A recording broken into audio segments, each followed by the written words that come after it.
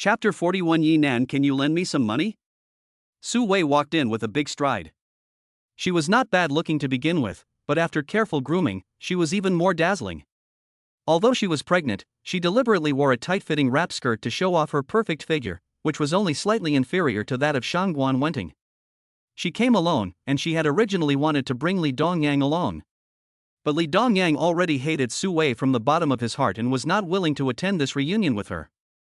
If he met an acquaintance, Li Dongyang would feel ashamed. Su Wei's reason for appearing at the end was her pride as the class flower and department flower, just to amaze everyone. But her expectations were completely dashed.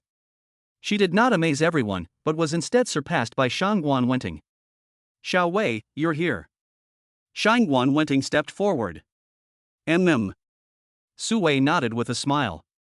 Although she nodded, she was very unhappy. She looked up and down at Shangguan Wenting. No wonder she wanted to hold a class reunion. It turned out that she wanted to give everyone a scare. Scheming bitch. Su Wei, you are getting more and more beautiful. Yang Jian also came forward to say hello. Ha! But Su Wei didn't pay any attention to Yang Jian at all, because when she was in school, Yang Jian had been flattering her. Now she is going to marry Li Dongyang. Although Yang Jian's family is also rich, compared to Li Dongyang, it is a world of difference, so she doesn't even look at him. Bitch, you are still pulling with me. Yang Jian was resentful of Su Wei's contempt and silently clenched his fists. Brother Jian, it's been a long time. Yes, Brother Jian. Two thin, shifty-eyed male classmates walked over. They had been Yang Jian's lackeys when they were at school. Now that they saw their former master in a good light, they naturally wagged their tails. It's you too, Mouse. Yang Jian also chatted with his classmates. At this time, a tall and strong man walked up to Yi Nan and affectionately hugged him. Ah, Yi Nan, you little brat, you've been missing me. His name is Wu Yu, and he was Yi Nan's best friend in school, but they lost touch after they went their separate ways. Get out of here. A grown man hugging so tightly, isn't it disgusting? Although Yi Nan looked disgusted, he still patted Wu Yu on the chest. You're much stronger than when you just graduated. Have you been secretly practicing at home? I'm now a fitness influencer with over 50,000 followers. Then I have to hug your leg in advance. You will be a big internet celebrity in the future. Yi Nan was also sincerely happy for his buddy. Brother Nan, what have you been doing lately? Wu Yu asked in return. I hadn't even waited for him to answer when Su Wei said disdainfully, he's now dating a rich woman, and he's being supported by someone every day. He's eating soft food and is doing well. Have you seen this outfit? That rich woman bought it for him. How do you know? Zhang Li asked curiously. Because I was there with Dong Yang that day. Su Wei said disdainfully, I bought you clothes before, and now another woman is buying you clothes. You really can't live without a woman. Su Wei, what I eat has nothing to do with you. Just take care of your bastard. Yi Nan said in a deep voice. Oh my god, Su Wei, are you pregnant? Zhang Li asked Su Wei in surprise. Yes, I'm not only pregnant, but I'm also getting married. Everyone will come to the wedding that I'm holding with Dong Yang. Su Wei took the opportunity to announce to everyone that she was getting married. If she can marry into the Li family, she'll be considered a member of a wealthy family. Yes, if she has a son, she'll be able to rise to great heights. Hearing the comments from her classmates and the envious looks from the female classmates, Su Wei's vanity was greatly satisfied. Okay, everyone, stop arguing and sit down to eat. As the class leader, Shangguan Wenting stepped forward to speak, and the scene temporarily subsided. After 3 rounds of wine, everyone opened up and started talking about everything under the sun, chatting about family and personal matters. Wenting, I heard that your company is not doing well lately? Is that true? Zhang Li asked Shangguan Wenting. Shangguan Wenting frowned slightly. The company has indeed had some financial problems recently. Although she didn't say it, she didn't expect Zhang Li to know about it. No, it's not true. Shangguan Wenting was about to brush it off, but Zhang Li grabbed her hand. My big monitor, we're old classmates, how much money do you need, 300,000? Or 500,000? Shangguan Wenting held up 3 fingers, 3 million. Ah, my goodness, that's a lot. Zhang Li's eyes widened, but the look of surprise quickly dissipated, and she said firmly, Wenting, don't worry, now that I know, I will definitely help you. Help me? How? She needs money, and Zhang Li is well informed, but it's still unrealistic for her to give away millions. Of course, she should ask her classmates for help. Forget it. Shangguan Wenting was at a loss for words. Her personality meant that she simply couldn't ask acquaintances for help. It's okay, you're embarrassed. I'll help you say it. Zhang Li looked at Yang Jian first. You see, Yang Jian has made money from the stock market and is financially independent. Shangguan Wenting shook her head. She knew exactly who Yang Jian was, and she had no intention of getting involved with him financially. Then Su Wei. She's pregnant with Li Dongyang's child, the only child in the family. In the future, this child will definitely inherit the family's wealth. She only needs to ask the Li family for money, and it shouldn't be a problem. Zhang Li continued. Shangguan Wenting shook her head again. She obviously didn't want to borrow money from Su Wei either. Then, Yi Nan. Zhang Li looked at Yi Nan, who was drinking and chatting with Wu Yu. Yi Nan? Can he be rich? Shangguan Wanting frowned and said. Wanting, you don't know, look at his clothes. A set of clothes is definitely more than 50,000, even Yang Jian's clothes are not as good as his. Isn't he dating a rich woman? Let him find a rich woman to lend you money. Zhang Li said mysteriously. Upon hearing this, Shangguan Wenting was a little tempted. After all, her relationship with Yi Nan was quite delicate. Moreover, she had a feeling that if she asked Yi Nan, he would probably help her. However, after hesitating for a moment, she still decided not to borrow money from Yi Nan. My class monitor, you won't do this, you won't do that, what do you want? Do you really want to wait until you go bankrupt and your creditors come to your door before you remember to borrow money?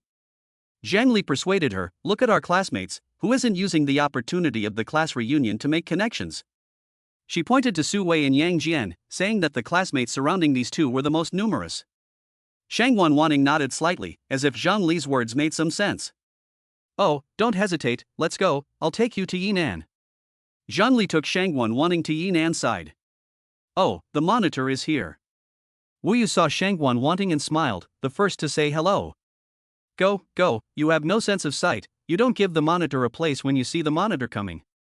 Zhang Li directly pushed Wu Yu away and let Shangguan Wanting sit next to Yi Nan. That. After Shangguan Wanting sat down and faced Yi Nan, she was a bit at a loss and didn't know how to start. Zhang Li saw that Shangguan Wenting was embarrassed to speak, so she directly asked Yi Nan, Wenting's company is having a bit of trouble. Can you help?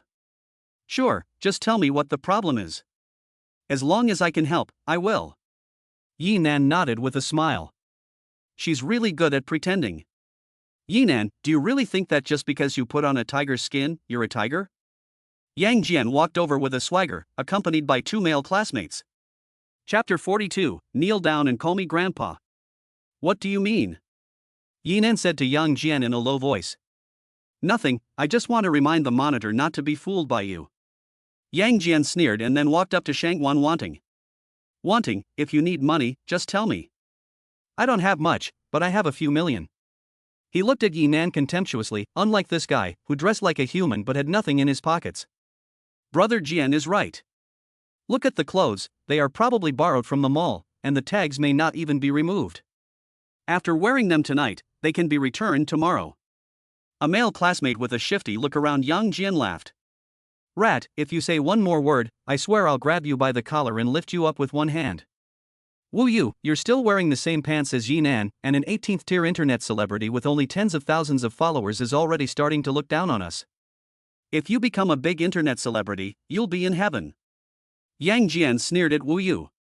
You haven't learned anything else from Yi Nan, but you've learned a lot about putting on a brave face. You. Wu Yu was about to say something, but Yi Nan patted him on the shoulder. Forget it. If a dog bites you, can you bite it back? Humph. Wu Yu then loosened the mouse's collar. Yi Nan, who are you calling a dog? Yang Jian pointed at Yi Nan's nose and yelled. It's best to take your hands off me, or I'll make you regret it. A hint of anger flashed in Yi Nan's eyes. Yi Nan, you said you could help Wenting, right? Well, in front of everyone today, I want to see how you help. Yang Jian withdrew his hand and asked Shangguan Wenting, how much do you want to borrow? Before she could answer, Zhang Li said, 3 million. Yi Nan, did you hear that? Now you can take out 3 million. Yang Jian sneered at Yi Nan. How could he possibly come up with so much money? 3 million? That's asking for his life. Su Wei also walked over and said to Yinan, what I said just now wasn't right either. Your life is worthless. Yinan squinted his eyes, and his palms were already itchy. Su Wei, you used to date Yinan, so there's no need to be so mean. Shangguan Wanting persuaded Su Wei, you used to date him, so I was blind. I was blind to have a relationship with him, and I was mean? I was just telling the truth, right Yang Jian? Su Wei looked at Yang Jian, who was standing next to her. Although Yang Jian was unhappy that Su Wei had looked down on him from the beginning, the enemy of my enemy is my friend, and he and Su Wei were at least on the same side. Yes, Yinan is a worthless life. Yang Jian smiled and said to Shangguan Wanting, 3 million, right? I'll transfer it to you now. However, Shangguan Wanting was still hesitant. She knew what kind of person Yang Jian was. Even if he lent her the money now, he would definitely make all kinds of demands later. At that time, she would be in a dilemma whether to accept or not. It was still not too late to regret it now. Wanting, what are you hesitating about? Just say yes. Zhang Li urged Shangguan Wanting and was also worried for her. Wanting, why don't I lend it to you? I just need to make a phone call, and not only 3 million, but 5 million can be instantly transferred to your account. Su Wei also chimed in. But Shangguan Wanting still had no intention of opening her mouth. She didn't want to get into debt with either Yang Jian or Su Wei. Yinan also saw her thoughts, so he stepped forward and said, Wanting, give me your card number. If you can come up with the money, even a sow can climb a tree. Yang Jian said with disdain. What if I can come up with it? Yinan stared at him coldly, and a hint of brilliance shone in his eyes. If you can, I'll kneel down and call you grandpa right now and apologize. Yang Jian said with conviction. In his eyes, even if Yinan helped the rich woman, 3 million was not a small amount. Okay, then you watch. Yinan was about to transfer the money when Yang Jian interrupted, if you can't, will you call me grandpa too? Of course. Yinan took out his phone and transferred the money directly to Shangguan Wanting. He was using a black gold card and there was no limit. Drip. Shangguan Wanting quickly received a text message from the bank and said with great joy, I received the money, exactly 3 million. What? Yang Jian's face turned pale. He didn't expect Yinan to have 3 million just by moving his fingers. Wanting, you're not just saying this to give him face, are you? Yang Jian immediately raised doubts. Yang Jian, open your eyes wide and take a good look, see what this is. Zhang Li took Shangguan Wanting's phone and held it in front of Yang Jian's eyes. Yang Jian looked at the bank text message and his face turned pale. He couldn't even say a word. Su Wei gave Yinan a look and said, you're pretending to be a good person with other women's money. When the day comes that you're exposed, I'll see what you do about it. You don't need to worry about that. Just take care of yourself. Yinan smiled contemptuously at Yang Jian again and said, grandson, isn't it time to kowtow to your grandfather? You. Yang Jian clenched his fists. With so many people watching, he couldn't afford to renege on his debt. Hurry up, if you're a man, keep your word and kneel down and call me brother. Wu Yu urged him from the side. Damn it. Yang Jian gritted his teeth and plop. He was kneeling in front of Yinan, whispering, Grandpa, I'm sorry. Speak up, I can't hear you. Yinan said with his ear cocked. Grandpa, I'm sorry. Yang Jian shouted with his eyes closed. After he finished, he made the whole class laugh, and he immediately got up and went to drink some wine. Ha, my big grandson. Yinan turned to Wu Yu and said, let's go. I'm in a good mood today, so let's go have a drink. Yes, let's go drink. Wu Yu smiled and dragged Yinan to the side to drink. Shangguan Wanting looked at Yinan's background, and while her heart was warm, she also felt a mixture of emotions. She didn't know if it was right or wrong for her to borrow money from Yinan, and whether it would really cause him trouble.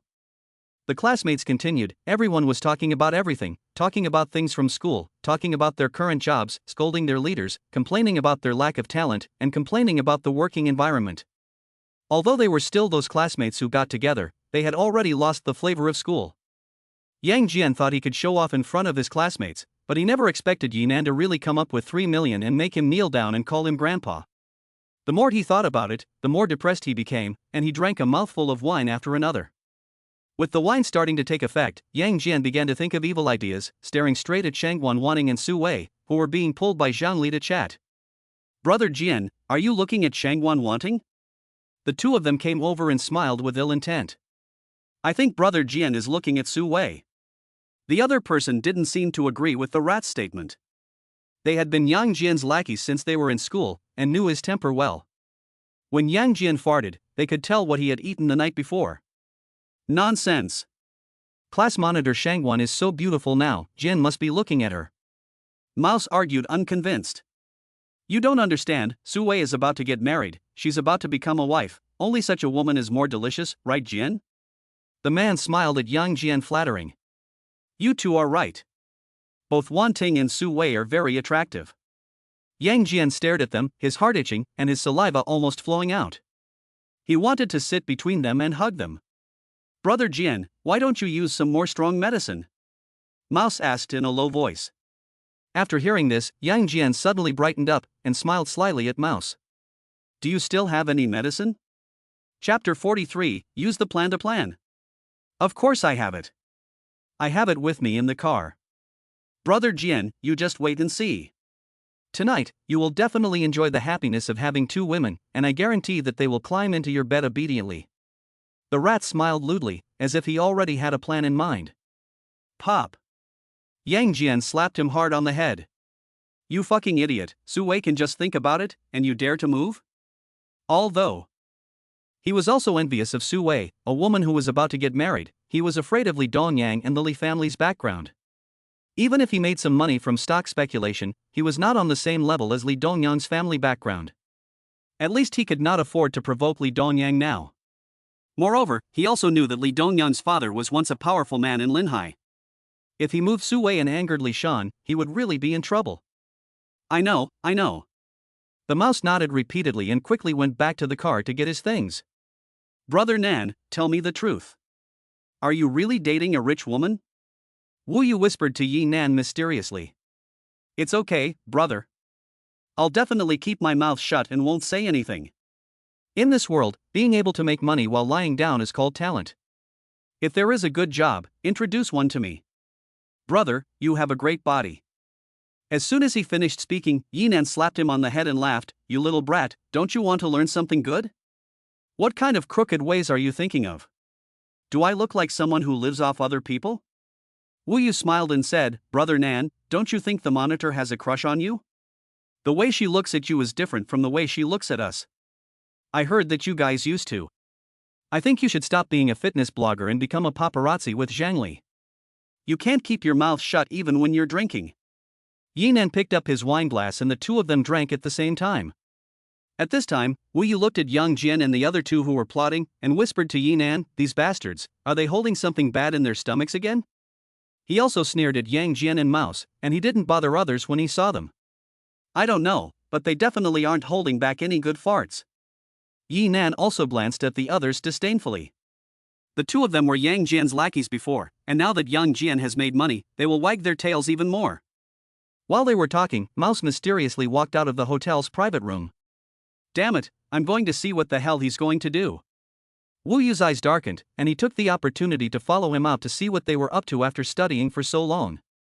After a short while, Wu Yu returned quickly, clenching his fists and saying, Brother Nan, that rat bastard put drugs in the wine.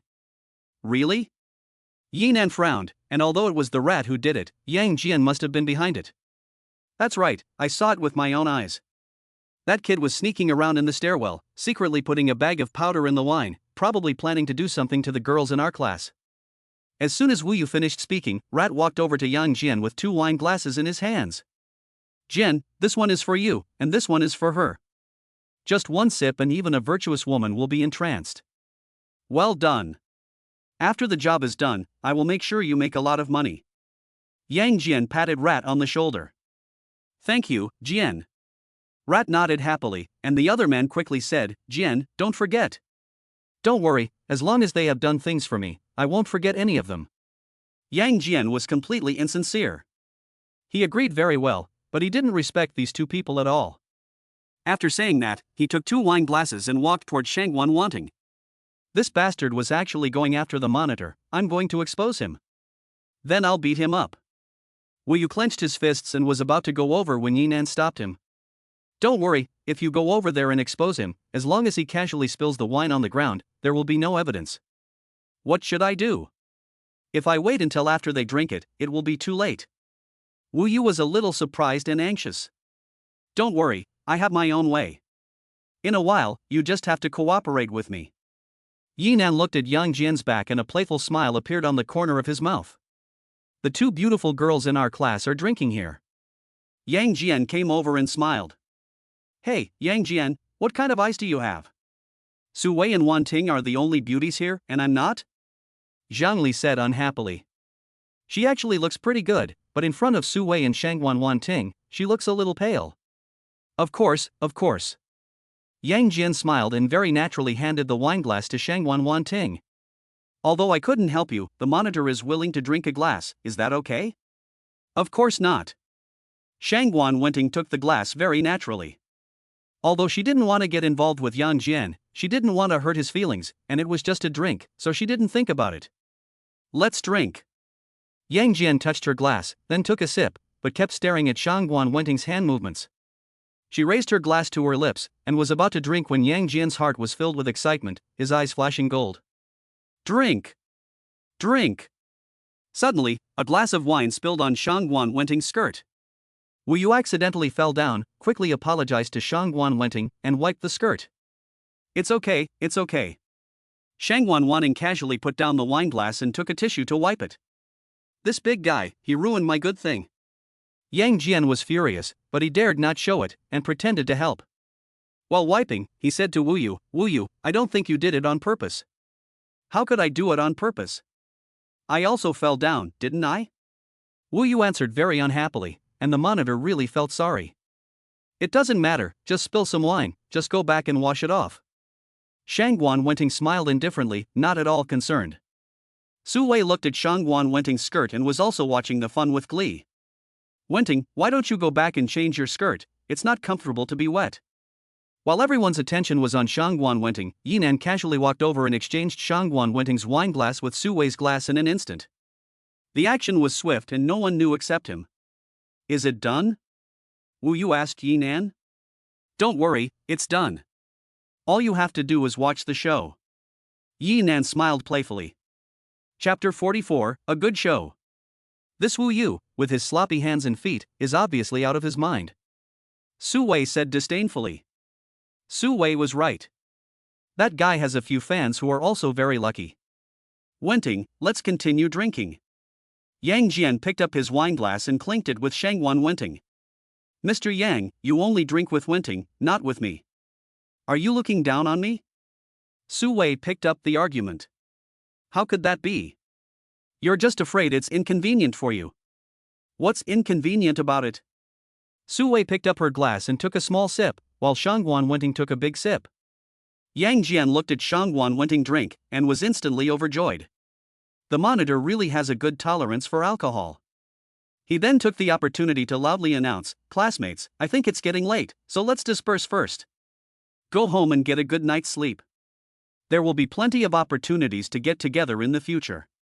Everyone had already drunk quite a lot, and Yang Jian's words were echoed by everyone, and they all packed up and left one after another. Wenting, your skirt is dirty, so I'd better take you home first. Yang Jian walked up to Shangwan Wenting and offered his attentions. I don't need to take a taxi to go back. Shangwan Wenting was about to refuse, but Su Wei agreed, saying, Yang Jian is right. You can go home with him. We'll be relieved if he takes you home. I'll take the monitor home. My home is on the way. Wu Yu walked over and said. What kind of car do you drive? You're also a delivery person. Yang Jian saw Wu Yu interfering with his good deed and quickly teased Wu Yu, see? Mine is a Porsche, just bought. He took out his car keys and showed them off. My car is not as good as yours, but at least it can be delivered safely. You are so eager to deliver the monitor, you must have ulterior motives. Wu Yu stepped forward and stared at Yang Jian coldly. Yang Jian was guilty and did not dare to look at Wu Yu. You don't have to do this. I think you have ulterior motives. Monitor, don't pay any attention to him. I will take you away. Wu Yu didn't waste any time with Yang Jian and left the hotel with Shangwan Wenting. Hey, hey. Yang Jian saw the cooked duck about to fly and quickly stepped forward to block it, but Yinan blocked the way again. What are you doing? Do you want to rob someone? Get out of the way. Yang Jian shouted anxiously and pushed Yi Nan suddenly. Yi Nan was like a wall in front of him, and he couldn't push him at all. Yang Jian, you'd better go and send Su Wei, she's also here alone. Yi Nan smiled at Yang Jian. I love to send whoever I want, so don't you worry about it. Yang Jian growled at Yi Nan. Since he couldn't push him away, he would go around him. But Yi Nan grabbed his arm tightly. Coincidentally, I'm going to take care of it. You. Yang Jian struggled, but it was useless. At this moment, Su Wei was sitting on the chair, breathing a little fast. Look, Su Wei is not feeling well. You and Li Dongyang are old friends, so you should take her home safely. With that, Yi Nan let go of Yang Jian's arm. Yang Jian, you still have to take me home, I don't feel well. Su Wei looked at Yang Jian, her eyes slightly blurred. Okay, I'll take you. Yang Jian had no choice but to take Su Wei out of the private room. However, before the two of them got into the car, Su Wei collapsed in Yang Jian's arms, moaning, I'm so hot, so hot. Su Wei's foundation was already good, and after careful dressing, she was also a full-fledged beauty. Her face was flushed, and her appearance of moaning repeatedly made men drool. Could it be that she had drunk the wrong thing? Yang Jian was surprised, and also silently swallowed his saliva, and moved his crooked thoughts. I don't feel well. Can you take me home? Su Wei weakly grabbed his arm and spoke weakly. Although she looked pitiful, she couldn't help but want to be loved. Although Yang Jian was afraid of Li Dongyang's family, he was also determined at this moment. This is what you asked for. Okay, Xiao Wei, I'll take you home. Yang Jian grabbed her hand and directly opened a room in a nearby hotel. As the two of them were just entering the hotel, Yi Nan walked out from the dark corner. He knew Yang Jian very well. He couldn't resist the opportunity to take advantage of the fat lamb in front of him. Li Dongyang, I'll give you a big gift tonight. Yi Nan picked up his phone and made a call to Li Dongyang. Li Dongyang, I have a good show for you to watch. I don't give a shit, so stop fucking bothering me. Li Dongyang directly cursed in the phone. However, Yi Nan was not angry at all, and he laughed again, saying that your fiancé is about to give you a big green hat, and it would be a real pity if you didn't come to see it. Do you think I will believe your words? Li Dongyang on the other end of the phone silently clenched his fists, and a sense of foreboding welled up in his heart. Believe it or not, there is a hotel across from Baiyun International. Go and find it. Remember to bring a couple of people with you. After that, Yi Nan hung up the phone. Yi Nan, what do you mean? Hey, hey! Li Dongyang kept yelling, but Yi Nan had already hung up. He looked coldly at him, and quickly walked out of the house with a few friends. To the hotel's large bedroom. Yang Jian leaned against the bed, sweating heavily, panting heavily, damn, it's so good. He looked at the messy bed, a corner of the quilt covering Su Wei's body, her legs and arms spread out. Her face was flushed, and her eyes gradually regained some luster. Hee, although I missed Wenting, it's not a loss. Yang Jian laughed again, just about to mount his horse and fight again, when Su Wei suddenly screamed. Ah! A scream scared Yang Jian back. What are you screaming for? Keep your voice down. Yang Jian quickly went forward and covered her mouth. Su Wei bit his finger, which made Yang Jian scream in pain and quickly stepped back. Yang Jian, how dare you are angry at me, Su Wei pointed at Yang Jian angrily. However, Yang Jian smiled, we are adults, what can we do if we want to do it? You're not afraid that Li Dongyang will kill you? Su Wei said angrily. Kill me? Ha! Yang Jian lit a cigarette and laughed confidently, so you go tell him. Yang Jian was confident precisely because he was betting that Su Wei would not dare to tell Li Dongyang. Once Li Dongyang knew that Su Wei had an affair with him, he would kick her out of the Li family in 9 out of 10 cases. Su Wei was speechless, angry, and helpless. This kind of thing is a death sentence. Even if she can continue to stay in the Li family, she will never be able to hold her head up again. If a third person knows, you are dead. Su Wei pointed angrily at Yang Jian, and just as she was about to get up and get dressed, she felt a sharp pain in her lower abdomen. She also had a bad feeling in her heart, and when she suddenly opened the quilt, she saw a trace of blood on the sheets. I'm done, my child is gone. Su Wei looked at the red blood and almost fainted. Yang Jian, you murderer, give me back my child. This child was the only asset she had when she married into the Li family. Without a child, she would lose her chance to become a phoenix. Yang Jian also stared with his eyes wide open and his legs went weak. Only then did he realize that Su Wei was still pregnant with Li Dongyang's seed. Other things may be hidden from the world, but this matter cannot be hidden at all. It's over, it's over. Yang Jian was also stunned, and he sat directly on the ground. Li Shan was so old and had been looking forward to holding a grandchild. Now that the grandchild was gone, his life was also in danger. This is it, kick it open for me. Li Dongyang's roar came from the door. Chapter 45, Yi Nan's Revenge. With a loud bang, the door was kicked open. Li Dongyang stood at the door, his eyes coldly staring at everything in the room. He thought it was Yi Nan inside, but he didn't expect it to be Yang Jian. Dongyang. Su Wei looked at Li Dongyang's sudden arrival, stunned for a moment, and then pointed at Yang Jian and cried, Dongyang, you have to kill this animal, he took our child away. Ha! Li Dongyang's expression changed slightly. The child is gone? This is not a bad thing for him, but a great thing. Su Wei was holding the emperor hostage to order the princes, and he was worried about how to deal with it. But now Yang Jian had helped him a lot. Although he was happy, he couldn't show it. He pointed at Yang Jian and roared, come on, beat him to death. Yes. Li Dongyang's brothers immediately rushed up and beat Yang Jian mercilessly. Dongyang, stop fighting. It's a misunderstanding. Yang Jian begged for mercy while covering his head. Misunderstanding my ass. Give him a good beating. Li Dongyang commanded his brothers to beat Yang Jian while rushing up to Su Wei and slapping her hard in the face. Pop. Su Wei fell to the bed and her face immediately turned red and swollen. You bitch, you're about to become my daughter-in-law, and you still do such shameless things. Li Dongyang pointed at Su Wei and roared. Su Wei got involved with Yang Jian, and she also lost the family's face, especially since he couldn't hold his face up, and it would be a laughingstock if he told people. He used to wear a green hat for others, but today it was his turn. Dongyang, he drugged me, it's not my fault.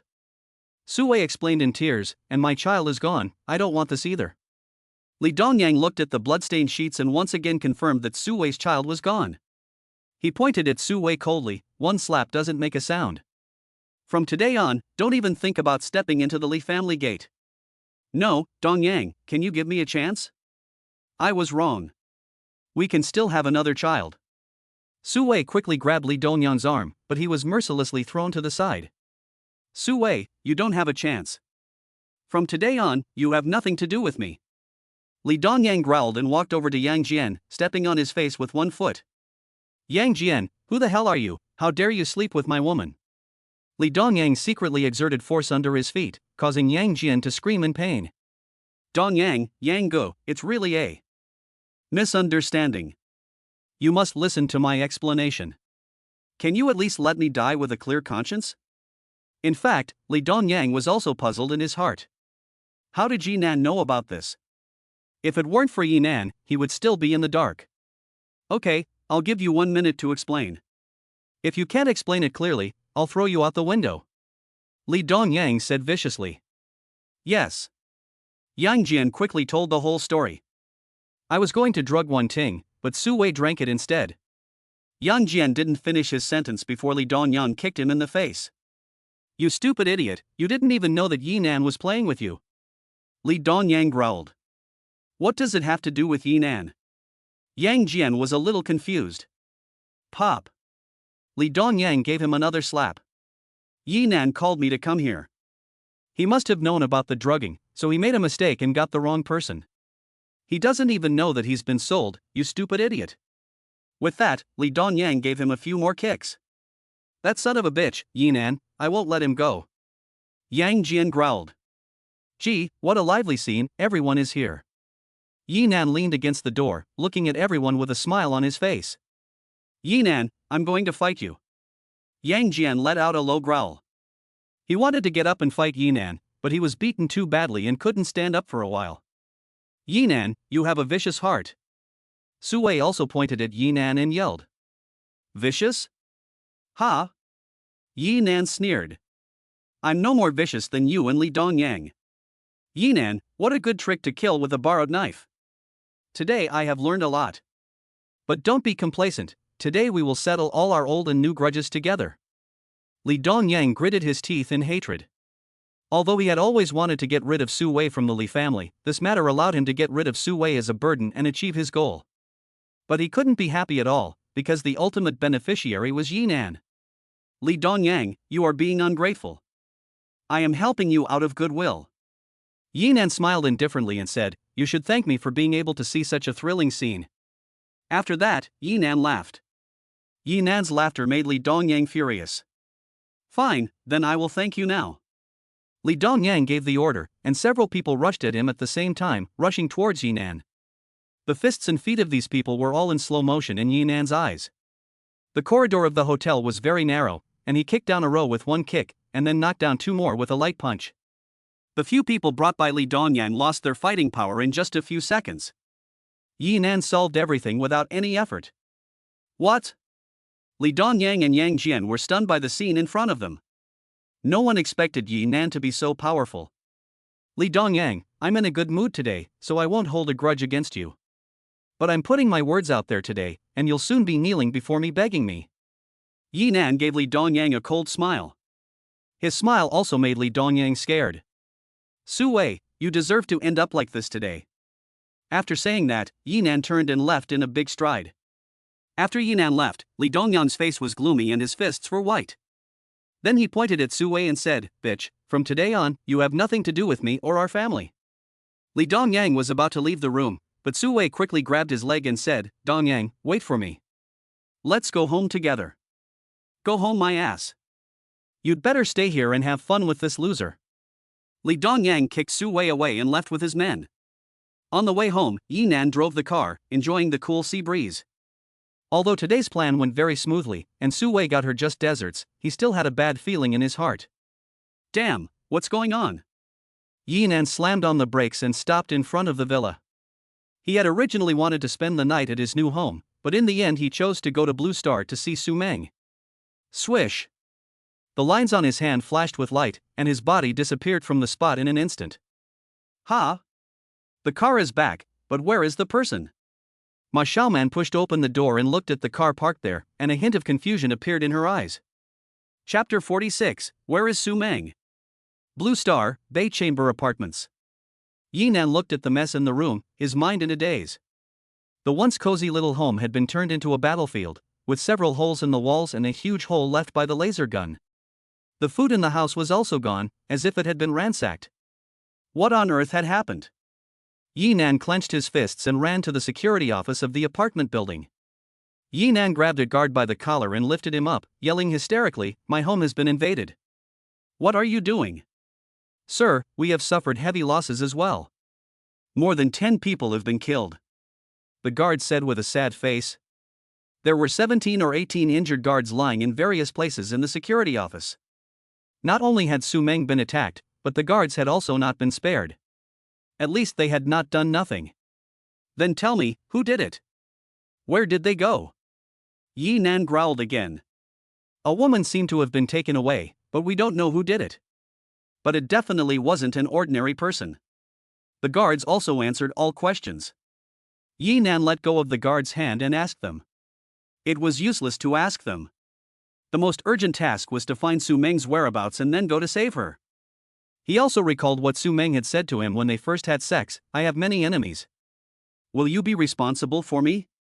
He didn't take it seriously at the time, but now that he thought about it, Su Meng knew so many things. She must not be an ordinary person. And she must have been captured by those enemies. Who are her enemies? How do I find her? Where do I go to save her? Yinan angrily punched the wall. Boom!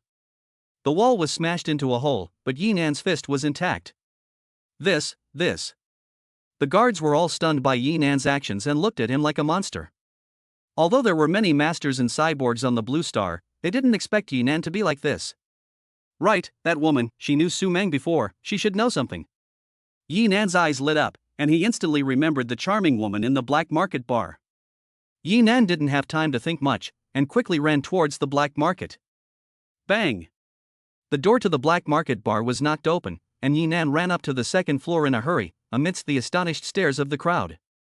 At the bar on the second floor, the woman was still sitting leisurely, drinking casually, and smoking lightly as if it were all she had. The charming woman looked at Yinan coming, and a playful smile appeared on the corner of her mouth. Did you use the potion? However, Yinan did not answer at all, but just panted and came to her. Do you know where Su Meng is? Who took her away? You should ask her, not me. The charming woman leisurely took a sip of wine. Yinan directly took the wine glass from her hand and threw it on the ground. Kid, do you know what you are doing? The charming woman's eyes turned cold, and several waiters around her all gathered around. Although they looked like waiters, everyone was murderous. As soon as the woman gave the order, they would kill Yinan without hesitation. I didn't mean that. You drink this. Yinan took a bottle of Maotai out of his backpack and opened the lid to pour it into the glass. Splash, splash, splash. As the clear and refreshing liquor was poured into the cup, a faint aroma of wine spread in the air, the taste refreshing and intoxicating. What a fragrant flavor! The charming woman stared at the wine glass in Yinan's hand, her eyes showing a hint of surprise. Here, don't drink too fast, savor it slowly. Yinan handed the glass to her. The wine glass was not small, but Yinan poured it to the bottom for her. Not bad. The charming woman first smelled the wine in the glass, then opened her lips and slowly drank a little. The wine from Blue Star is all pure alcohol mixed with wine, and the wine is mainly bitter and spicy. But although Yinan's wine is also spicy after entering the throat, it is far less spicy than Blue Star's wine, and the aftertaste is sweet and intoxicating. Good wine. After the charming woman tasted a little, her eyes immediately glowed with gold, and then she drank the bottom of the glass in one gulp. Yinan didn't even need to ask, he could tell from her expression that she was very satisfied. He had also drunk Blue Star's wine, and this Maotai was like nectar to Blue Star's wine lovers. Give me some more. The charming woman stared at the bottle of wine in Yinan's hand. If you want to drink, you have to tell me where Su Meng is and who took him away. Yinan grabbed the bottle and stared into the other person's eyes. Are you really going to save her? Yes, no matter where she is, I will save her. She is my woman, and I promise to take care of her for the rest of my life. Yinan said with a serious expression. After he and Su Meng experienced that siege by the alien beast, their hearts were already tightly connected. No matter where Su Meng was, he would go to save her without hesitation. After she heard Yinan's words, she suddenly became silent, as if she was also recalling the past. A man like that also said the same thing to her. The other party's strength is beyond your imagination. You may not be able to come back if you go to save someone. The charming woman became serious, and a hint of brilliance could be seen in her lazy eyes. Then I'll go to save her too. Yinan clenched his fists, and a look of determination appeared in his eyes. To tell you the truth, she was captured by the Gamma Legion. The woman took a puff of smoke and said. Yinan was overjoyed. This woman really knew everything. He quickly asked again, where is she? He didn't know about the Gamma Corps, and even if he did, he would do it without hesitation. Not long after the incident, the person should still be at the base in the north of the city. Do you have a map? Yinan asked again. She didn't answer, but just looked at the Maotai in Yinan's hand, and Yinan poured half a glass of wine for her again. It's here. The charming woman took the Binjiang map and marked it on an abandoned sewage treatment plant on the outskirts of the city. Thanks. Yinan nodded and was about to turn away when the woman stopped him. Wait a minute. Oh, okay. Yinan thought she wanted the wine in his hand, so he put the entire bottle on the table.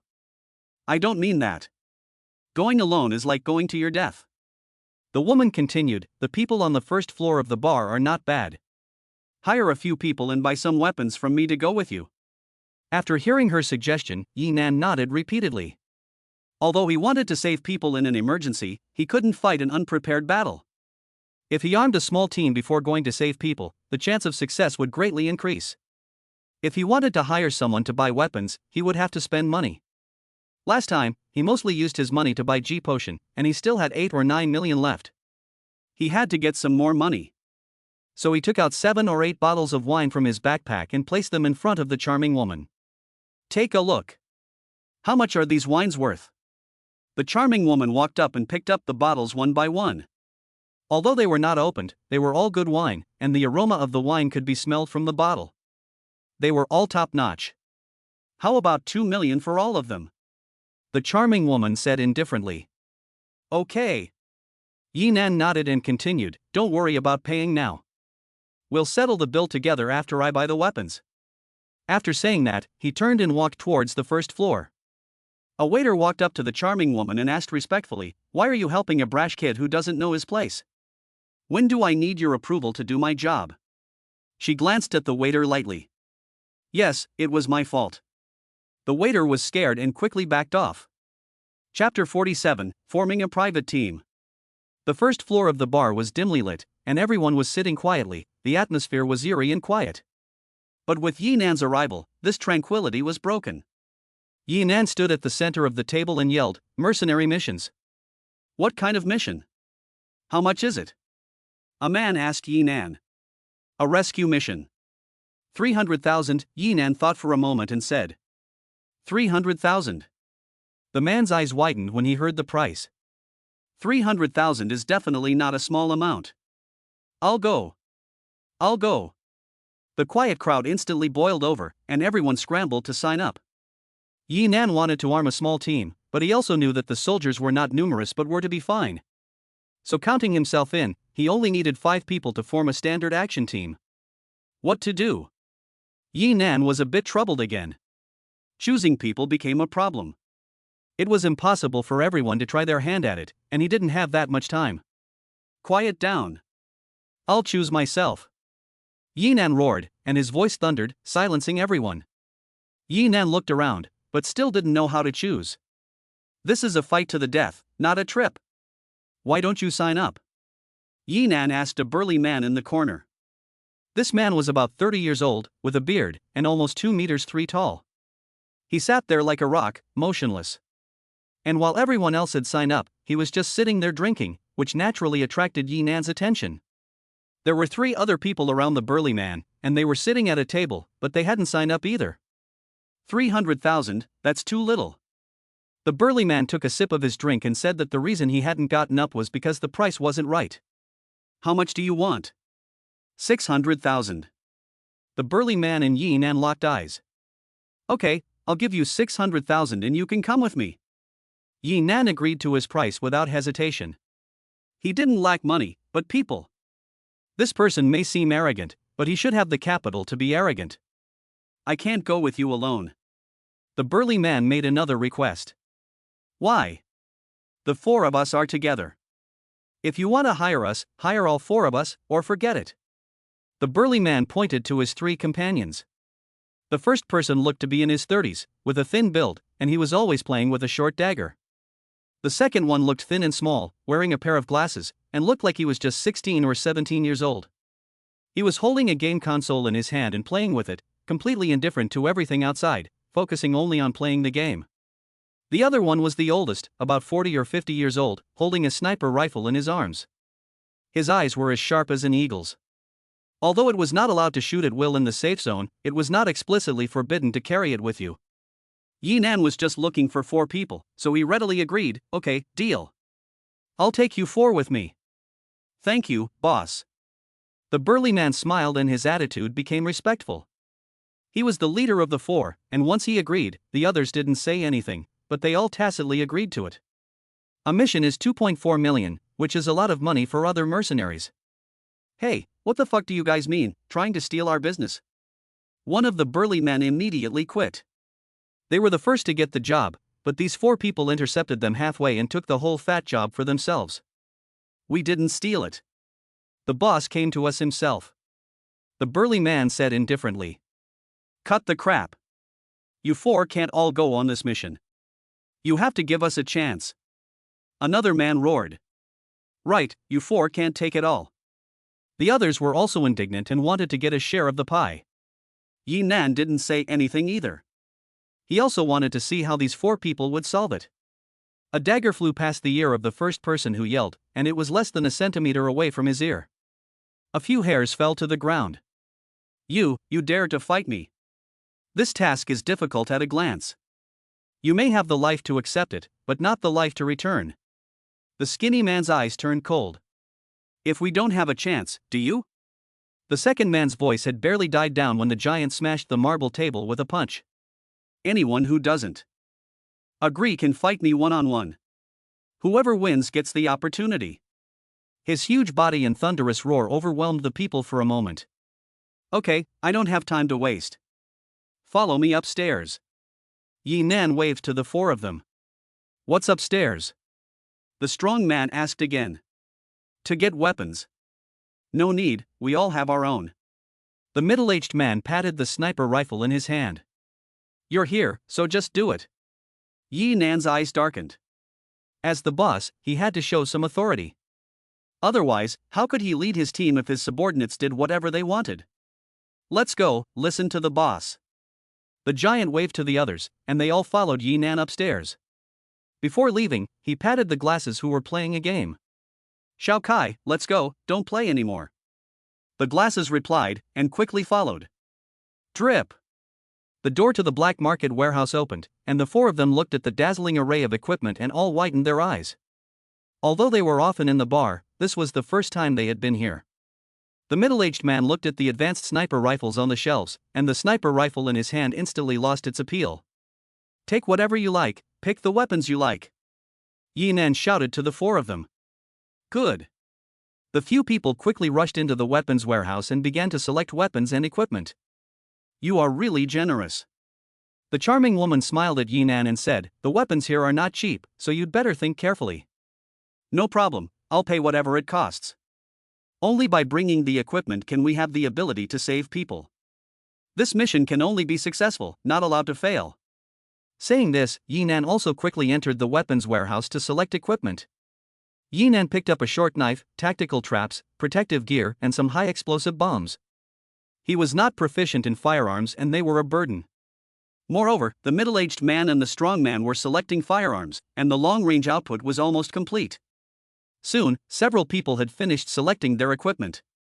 The strong man had the most and heaviest things, starting with a heavy Gatling gun nicknamed Metal Storm, which could provide extremely strong firepower in a short time.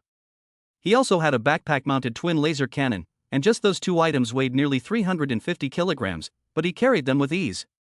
The skinny man had two alloy daggers and some light protective gear. The glasses-wearing man had a mechanical backpack, and all his weapons and equipment were in it, but he was carrying around a lot of small gadgets the size of a palm. The last man, the middle-aged man, had picked up a heavy sniper rifle and couldn't put it down. Count up how much it costs. Yi Nan asked the charming woman. The woman smiled and took a list from her subordinate. It was a total of 13 million. What? So much? Yi Nan widened his eyes. He didn't expect to spend so much money just to arm 5 people. You don't see what they're carrying. Everything is the best I have here, especially that little brat. The things in his backpack are the most valuable. The charming woman continued, but these things are all worth more than they cost. You'll see when you use them. Okay. Yi Nan gritted his teeth and took out all the money in his amethyst card. After deducting the commission for the few people, he still owed nearly 5 million. It's okay, just pay me back when you get back. The car is downstairs. If you want to save someone, you can leave now. If you're late, it's over. The charming woman smiled at Yi Nan. Thanks, I don't even know your name. The charming woman walked over to Yi Nan and whispered in his ear, I'll tell you when you get back. Promise. Yi Nan shouted to the others, let's go, let's go. Chapter 48, A Trial. Boom. A military jeep was speeding through the snow outside the safety zone. Although the cold wind of the night was fierce, everyone was a soldier who had experienced life and death many times. Except for the glasses, which were tightly covered, for everyone else, this cold was nothing. The skinny man was called Shan Xiang, and he was good at sneaking in melee combat. The strong man was called Man Nyo, and he was good at charging into battle. The middle-aged man was called Ying, and he was good at long-range sniping. Glasses is called Genius, and is good at controlling and using all kinds of machinery. He is responsible for all-round support in the team. The small team is perfect, but this is also a tough battle. Although the attack is only on a very small base of the Gamma Legion, which is only responsible for the transit of Su Meng, it is definitely a tough nut to crack. Guys, eat something, so you can work better later. Yi Nan distributed the canned meat to the others. We're going to be fighting soon, so we have to eat well. For the Blue Star people, these canned meats are a delicacy, and everyone ate them ravenously. Boss, you're too good to us. If you need anything in the future, just call us. We'll be with you forever. Shan Xiang said as he drove. Blue Star food is the basic guarantee of life. How many people are mercenaries is a matter of survival. Yinan not only offered a high price, but also provided weapons and food, everything they wanted, and made everyone confident about the mission. If this mission is completed, I will treat you to a big meal, and you will be my personal guard. I guarantee you will never go hungry. Yinan said with a serious expression. Blue Star is a completely chaotic world, where you either destroy or be destroyed. Brothers, the boss has spoken. We will definitely complete this mission beautifully. Good.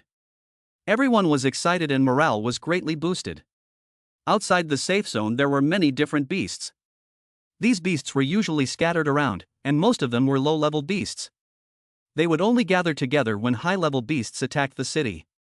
Roar! A mutant boar rushed out from the ruins next to it. Its eyes were red, its fangs were sharp, and it charged towards the jeep like a madman. However, the vehicles that were driving outside the safety zone were all specially made, with a front bumper that was designed to withstand the impact of a charging wild boar. With a loud bang, the car slowed down slightly, knocking the wild boar straight out of the way. The bumper pierced its body, and its bones were shattered. Although it was seriously injured, the vitality of the alien beast was very tenacious. After it fell to the ground, it was still desperately struggling, but its bones were shattered and it could not get up at all. Yinan and the others did not pay any attention to it and continued to rush forward. They had just arrived at an intersection when several huge stones blocked the way. Although the car had a bumper guard in front, the weight of these stones was several tons, so not only could they not be knocked open, but they would instead crash the car directly. Someone is blocking the road. The mountain ape's eyes narrowed, and he swerved and stopped. We're about to leave the city, and there are two small buildings on either side, and the terrain is relatively narrow, so it's suitable for hiding people. Swish, swish, swish.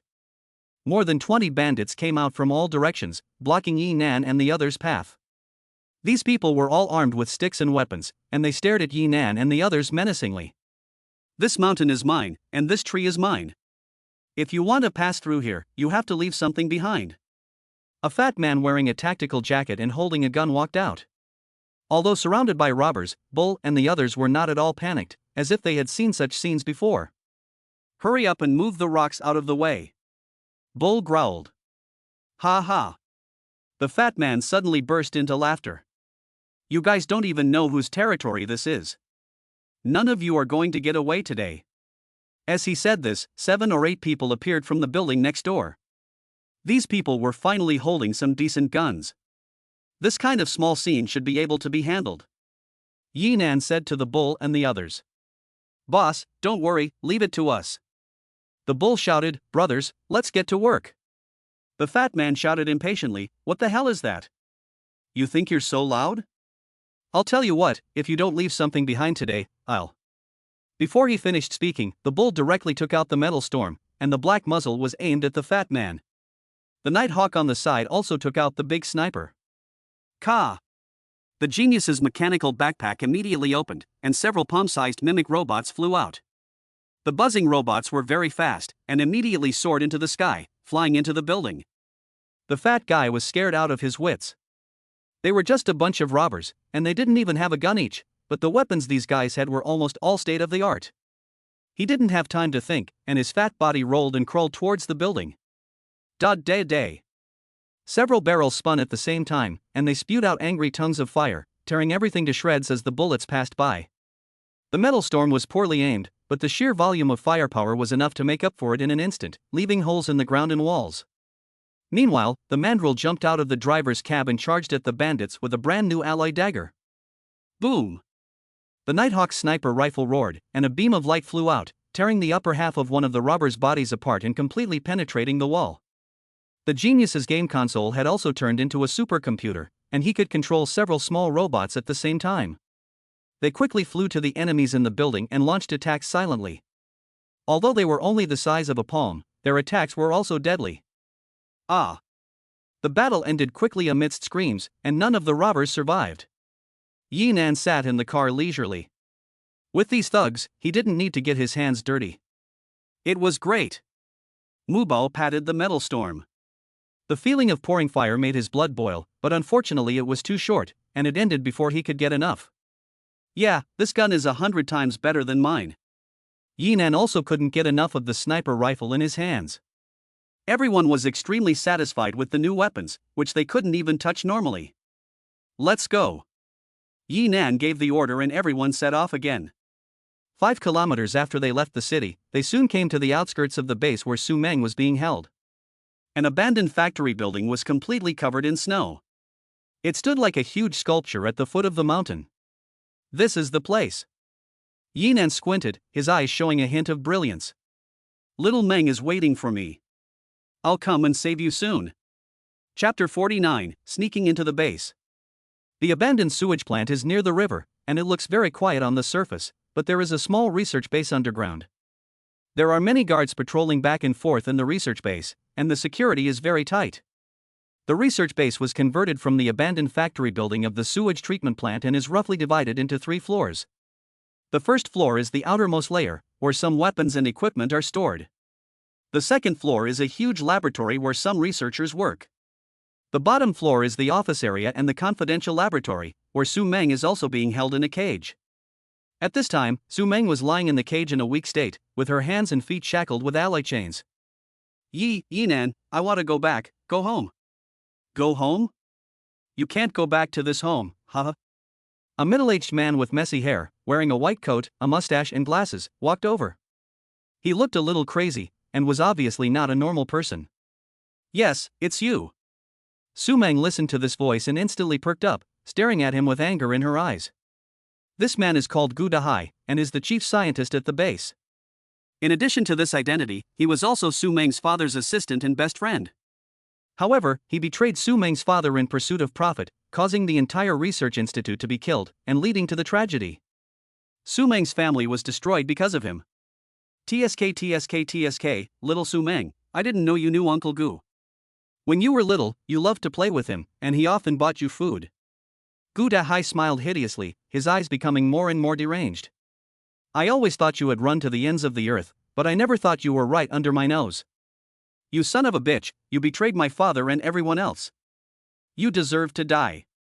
Su Meng grabbed the iron cage and looked like an angry lioness, wanting to tear him to pieces. However, Gu Dahai's eyes revealed a disdainful smile. I deserve to die? It's them who don't understand, don't know how to further develop the research results. As long as we can go further, we can develop the greatest transformation warrior, kill all the alien beasts, and end this damn day. His eyes were wild, as if he was conducting some kind of great research and invention. This research base was full of his research results. But in the end, he was only Su Meng's father's assistant, and his research results were not very good. Although he was ambitious and crazy, his scientific research talent was far inferior to Su Meng's father, otherwise he would not have been just an assistant. Crazy, completely crazy. Gu Dahai, you won't have a good ending. Su Meng roared angrily. Jia. Yes, you are now in a similar state to your mother when she was dying. She also wanted to kill me, but she refused to hand over the data, and in the end, she died at my hands. By the way, before she died, she begged me not to do anything to you. Gu Dahai smiled playfully, and his smile made Su Meng even more furious. Gu Dahai, I. Click, click, click. Gu Dahai pressed the button on the side of the cage, and an electric current immediately flowed through it. This current made Su Meng tremble all over, and she fell to the ground in pain. Kill you. Although Su Meng was paralyzed, her eyes still stared at him. Su Meng, don't worry. You are a treasure now, and I will let you live. As Gu Dahai was laughing wildly, a black-clad man came from behind him. Pop! The black-clad man slapped Gu Dahai directly in the face, knocking him to the ground and causing blood to flow from the corner of his mouth. She was tortured to death. What about the plan? The black-clad man said coldly. Yes, Lord Shadow. I was wrong. Gu Dahai nodded to the black-clad man. Something's happened at headquarters. I'm going to take a look. No one here can be harmed. Do you hear me? The black-clad man stared at the guards around him and said sternly. Yes. Everyone answered in unison. If anything goes wrong, all of you will become test subjects. Yes. The guards all changed their expressions.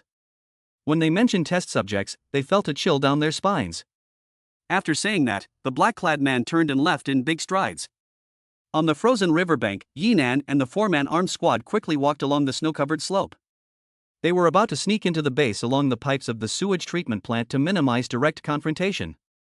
Just as they were about to reach the pipe, the roof of the distant factory building opened, and a 10-meter-long diamond-shaped flying machine hovered in mid-air. In order to avoid being discovered, the few people quickly lowered their bodies and dared not breathe. Boom! The flying machine spewed out a pale blue flame, and its speed exploded in an instant, disappearing into the night. No good, we have to hurry. Yinan gritted his teeth and moved forward again, entering the huge pipe of the sewage treatment plant. This place has been abandoned for many years, and the pipes are like a spacious corridor, except that there is no water here at all, only some garbage and bones of various animals. Does this place look like a rat hole? Bull looked around. Don't talk nonsense, there are no rats. The night owl's eyes darkened, and his sharp gaze looked around, revealing a hint of foreboding in his eyes. When you get to the end, you'll be inside the base, so hurry. Yinan shouted in a low voice and quickly accelerated his pace. For Su Meng, any delay of even 1 second could lead to danger. Chirp! The group had not gone far when they heard the cry of a strange animal in the darkness. Not good, it's giant rats. The mountain ape was the first to react. No way, there really are some. The bull was shocked, and he really had predicted it. As soon as he finished speaking, more than 20 giant rats rushed out, pouncing on the group of people. They were more than half a meter long, and their teeth were as sharp as the tips of knives, easily able to bite through concrete and stone.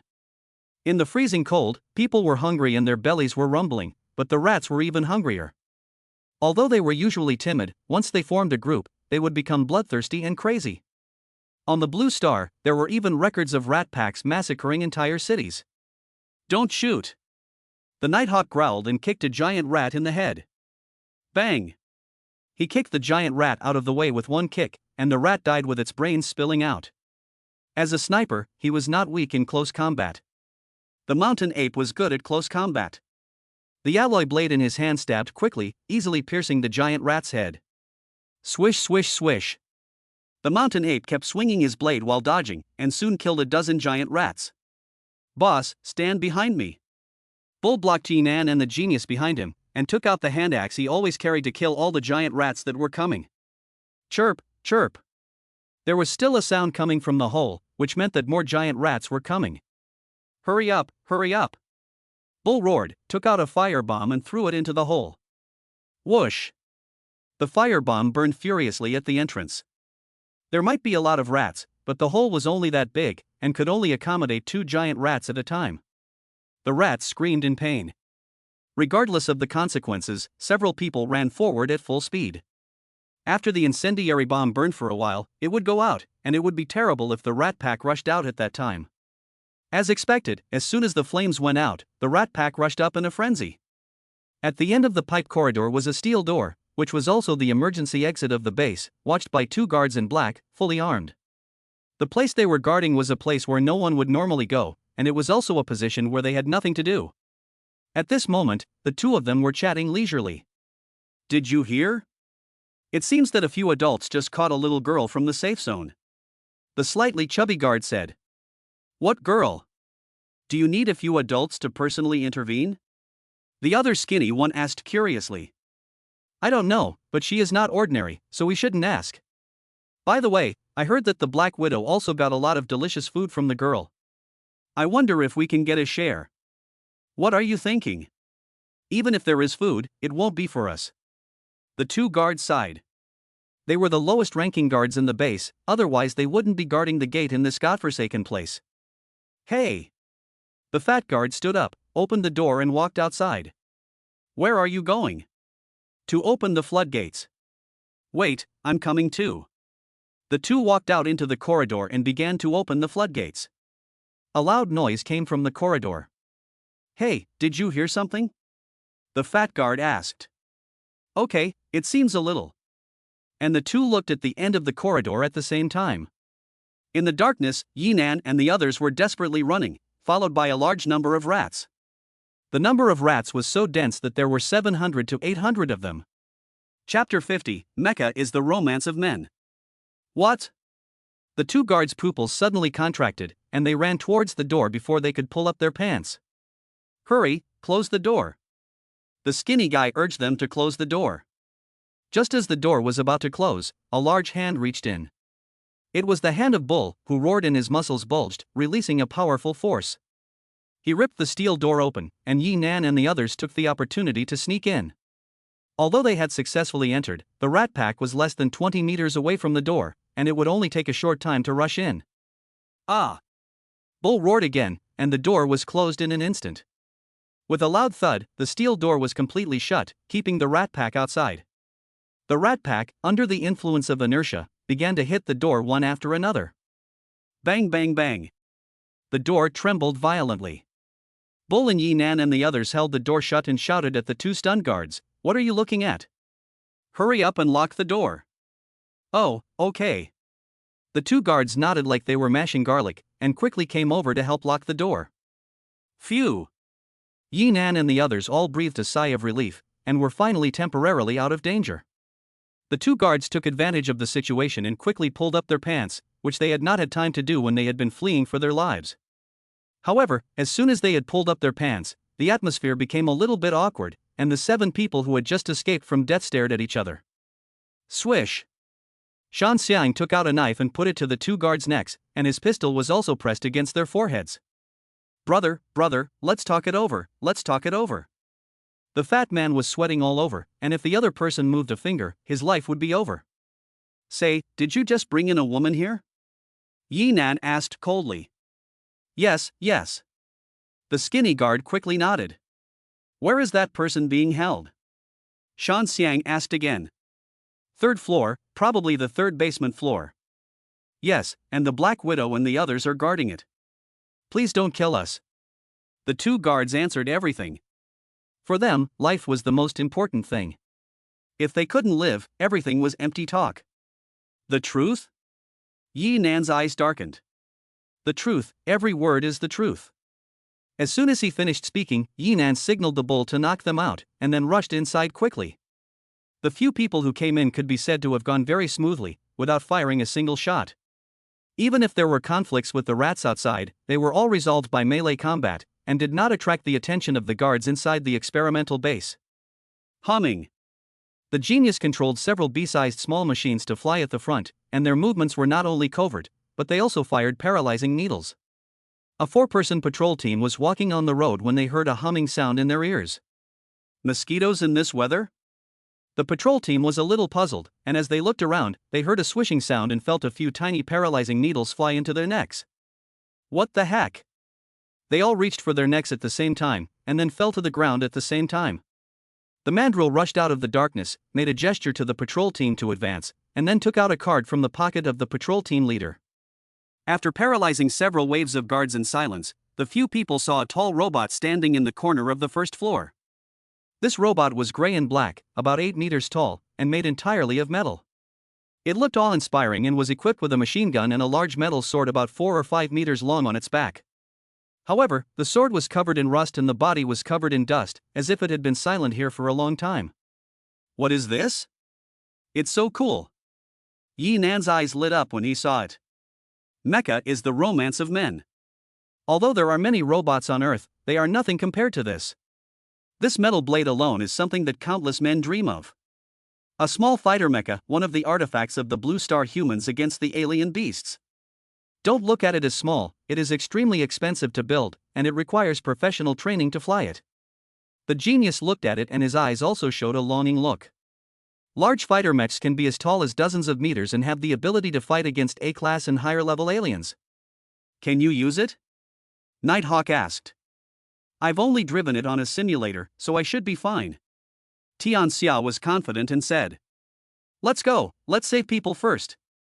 Yi Nan and the others came to the door between the first and second floors. Shoo. Nighthawk and Genius both moved at the same time. Nighthawk shot and killed a guard, and Genius's robot paralyzed another. The entrance was a huge alloy door that could only be opened with an access card. Drip. The mountain ape took out the access card and placed it in the card swipe area. The card did not open with a swipe, but rather had to be synchronized with the pupil recognition. Genius quickly inserted a magnetic card, and then his 5 fingers danced rapidly on the tablet, in just a few seconds. Drip. The door opened to the left and right, and the second layer of doors was completely open for Yi Nan and the others. It's still good to have high-tech talent to do the work. If I came alone, I'm afraid I would have to break in. Yi Nan thought to himself. You guys go first, I'll go see if the mecha is still working. The genius suddenly ran alone in the direction of the small fighter mecha. Hey! Mu Bao shouted, but he left without looking back. Let's go first. Yi Nan shouted, and everyone quickly came to the second floor of the experimental base. As soon as they entered the steel door, Yi Nan and the others were shocked by what they saw inside. It was a room about the size of 2 or 3 football fields, with large and small tanks all around. There were hundreds of tanks of different sizes. Next to each tank was a computer that monitored and recorded the data and information from the experiment. Inside the tanks was a translucent green liquid, and inside the liquid were the test subjects of the base. Some were strange-looking animals, and some were people. The animals inside were all strange and grotesque, and their appearance was extremely disgusting. They could barely be called creatures, and even the humans had been tortured beyond recognition. Some of them had even been attached to the limbs of unknown animals, and they were no longer human. Most of them were people who had been active outside the safety zone, and among the test subjects, there were also many children. All the test subjects had tubes inserted into their bodies, and it was unclear whether they were alive or dead.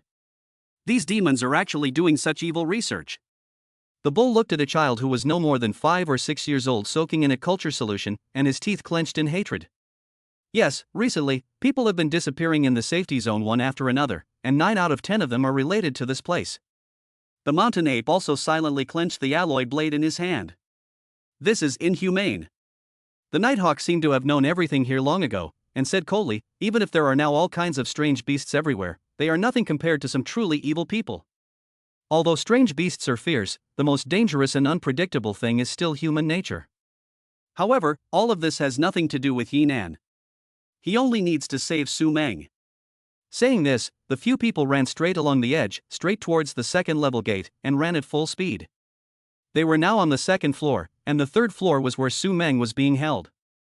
However, there were many guards on this floor, as well as many researchers. At this moment, they were all gathered together in groups of 2 or 3 to eat. The food they were eating was the canned beef and some pre-prepared dishes that Yi Nan had brought back from Earth. 2 researchers could share 1 portion, while 3 guards had to share 1 portion. They all treasured the food and ate it with relish. It smells so good, this is definitely the best thing I've ever eaten in my life. That's right, what's it called?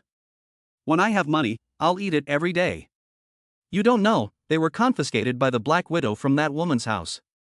I heard there were a lot of them, and it was already a great favor for her to give us a little bit. So, that woman gets to eat these every day? We eat the leftovers, and she gets to eat the best food. Yes, she deserves to be caught and used as an experiment. While the guards were eating and discussing, Yi Nan rushed over with a few people.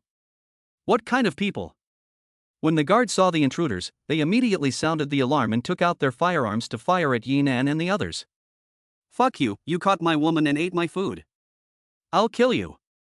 Yi Nan's fists clenched and he roared as he rushed forward. Chapter 51, The Monster in the Research Institute. Day. The metal storm in the hands of the bull roared, and the bullets that poured out instantly turned the guards who resisted into a sieve. The mountain ape also rushed to the guards and fought them in close combat, and every blow was bloody. Nighthawk took out his sniper rifle and called out the names of the guards one by one, eliminating some of the guards who were shooting in the dark. As the battle broke out, the researchers all hid in the corner and trembled. Under the cover of a few people, Yi Nan knocked out 2 guards with 1 punch. The part of the guard's body that was punched immediately sank in, and his internal organs were shattered. After Yi Nan knocked them out, he rushed to the alloy iron door to cushion the impact. Xiaoming, I'll be there soon. Yi Nan stared at the alloy iron door, and a determined look came into his eyes.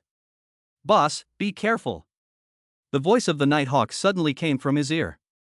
Suddenly, a huge number of cracks appeared on the side of the incubator next to Yi Nan, and a 2-headed crocodile about 5 or 6 meters long suddenly opened its eyes. The cracks spread in an instant, and the 2-headed crocodile inside suddenly shook its body. Bang! The incubator exploded, and the liquid inside poured out in an instant. After the 2-headed crocodile got out of trouble, it let out a roar and rushed towards Yi Nan, ready to bite him. This 2-headed crocodile has reached level C. It is not only thick-skinned and fleshy, with sharp teeth, but also very fast. Under its swift attack, Yi Nan would have been bitten in two in an instant. However, he had already injected the G drug and was the only one who survived. His strength had soared.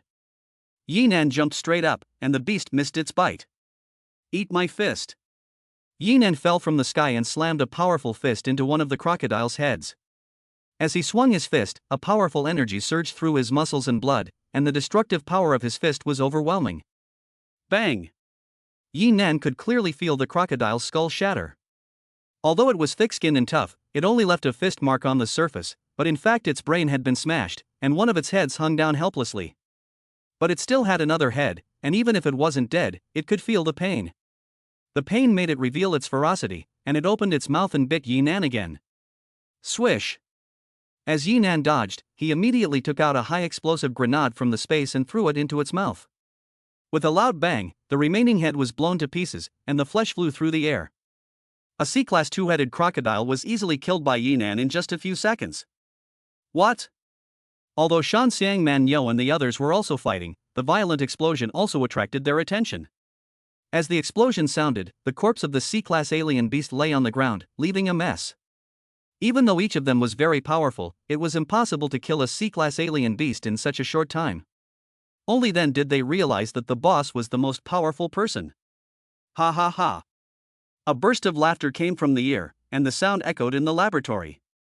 Gu Dahai, wearing a white coat, appeared next to Yi Nan. He appeared very suddenly and quietly.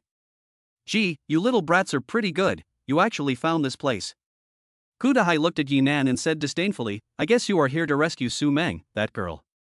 Who are you? Do you mean you have a part in catching Xiao Meng? Yi Nan suddenly clenched his fists, and a cold look came into his eyes. Xiao Meng? It seems that you have a special relationship with that girl. When she was knocked unconscious by my electric shock, she kept calling for someone named Yi Nan, so it must be you. Gu Dahai smiled at Yi Nan. That's right, it's me.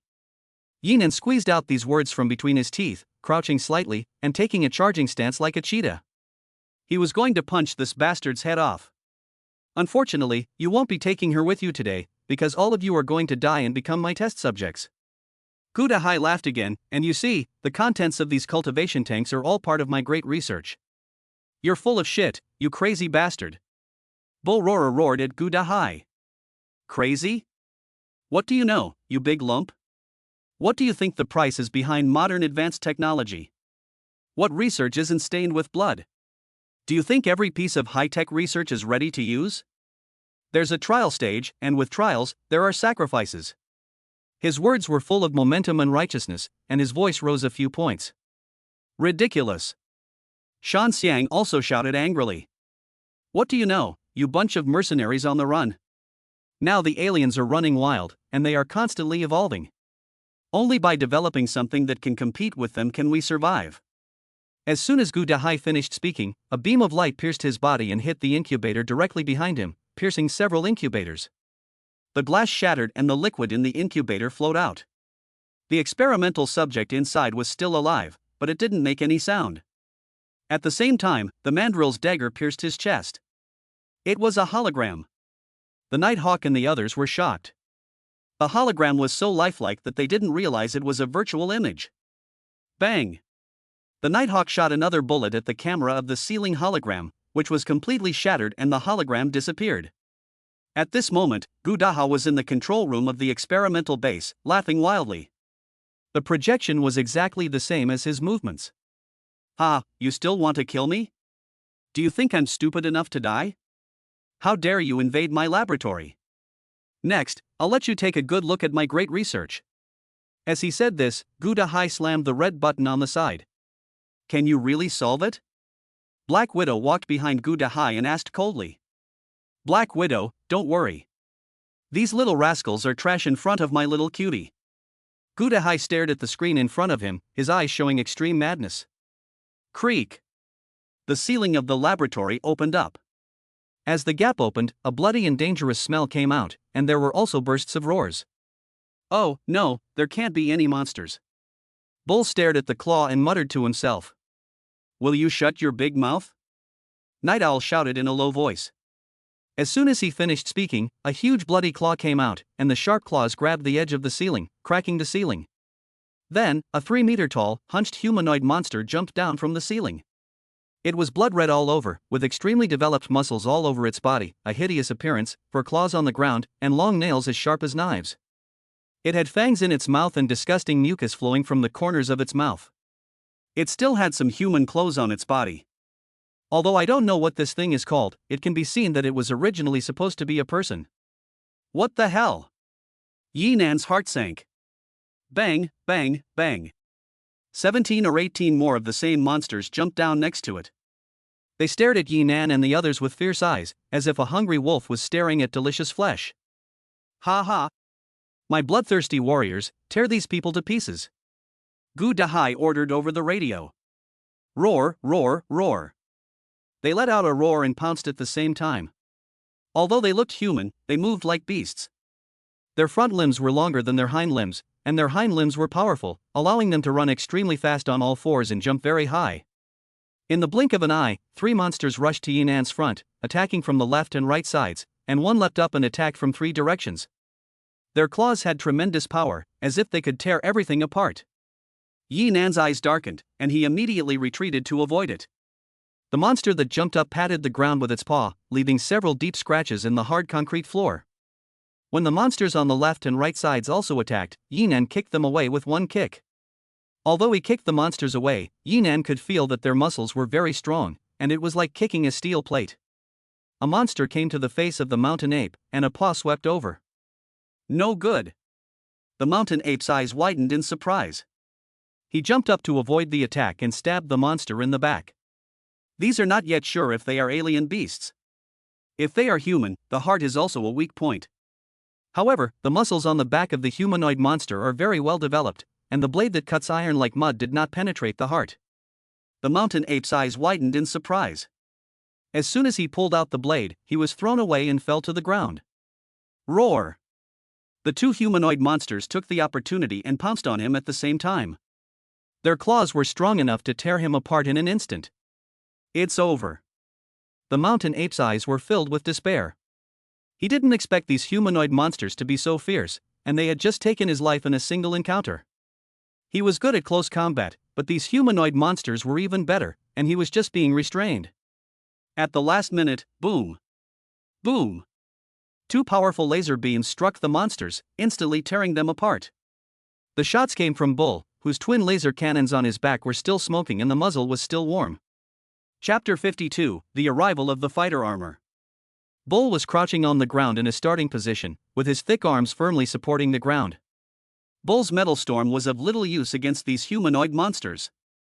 On the one hand, they were thick-skinned and tough, and the bullets from the metal storm barely hurt them.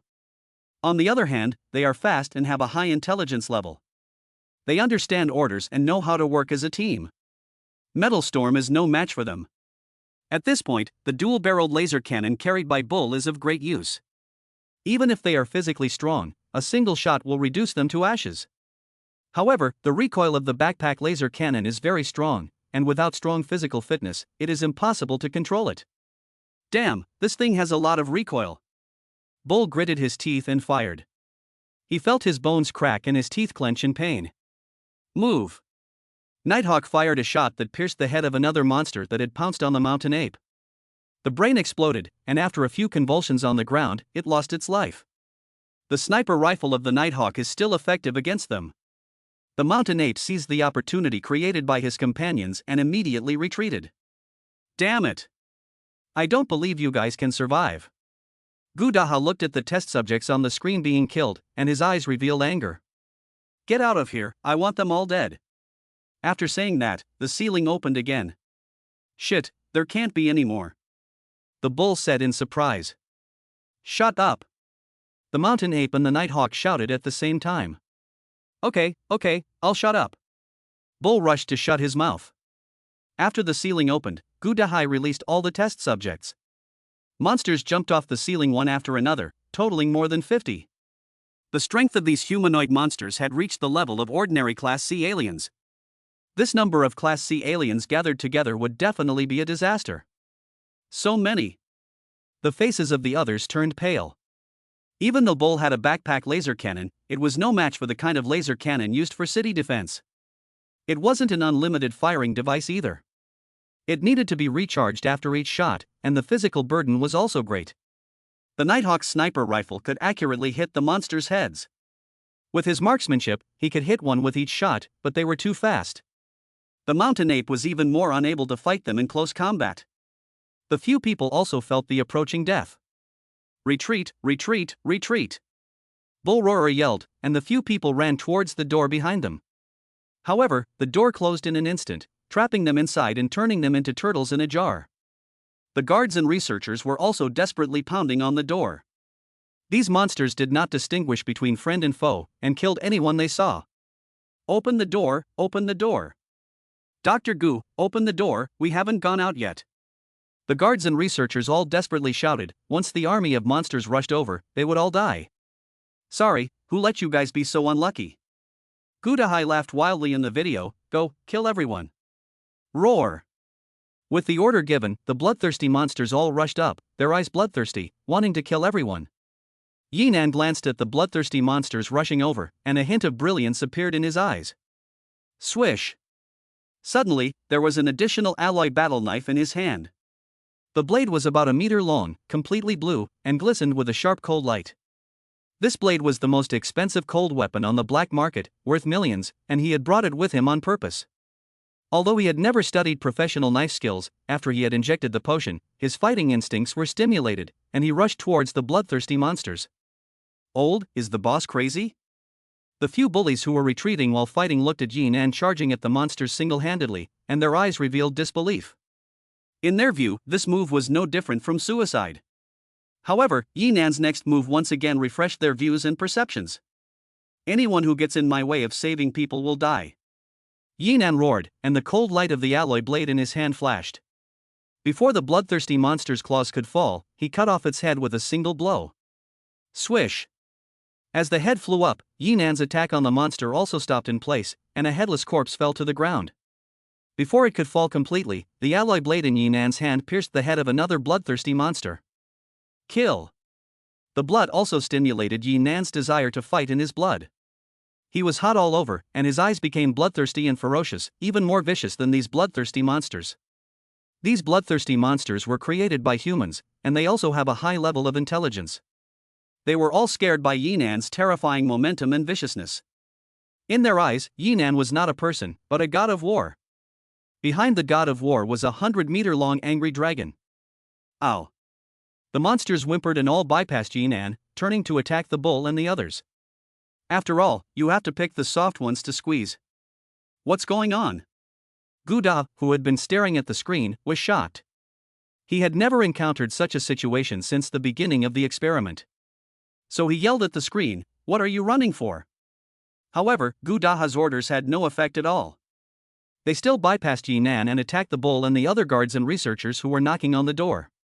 Especially the guards and unarmed researchers, they were helpless in the face of the bloodthirsty monsters. Ah! Two researchers screamed as they were both pierced by the bloodthirsty monster's claws and then completely torn apart. Don't come any closer. The guards were terrified and desperately fired their weapons.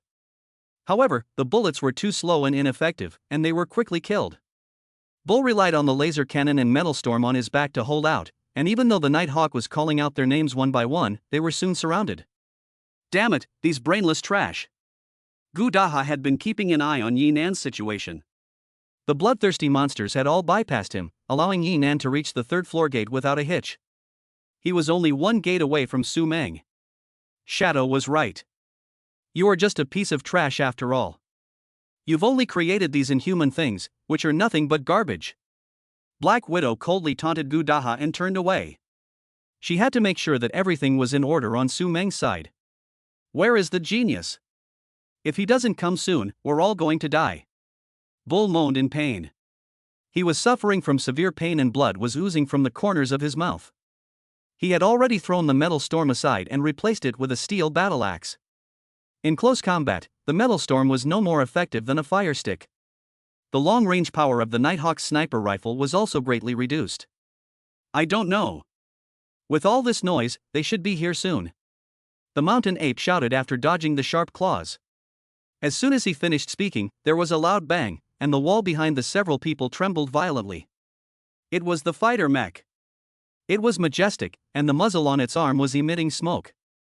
"Brothers, I'm here!" the genius shouted from the cockpit of the mech. The sound echoed through the lab as it came out of the fighter mech. Chapter 53, Meeting Su Meng. Combat mode activated. Genius sat in the cockpit, his eyes changing, and a real game began. The fighter armor was designed to deal with high-level monsters. The machine guns it was equipped with were all large caliber, larger than the metal storm caliber held by the Bull, and were completely cannon level. Da-da-da-da-da. The machine gun's firepower is fierce, and every bullet that hits the bloodthirsty monsters will cause a large area of flesh to be torn off. And it can also fire while attacking with its cannons. Boom! Boom! Under the firepower of the fighter mecha, the pressure on the Bull and the others instantly decreased. Most of the bloodthirsty monsters no longer attacked the Bull and the others, but instead targeted the steel mecha.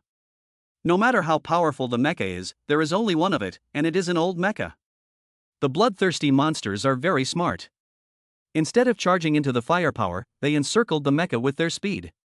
SSSSS. The bloodthirsty monster's claws, as sharp as blades, tore the mecha's machine guns apart.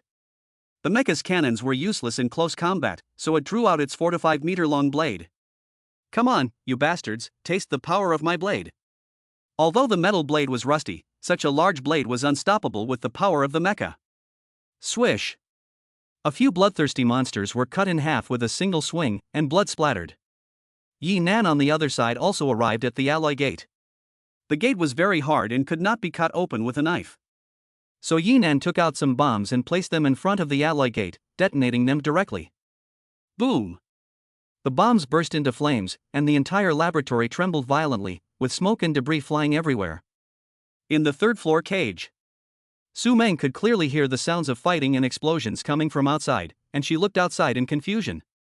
Although she didn't know what was happening, she had a hunch in her heart that the commotion outside was for her. "Su Meng, you little brat, you're lucky to have someone who dares to come here to save you." The Black Widow walked out of the darkness.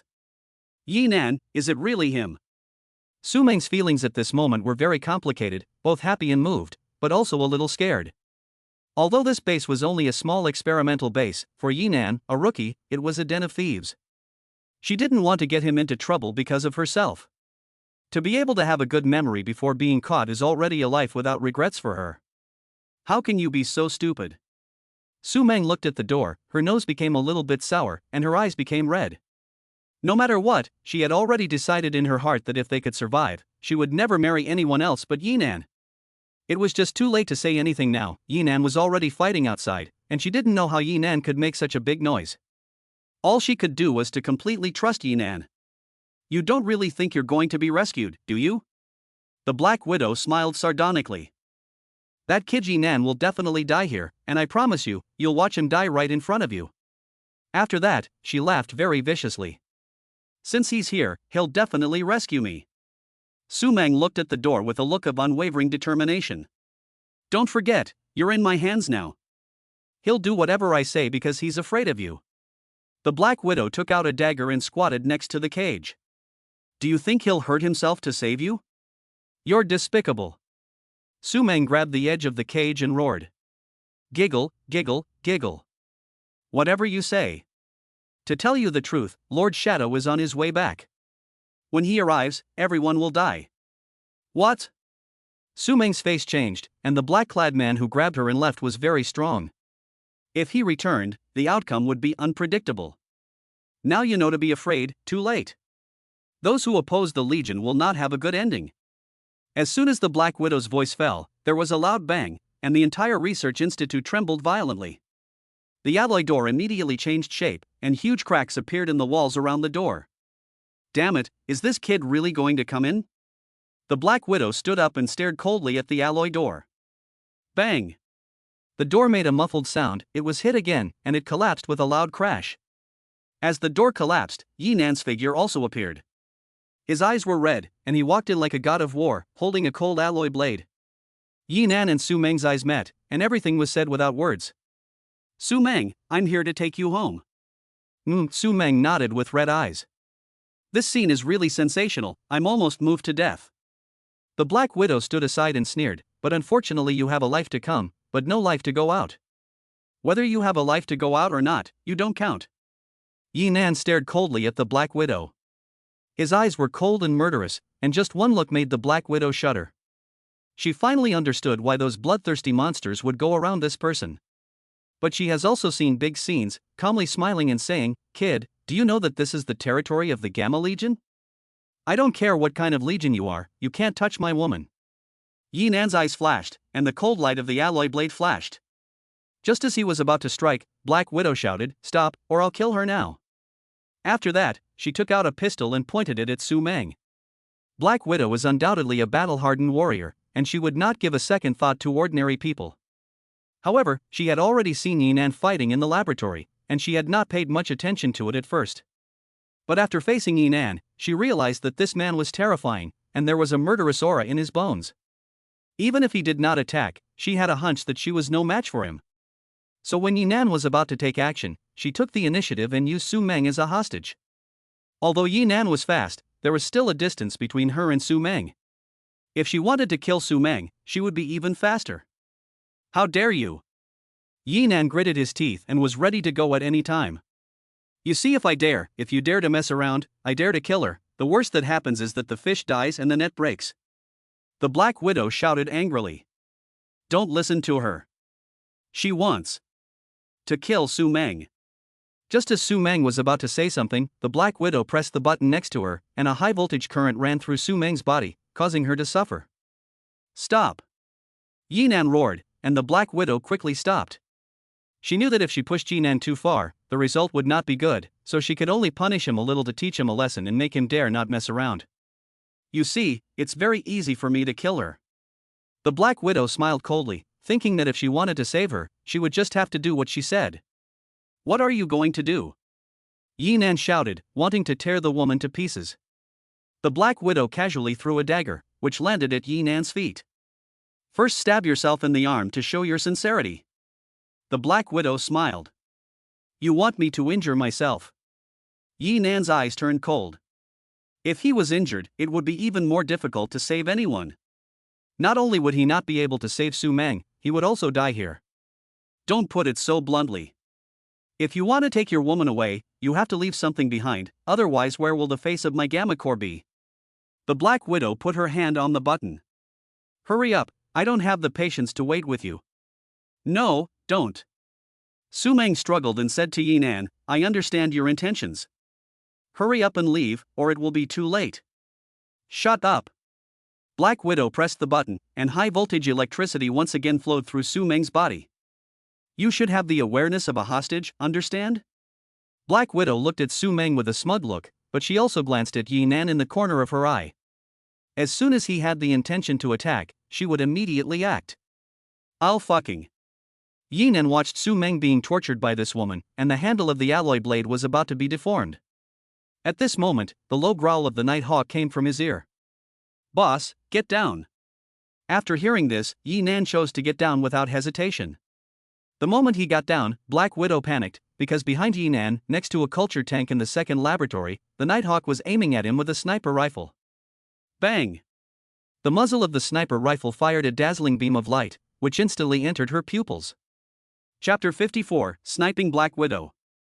With the genius pilot of the fighter armor joining the battle on the second level, the balance of victory began to tilt. Those bloodthirsty monsters knew they were no match, and they began to flee in all directions. No matter how Gu Dahai ordered them, they would not charge. This gave the Night Hawk plenty of time. Using Yi Nan's body and the cover of the cultivation tank, the Night Hawk had long been eyeing Black Widow, just waiting for an opportunity.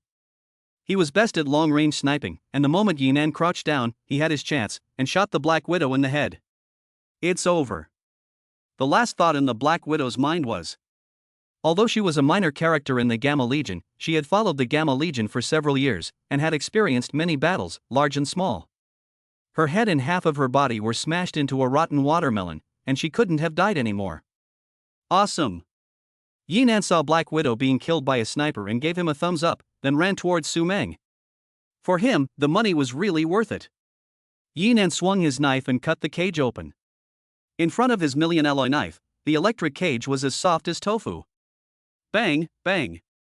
Yi Nan cut the shackles on Su Meng's hands and feet and tightly embraced her in his arms. I thought I would never see you again. How could you be so stupid as to come here? You are the biggest fool in the world. Su Meng cried like a weeping willow, and at this moment, all the grievances and emotions in her heart were vented. She was no longer as cold as before, but an ordinary woman who revealed her weak side in front of her beloved man. It is because I am a fool that I will save you at all costs. Come home with me. Yi Nan smiled at her. A blush swept across Su Meng's pale face, and the tense atmosphere eased a lot. Okay, let's go home. Yi Nan picked Su Meng up in a princess carry and strode out. Su Meng wrapped her arms around his neck and snuggled up to him. From now on, this man is her pillar, everything to her. In the second laboratory, the bloodthirsty monsters had all fled, and the guards and researchers had almost all been killed by the bloodthirsty monsters, leaving only a pile of corpses. Although the bull, the night hawk, and the mountain ape were all wounded to varying degrees, the result was very satisfactory overall. In this battle, the fighter armor driven by the genius played a huge role, but it was already badly damaged, the machine guns were torn apart, the steel on its body was broken, and the metal blade had also changed shape. Even if the blade is deformed and has no sharp edge, it can still smash ordinary monsters into mincemeat. Hurry up, the shadow will be back soon. Su Meng frowned tightly. Although she really wanted to kill her enemy Gu Dehai, the overall situation was more important. When the shadow returned, there would definitely be reinforcements, and no one would be able to escape. Retreat! Yi Nan held Su Meng, and the others followed him and began to run frantically, retreating towards the outside. The genius drove the battered mecha to clear the way, and the guards had already scattered like birds and beasts, and no one dared to resist. Everyone easily reached the base gate, but the gate was tightly closed. Lao Nyo, it's up to you. Yi Nan shouted. The mecha's cannons were no longer usable, and all his bombs had been used to blow up the gate. The only usable equipment left was the laser cannon on the back of the bull. Watch this. Bull roared, immediately crouching down, his hands on the ground, the laser cannon on his back releasing powerful energy. Boom! The gate was large, but not as strong as the ally gates on each floor, and a single shot blasted a large hole in it. Cough, cough, cough. Bull coughed violently, coughing up blood every time. Using the laser cannon continuously was also a bit too much for his body to bear. Can you hold on? Nighthawk asked in a low voice. I'm fine, I'm okay, as long as there are no other strange beasts. Before the bull finished speaking, the mountain ape quickly covered his mouth. Brother Nyo, let's go first. Brothers, after we get back, there will be an additional 500,000 bonus for each of you. Yi Nan shouted as he ran. Everyone played a key role in this operation, and they all worked hard. No one was fooling around or running away. The bonus must be arranged. Thank you, boss. The faces of the others, including Bull, were all smiles, and even though they had been injured, they felt that it was worth it. As they were just about to run out of the base, it started to snow and snow. Guda, wearing a white coat and with messy hair, blocked their way. He looked at Yi Nan and the others with a crazed look in his eyes. You bastards, you ruined my years of hard work. I want you to pay with your blood. Not only was he responsible for losing Su Meng, but after this battle, it was also proven that his research results were garbage, which made him very unwilling.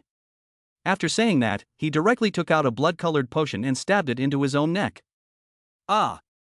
As the potion was injected, his eyes turned red, his messy hair began to fall off, his muscles began to swell, and his clothes were all torn. In the blink of an eye, it turned into a monster that was even more violent than the bloodthirsty monster. It was a circle larger than the other bloodthirsty monsters, and its body surface was also covered with a layer of bone armor. Several people watched a monster being born before their eyes, and their eyes revealed surprise. Judging from the momentum it exuded, it was definitely a C+ level. Ha ha ha. See, this is my latest great invention. I'm going to tear you all to pieces. Gu Daha laughed wildly, and was about to rush towards Yi Nan and the others. Suddenly, he fell to the ground in the snow, his whole body began to convulse, and he let out a heart-wrenching scream. Ah! While screaming violently, the bone armor on his body slowly shattered, and his blood vessels burst open, turning into a pool of blood that melted into the snow. This! Yi Nan and the others also looked at each other in shock. No one expected that this guy would die before he could even become a master. The medicine he injected should not have been tested, and he became the victim of his own experiment, so he deserved it. Su Meng looked at the blood on the ground, and her hatred in her heart also subsided a little. After saying that, the few people quickly left, leaving behind an abandoned base. Early in the morning, in a high-end apartment in the safe zone, a beam of winter sunlight shone into the room, bringing a touch of warmth to the room. A strange fragrance floated in the room, and Yinan lazily leaned against the head of the bed, lightly holding Su Meng's fragrant shoulder. Su Meng leaned against him like a lazy cat. Chapter 55, Starting to Form a Force. Did you sleep well? Yes, I feel full of energy lately. Yinan smiled and said. He felt full of energy, and even though he fought all night last night, he didn't feel tired. I'm going to get some rest. It's not up to you now. I hate it. Su Meng's jade arm wrapped around him and blew warm air in his ear. There was no response, and Yinan kissed Su Meng's snow-white neck directly. Although Su Meng had also been injected with genetic drugs to improve her physique, her physical condition and physical strength were far superior to ordinary people, but she had experienced too much last night, and she fell asleep in Yinan's arms without even saying a word. She only woke up when the sun was high in the sky. The moment she opened her eyes, Yinan just walked into the room, holding food, and came over to kiss her forehead, saying gently, "Are you hungry? Eat something." Su Meng's heart fluttered, her face flushed, and she nodded obediently. She put on a light pink tulle nightgown and had dinner with Yinan. She was now rosy-cheeked and smiling, a state that only comes after a woman's body and spirit have been nourished. "I'm sorry, actually, I didn't mean to hide things from you," Su Meng said apologetically as she ate. "It's fine, I know you did it for my own good." Yinan didn't blame her either. Although she had concealed herself, it wasn't out of malice. The most important thing now is how to escape the Gamma Legion's pursuit. The base is only the smallest scale, but the Gamma Legion's foundation is very strong. Su Meng's eyebrows were tightly knitted. Although she was saved, it doesn't mean that she is safe from now on. The Gamma Legion will definitely not let go, and there will be more crazy moves. Don't worry, as long as I'm here, I won't let this happen. Yinan continued, "This is the place provided by Sister Mayor, so it should be fine for the time being. I've also asked the Bull and the others to look for a new base outside the safe zone. By then, we'll have established our own power base. As long as you give me time, I'm sure it won't be worse than the Gamma Corps." Sister Mayor is the woman in the bar. Her full name is Qin Mayor. As for her background, it's not clear. For now, she seems trustworthy. If it weren't for her, Su Meng wouldn't have been rescued. He now understood that it was useless to be strong on his own, and that he had to build his own forces. Once the Gamma Legion invaded, they would have countermeasures. The most expensive thing about building forces was money, and money was not a problem for him. Sister Mayor, that's a really affectionate name. Su Meng was jealous and pouted sourly. Don't move, I have a clothes hanger, just hang it on your little mouth. Yinan started a joke. Humph. Su Meng snorted, she was jealous, but she didn't take it to heart. She said to Yinan seriously, right, the four of them are not ordinary mercenaries, you should understand that. This attack on the base was extremely dangerous, but the four of them were completely qualified. This battle was enough to prove that they were all masters. Schienmeyer's advanced weapons are beyond the reach of ordinary mercenaries, but these few people are very skilled, especially the most inconspicuous genius with glasses, who can even fly a fighter jet. This kind of thing is not something that ordinary people can handle. Yinan also nodded, but for the time being, they can still be trusted. At least we have experienced life and death together. People's hearts are unpredictable, so it's better to be on guard. Sometimes the most fatal ones are often our own people. Su Meng said with deep meaning.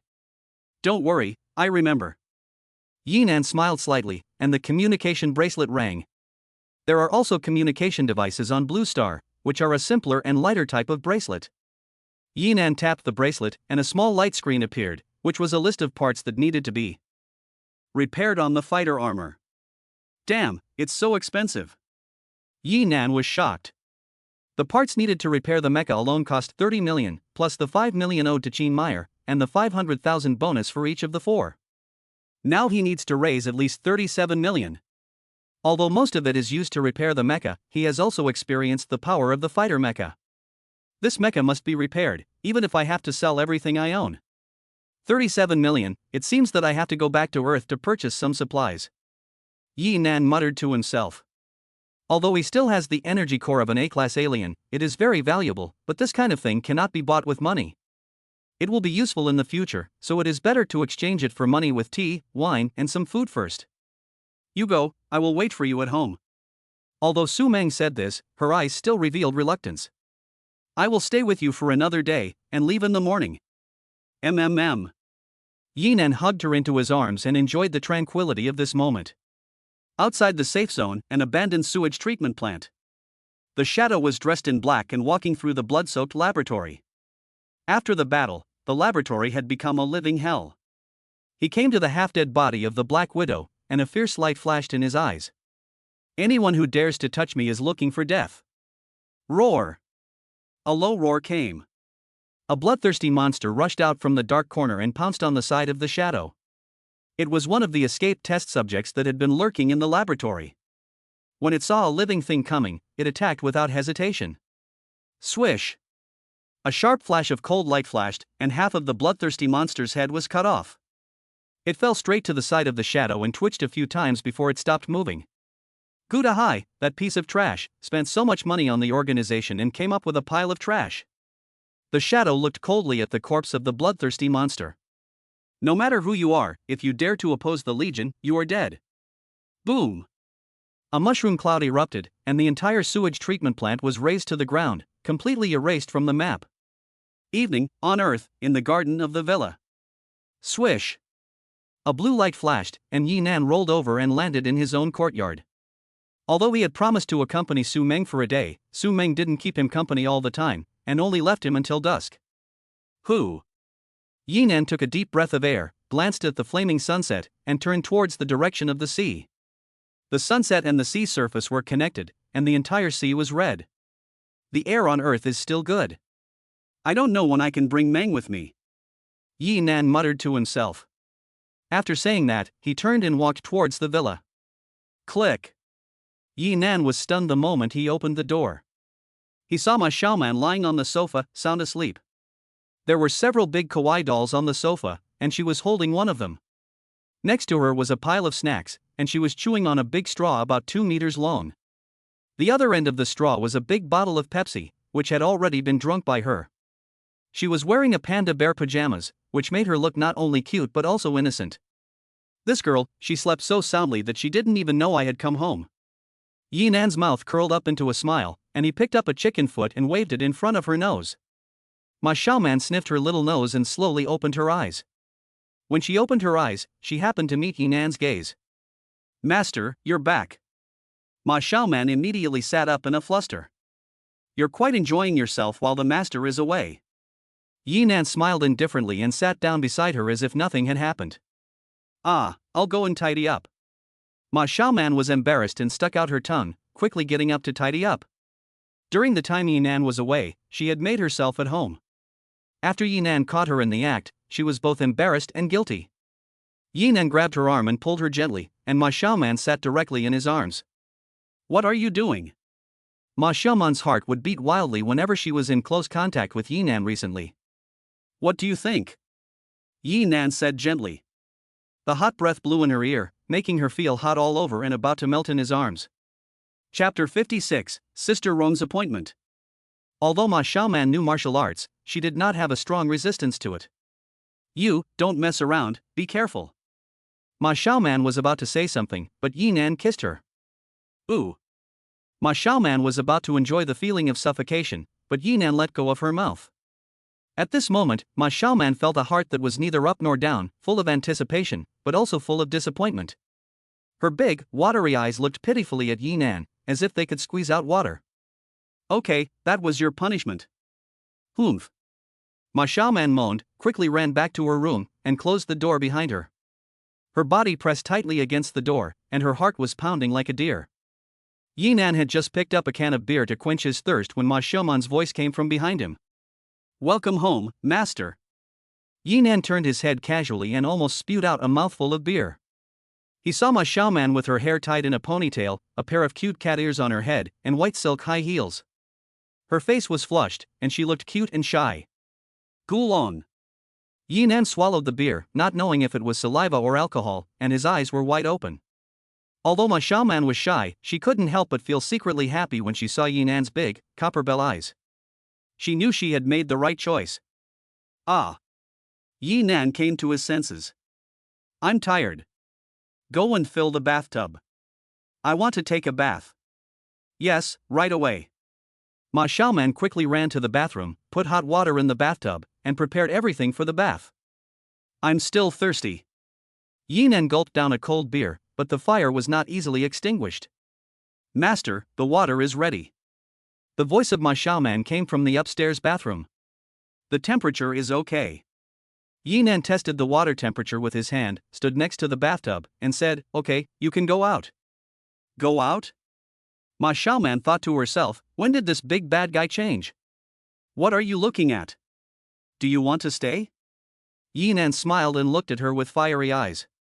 What are you thinking about? Ma Xiaoman snorted, turned around and left. As soon as Ma Xiaoman's front feet had just left, Yinan's phone rang. Yinan stopped for a moment and looked at the phone next to him. It was Chen Rong calling. Sister Rong? Yinan frowned. Although he had been stood up last time, Chen Rong did have something important to do, and this time she might need help with something even more important. She has helped me so many times, I can't just stand by and watch her in trouble. He took the phone and answered it. 5 minutes later, in the living room of the villa. Yinan got dressed and walked out the door, leaving a bank card behind. There are 200,000 yuan in this card, so if you need anything, just buy it. Remember, don't try to steal my money, got it? Yinan said to Ma Xiaoman, and turned to leave. Although he said that, he had no intention of arguing with her. No matter what, she will always be one of us. Ma Xiaoman happily took the card, and the host, are you coming back tonight? Of course I am. I haven't even slept in this new home yet. Yinan smiled at her and turned to leave. Ma Xiaoman was secretly happy, and she began to make a plan in her heart. In a high-end Western restaurant, Chen Rong ran all the way to the table. I'm sorry, I was delayed by something urgent. Chen Rong apologized to Yinan. It's fine. Yinan nodded in understanding. She was not the kind of woman who was deliberately late, saying that something was definitely something. I was really sorry for letting you down last night. I had an emergency. I'll make it up to you by treating you to dinner today. Chen Rong explained to Yinan. Is it that company, Cloud Technology? Yinan suddenly asked. What? How do you know? Chen Rong looked at him with big eyes. I heard a little bit on the phone. Yinan answered with a smile. Hey.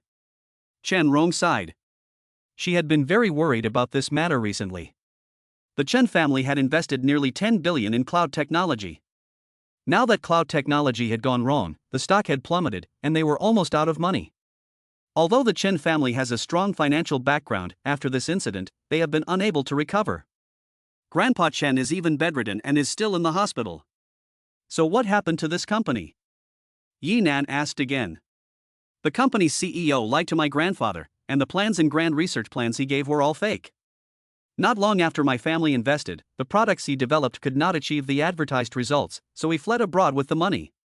The company's vice president also ran away last night. Now I'm afraid that.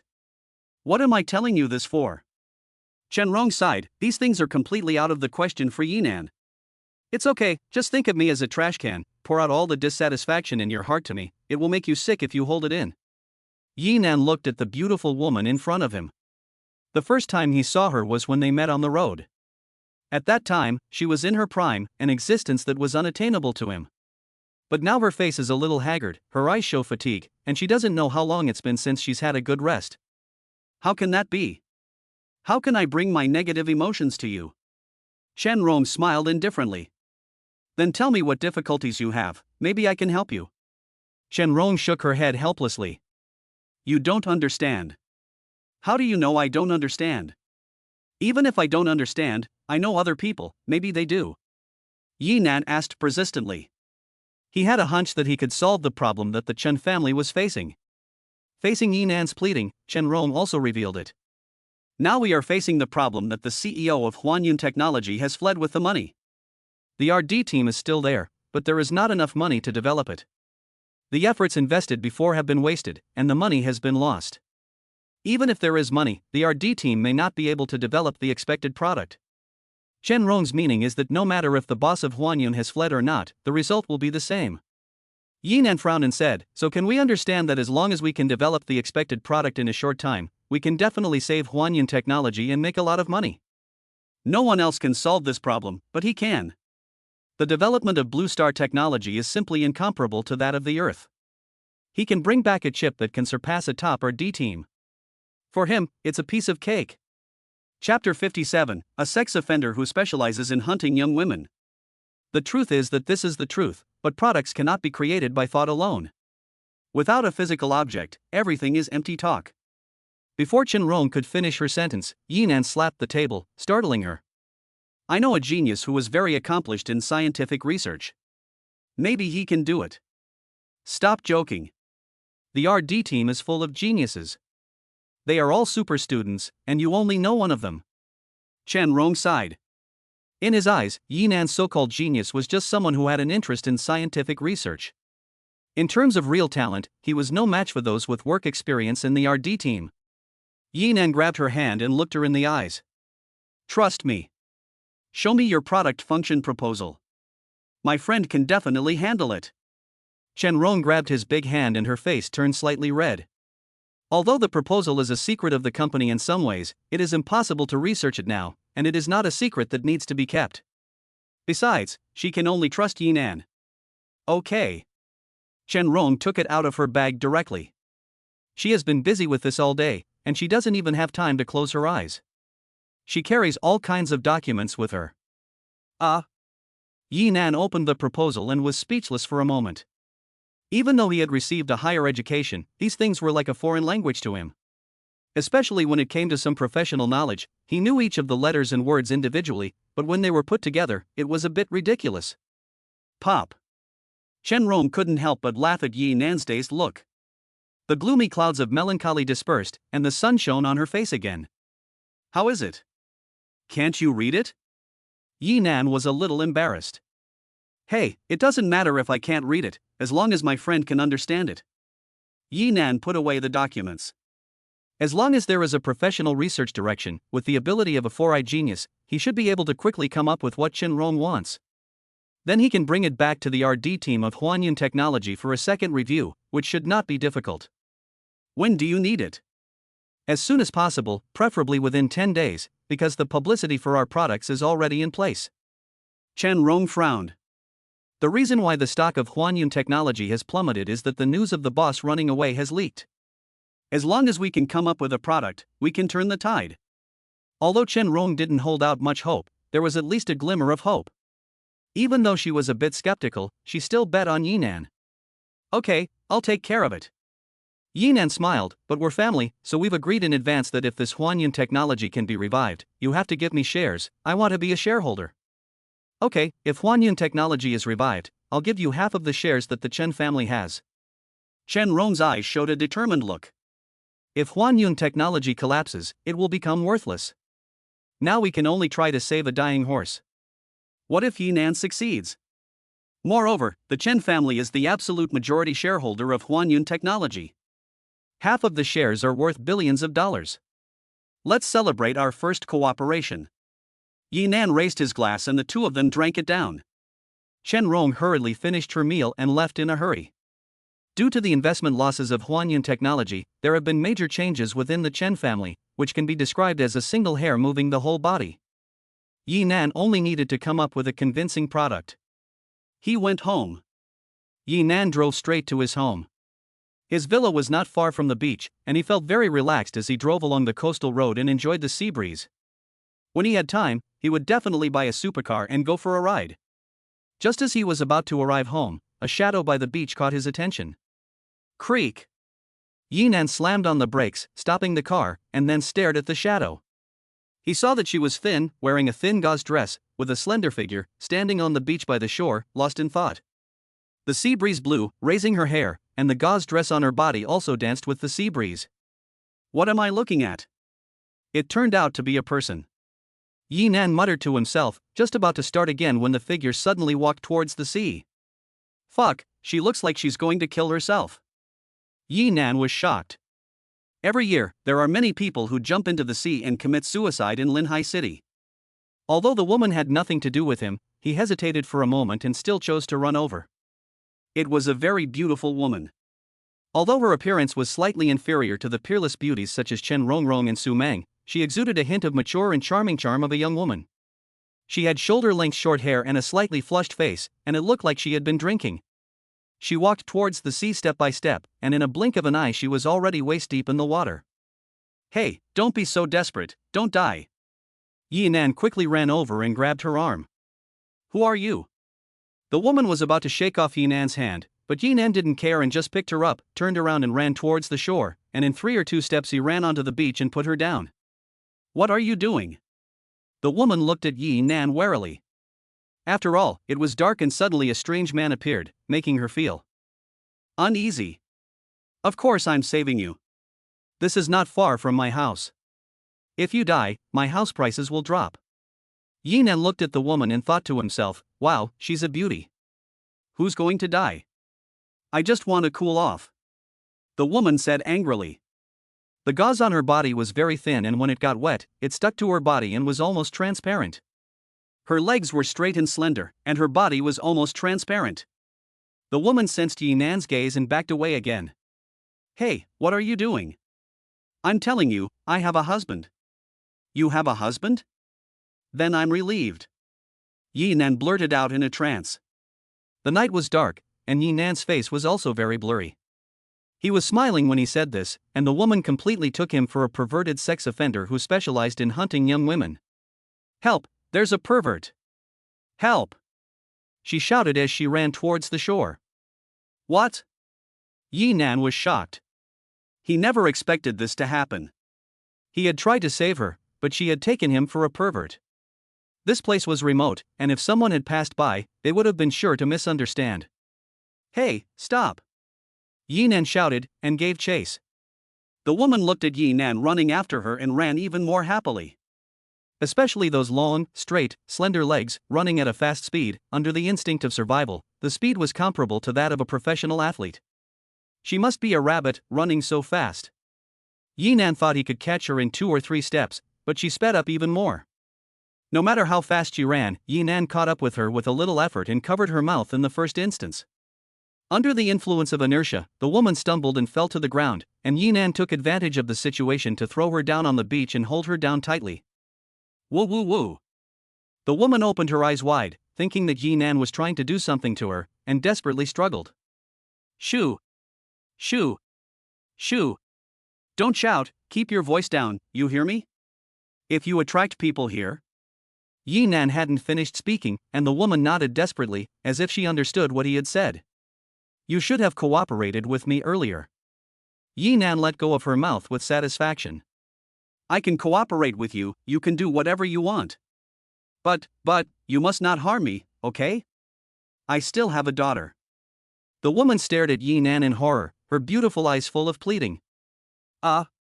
Yi Nan was speechless for a moment. It turns out that she completely thought of herself as a rapist. But when I think back to the actions and words I just said, it's easy for her to misunderstand. This has nothing to do with it. I'm not a bad person, I'm a good person, okay? Yi Nan stared at her eyes and asked. Chapter 58, it turns out to be the female neighbor. Okay. The woman nodded like a hammer and asked in a low voice, "Then, can you get up first, it's so heavy on me." "It's fine, but you can't run anymore. I can assure you, I'm definitely not a bad person," Yi Nan said with conviction. The woman nodded again, thinking to herself, holding me down and not letting me run, and still saying that he's a good person, who would believe that? After receiving her assurance, Yi Nan stood up with relief. "You can go now. Don't shout again." The woman was a little surprised. You really want me to go? What else? I already said I'm not a bad person. What else do you want me to prove to you? Yi Nan was a little helpless. Besides letting her leave safely, he couldn't show her a certificate of good person. Oh. The woman's heart, which had just been set at ease, quickly walked towards the villa area by the sea. Yi Nan watched her leave, and he himself left with peace of mind. However, the two were walking in the same direction, and Yi Nan followed her. He wouldn't be following me home, would he? The woman sensed the footsteps behind her, and her heart was filled with fear, but she didn't dare to run, for if she was caught, it would be bad. Yinan looked at her back, and he was also muttering to himself, how did she know where my home was? The two had their own thoughts, and their footsteps were very slow, and they always maintained a very subtle distance. Big brother, please don't follow me anymore. Can you please stop? The woman stopped, her eyes red, and her voice a little bit hoarse. I'm following you? Yinan was a little bit confused. He was clearly going home. How did he become a stalker? Isn't that right? The woman whispered, I have money at home, just take some money and leave, don't bother me. See that? That's my house. I'm going home, understand? Yinan pointed to the villa not far away and explained patiently. Huh? The woman suddenly understood what was going on, her face full of embarrassment. No, I'm sorry, I thought you were a bad guy. That's my house. The woman pointed to the villa next to Yinan's house. It turned out to be a neighbor. Yinan was also very helpless. I didn't expect such a misunderstanding. I just moved in a few days ago. My name is Yinan. My name is Lu Feifei. Please forgive me. The woman finally smiled. Okay, but don't call me brother anymore. I'm not as old as you. Yinan smiled calmly. He was 23 years old, and Lu Feifei was probably 4 or 5 years older than him. She was a young wife with a lot of charm. Okay, I'm going home now. Bye. She said, and she ran all the way back to her house. Lu Feifei had just returned home when a vase slammed onto the ground, and the house was in a mess. A drunk man was frantically smashing things, and the nanny was trembling and dared not say a word. A little girl about 5 or 6 years old, porcelain doll-like, ran over crying. Lolo, don't cry, mommy will hold you. Lu Feifei picked up her daughter. That cheap woman from CNM, she's not at home at night, is she out with some wild man? The drunk man pointed at Lu Feifei and yelled. I didn't, I just went out to get some air. Lu Feifei retorted. Breathe? The house is so big, you're not being mistreated. The man grabbed her hair and dragged her upstairs.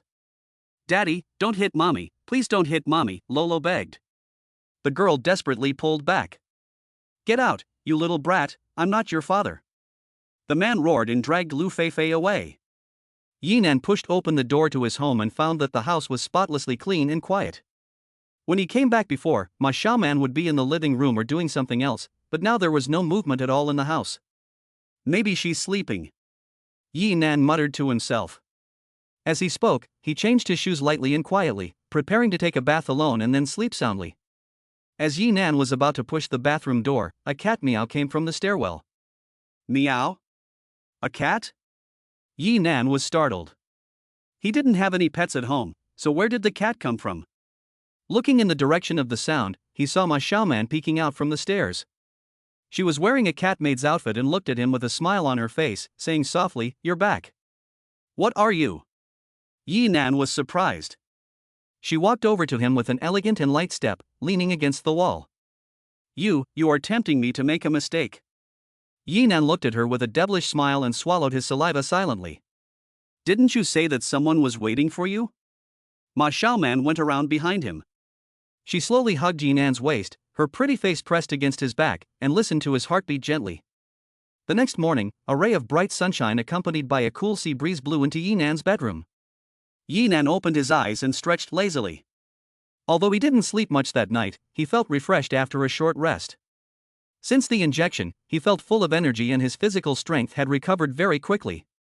He really is a cat. He looked at his shoulder, and a few red streaks were already much better than last night. Yinan looked at Ma Xiaoman, who was curled up next to him, and a smile appeared on his face. He left a note and then washed up before leaving the house. He still had to buy a lot of supplies and build up his influence in Blue Star. The most important things were money and food. There was no shortage of food on Earth, and he didn't need money to buy food. Since the amount of food he was buying was very large, Yinan first rented a large warehouse in the city. Then he contacted the general managers of the major supermarkets directly and had a steady stream of food delivered to the warehouse. Yinan only needed to make a phone, swinging the knife. He was too fast, and before people could react, it was all over.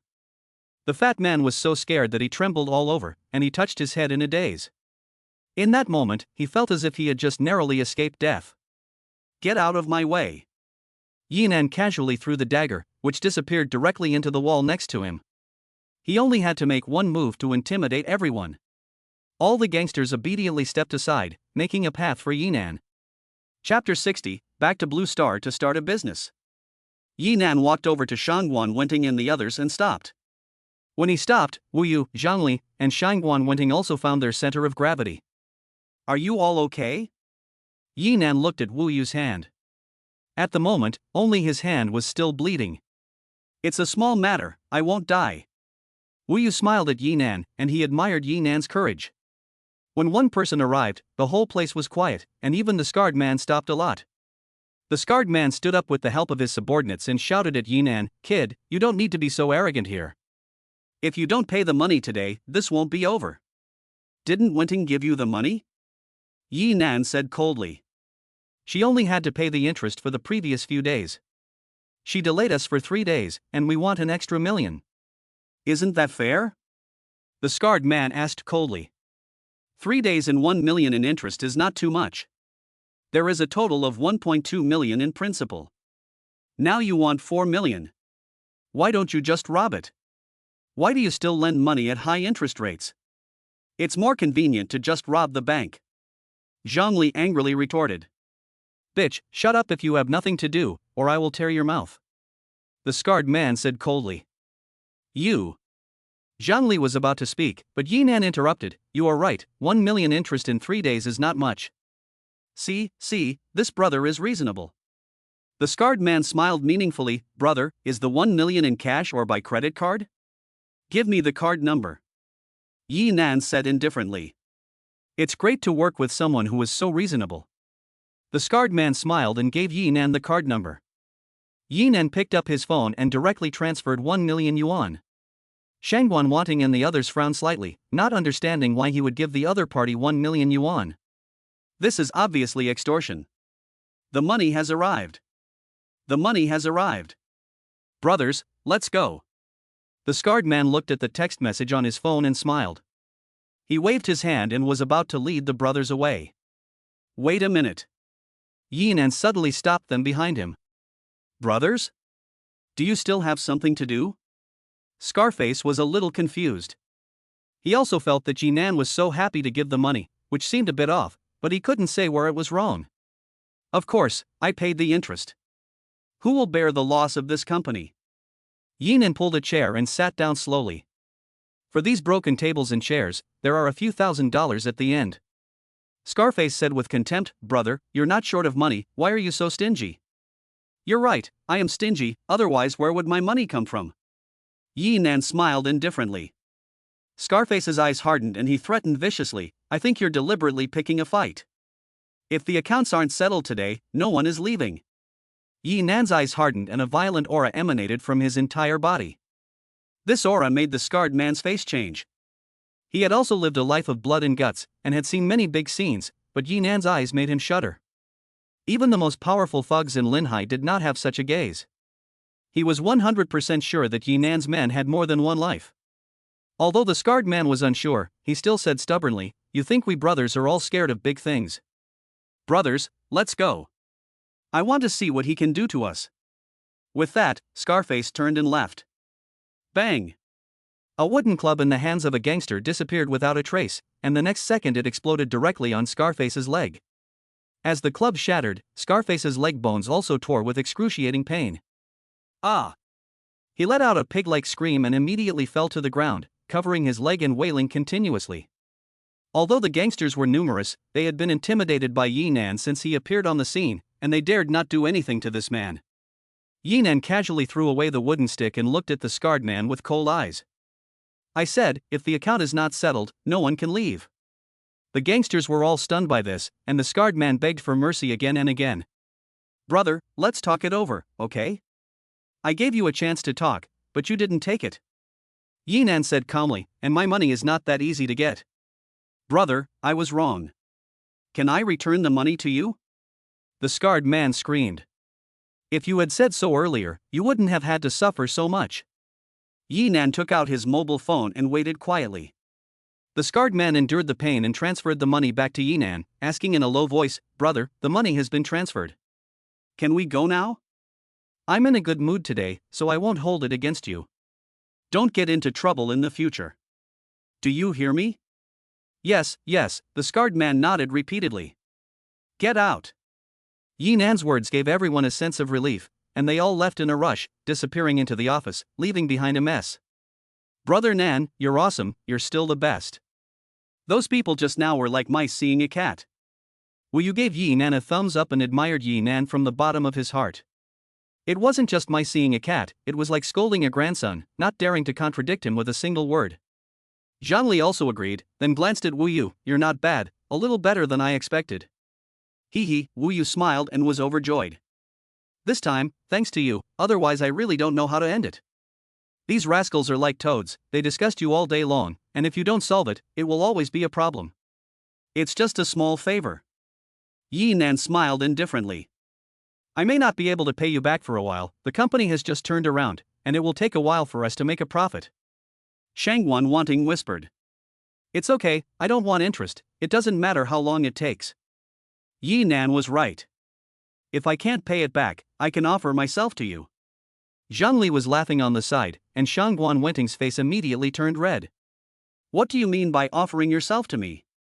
Okay, I was just talking nonsense, okay?" Zhangli said this, but her eyes made it clear what she meant. "By the way, Zhangli, can you find out what's going on at Li Dongyang's house?" Yinan asked Zhangli. "Zhangli is in the media, and there are a lot of rumors." "Of course, I heard that the Li family will participate in the auction of the land in Wangjia village tomorrow, and they are preparing to build a building there." "Tomorrow, okay, then I'll go and take a look tomorrow." Yinan's eyes revealed a hint of brilliance. "I'll go with you too. After all, my company has to be cleaned up first, and then it will rise again." Shangguan Wanting said. "Okay, then tomorrow." Yinan smiled at her. Blue Star, somewhere outside the Binjiang security zone, in the basement of an abandoned stadium. This is the new headquarters location found by Mainiu and others, and it will also be the development base for Yinan in the future. Yinan drove the car to bring a small amount of Earth supplies here, and first Mainiu and others did the logistics support. Although it was only a small amount, for the resource-poor Blue Star, it was a huge fortune. So much to eat. The eyes of the bull and the others were fixed on the large pile of food, and they all suspected that they were dreaming. "What is this?" "As long as you follow me, I promise to let you eat well every meal." Yinan looked at the bull and the others and said seriously. "Okay, we will follow you from now on." The mountain ape and the others all nodded in response. Yinan's strength is obvious to all, and with money and food, they are naturally willing to work for Yinan. Yinan nodded and said again, "I trust you now. If I find out who betrays me, I will not let him go even if I have to chase him to the ends of the earth." Understood. Several people nodded at the same time. This is also a deterrent for Yinan to them. With Yinan's wealth and strength, it is not difficult to chase them. "You guys help me with a few things first." Yinan first handed the proposal to the genius. "Within 7 days, I want you to make it for me." "Can you do it?" He had a few more days to spare, and at least he had to give Chen Rong and the Huanyun technology team time to copy and understand the product. The genius quickly flipped through the proposal, then pushed his glasses and looked at Yinan with a suspicious look. "What? You can't handle it?" Yinan sensed his gaze and his heart sank. "Boss, why do you want to make this low-end toy? We can just take out something that's not as good as this?" Saying this, he pressed the glasses on the microcomputer in his hand. Several robots buzzed and flew up at the same time, not only able to fight, but also able to transform into several forms. Chapter 61, Establishing the Sun Legion. Yinan's heart was also put down, and his worries were completely unnecessary. The technical barriers that Earth technology could not break through were nothing to Blue Star's technology. For example, a simple equation set was a worldwide problem in ancient times. Can you say that it can be done in 7 days? It won't take 7 days, it'll take 3. The glasses nodded and continued to ask when the parts would be ready, and the mecha still needed to be repaired. Repairing the mecha is the top priority. If anything happens, the mecha will be a great help. "Don't worry, I'll go shopping right now," Yinan replied, and then told the others to spread the news. I want to recruit people and expand the scale. If you want to become bigger and stronger, these few people are not enough. Do you want anyone? Bull asked, scratching his head. Of course not. We want the best, not the dregs. Nighthawk replied while polishing his gun. His words were approved by Yinan. We want the best. More dregs would only be a waste of food. Besides, the best are not enough. Only those who have been screened and are trustworthy can truly join us. The four of them looked at each other and nodded in silence. I'll take care of it. Shan Xiang volunteered. Okay, I might go and check it out. Yi Nan nodded. He also wanted to personally pick a few people to do other things. But we are recruiting people, so in what name should we recruit people? A mercenary group, a killer organization, or a guard team? The genius pushed his glasses, wanting to have a name for his career. A legion, we will form a legion. Yi Nan said in a deep voice. He formed the group to protect himself and to be able to resist when the Gamma Legion invaded, so he also used the name of the group to earn money by doing other jobs when there was nothing to do. If there were more jobs, he could even make a profit. Okay. Several people nodded, and Yi Nan said in a deep voice, let's come up with a more impressive name now. I think we should call it Blood Blade. Shan Xiang was the first to propose it. But this proposal was quickly rejected by the bull. Let's call it Blood Blade. What's the first Blood Blade on the Hitman list called? We can't have the same name as them. Then you say it. War Bull, it sounds invincible and full of pride. The bull was complacent and very satisfied with the name he came up with. It doesn't sound good. It doesn't sound good. The night owl shook his head. I think we should call it Savior. Our boss is the Savior. He looked at Yi Nan. This savior is a bit too much, and I have no intention of saving the world. Yi Nan's brows were knotted together, and he was not very satisfied with these names. Li Yang. The genius said while playing games, domineering and restrained. Yi Nan's eyes revealed a hint of brilliance. Okay, starting today, I am the leader of the Liyang Legion. In the Su Meng apartment, Yi Nan and Su Meng were eating face to face. Su Meng was wearing a loose-fitting dress that fell to her thighs, her long, white, straight legs gently swaying. Are you really sure you want to form the Legion of the Sun? Su Meng frowned slightly. She knew that forming a legion was not an easy task. Of course, it is for your protection and for the protection of our home. Yi Nan looked at her with affectionate eyes. Everything he was doing was for their future. Who cares about the Gamma Legion? As long as they come, they will all die. So from today on, you are Lord Liang? Su Meng said with big eyes. Of course, I am Lord Liang, and you are the wife of Lord Liang. Yi Nan smiled calmly. He was a little uncomfortable being suddenly called Lord, but in the future, he would have to accept it. Oh, I dropped my spoon. Su Meng exclaimed, bending down to pick up the spoon. Where is he? Yi Nan was surprised. He picked up a spoon, but there was no trace of the person. At this moment, Su Meng's pretty face appeared under the table, and she came out from in front of him, looking at him with a charming and moving gaze. Aren't you going to pick up the spoon? Yi Nan smiled playfully. But the spoon just happened to fall on your side. Su Meng sat on his body very naturally, and whispered in his ear, Lord Liang, I can't find the spoon. Can you help me? Okay, I'll help you find it now. Yi Nan kissed her lips, and Su Meng moaned repeatedly, melting in this hot kiss. He gently picked her up and walked into the bedroom. Su Meng's shoulders were half exposed, and she was lying on his chest like a drunk. After being nourished by love, she became more and more feminine. At this time, her green jade fingers kept drawing circles, and her eyebrows were tightly locked together, as if she was thinking about something. Yi Nan stroked her cheek with one hand and asked, What are you thinking about? You're so serious. After you killed that A-class alien beast last time, the military didn't even react. In theory, it should have been a big news. Su Meng said in a low voice. What do you mean? Yi Nan was a little confused. A-class alien beasts already belong to the category of extremely dangerous, and killing an A-class alien beast is a great military achievement. According to what you said, can I still receive a military merit?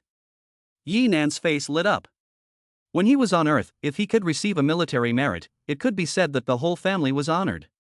He also envied the soldiers who had made meritorious service, but unfortunately he had already missed the age for military service. Of course, at the very least, he could get a major position, or at least receive a handsome bonus, but now there is no movement at all. Su Meng was somewhat puzzled. Could it be that someone else has received it by mistake? Yi Nan asked in return. It's possible, but the odds are not high. Those who are not capable would not dare to claim the credit. They would be exposed immediately. And those who are truly capable are not short of credit. Su Meng replied. Forget it, why think so much? Yi Nan was about to get on his horse and gallop again when his bracelet rang. It was a message from Qin Meyer. Yi Nan mumbled to himself and immediately pressed the answer button. Sister Meyer, is there something wrong at this late hour? I have a friend here who wants to introduce you. Qin Meyer's lazy voice came from the bracelet. Hiss. Yi Nan suddenly took a deep breath and immediately held his breath. What's wrong with you? Qin Meyer heard his unusual voice and asked in a low voice. I'm fine, I just got cold from the ice. Yi Nan was afraid of being exposed and quickly replied, Well, I'm going over now. After that, he quickly hung up. You don't even ask who it is? Su Meng smiled slyly. If we keep talking, it's strange if we don't get discovered. Su Meng hugged his neck. What are you afraid of? You are my man, I'm afraid you'll be taken away by her. Don't worry, I know who can touch me and who can't. Yi Nan pinched her nose tip lightly. You're smart. After tidying up, Yi Nan quickly rushed to Qin Meyer's bar. The bar was unusually quiet today. There was no one on the first or second floor. And even the bar staff didn't know where they had gone. The entire bar was lit only by dim lights. Under the dim lights, Qin Meyer sat at the bar on the second floor, quietly exhaling smoke, and the atmosphere was oppressive and mysterious. Qin Meyer was facing away from Yi Nan, and even if he had come, Qin Meyer would not have turned around.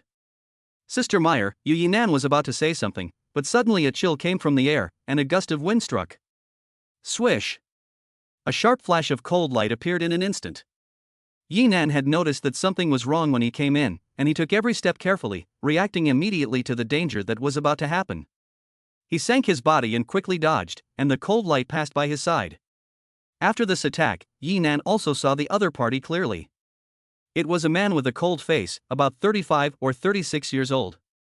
The man had a hideous scar on his face and was holding a curved knife in his hand. The curved knife was sharp, and after a missed strike, it immediately changed direction and slashed fiercely towards Yi Nan's chest. His attacks were swift and every move was deadly. Chapter 62, Qin Meyer's Friend. However, Yi Nan skillfully dodged all of his attacks. Although Yi Nan had not received any professional combat training, his instinct for battle was enough to deal with him. After dodging 3 consecutive attacks, Yi Nan swept his foot forward and smashed it into his opponent's chest. No good. The man's eyes suddenly revealed a look of panic, and he immediately gave up attacking, crossing his arms in front of him to block the attack. Bang! Even though he had defended the attack, his body still flew backwards and slammed into the wall. He felt his arm was about to break, and his internal organs were in severe pain. He gulped down the blood on the edge of his mouth. He didn't know that Yi Nan had only used a little strength in this kick. If he had used his full strength, the consequences would have been unimaginable. Extreme shadow killing. The man stared at Yi Nan's side face, and when he raised his sword to fight again, his speed suddenly soared, and his body turned into several blurred shadows. Several shadows swiped at the blade and attacked from different directions at the same time. Why had his speed and combat effectiveness suddenly increased so much? Yi Nan was secretly surprised. Although he was very strong now, every time he encountered danger or fought, he relied on his own super speed and strength, as well as his instinct for battle. He didn't have any combat skills or moves. Even if he doesn't need any fancy skills with his current physical fitness, he can just fight the enemy directly and finish it. If he encounters an equally powerful enemy, he can use skills to win. It's too reckless to rely solely on brute strength. It seems like it's time to learn a few more tricks from my father-in-law. Yi Nan thought to himself. Ma Hongqua is a ready-made master, and since his daughter has been eaten up, he has naturally become my father-in-law. Yi Nan thought about it, but he could see through the opponent's weakness at a glance. At the moment he dodged the blade attack sideways, he suddenly slammed his shoulder forward. Bang! The man's body flew out like a cannonball, knocking the tables and chairs on the second floor of the bar into a mess. Damn! Although the man was in a mess, he refused to admit defeat and struggled to get up from the ground, panting heavily and staring at Yi Nan coldly. At this moment, a low voice came from his ear. Enough, you can't be his opponent, and it's not good for you to fight any longer. As the voice fell, Yi Nan immediately looked sideways, and an old man in a black coat slowly walked out of the darkness. This old man was the supreme commander of the Binjiang security zone, Meng Hung. As a general, Meng Hung exuded a sense of majesty in every move he made. The man also listened very much to Meng Hung's words, and immediately put away his weapon, but his eyes were still very unwilling. At the same time, Jean Meyer slowly turned around and looked at Yi Nan with a smile on her face. Sister Meyer, what does this mean? Yi Nan said unhappily. If it weren't for Jean Meyer telling him to introduce a friend in advance, he might have kicked this man to death with his first kick. This is not Miss Jean's fault, it was my idea, I just wanted to test you. Meng Hung apologized, saying that he had not informed him in advance, and asked the young man to forgive him. You don't hit a smiling person. This old man looks imposing, but his attitude is not bad, so Yi Nan didn't say much. Let me introduce you. This is the highest ranking official in the Binjiang security zone, General Meng Hung, and this is Lieutenant Bai. Jean Meyer introduced Yi Nan very calmly. Highest ranking official? General? Yi Nan was secretly shocked. He didn't expect to meet such a big shot. And from the tone of the two sides, it seemed that the relationship was not ordinary. Could it be that the background of this black market is the military? Yi Nan was shocked. The military background was also possible. Meng Heng's attitude was even more respectful to Jean Meyer, and Jean Meyer's identity made him even more suspicious. Brother Yi, you killed the A-class alien beast, right? Meng Hung came straight to the point and looked at Yi Nan with a fierce gaze, as if he wanted to see through him. What? Yi Nan was shocked again. Only he and Su Meng knew about the killing of the A-class alien beast. No one else knew about it. How did you know about it? It's not that difficult. Meng Hong walked over to the chair and sat down. The laser gun that killed the giant bat was bought from here, and you were the buyer. If you didn't kill it, then did I? Yi Nan was speechless. Since Jean Meyer's background was military, it wasn't difficult to investigate the matter. But your ability is really beyond my expectations. You were able to use 5 people to take down the laboratory outside the city in one fell swoop. Meng Hung sighed and said, to tell you the truth, I didn't even touch that laboratory. Although the Gamma Corps has always been wanted by the Blue Star Alliance, the relationship between the two sides is also very delicate. Even if Meng Hung knew that there was a Gamma Corps laboratory outside the city, he would not touch it lightly. Since there is nothing to hide, then say it. Why did you come to see me? Yi Nan also sat down casually.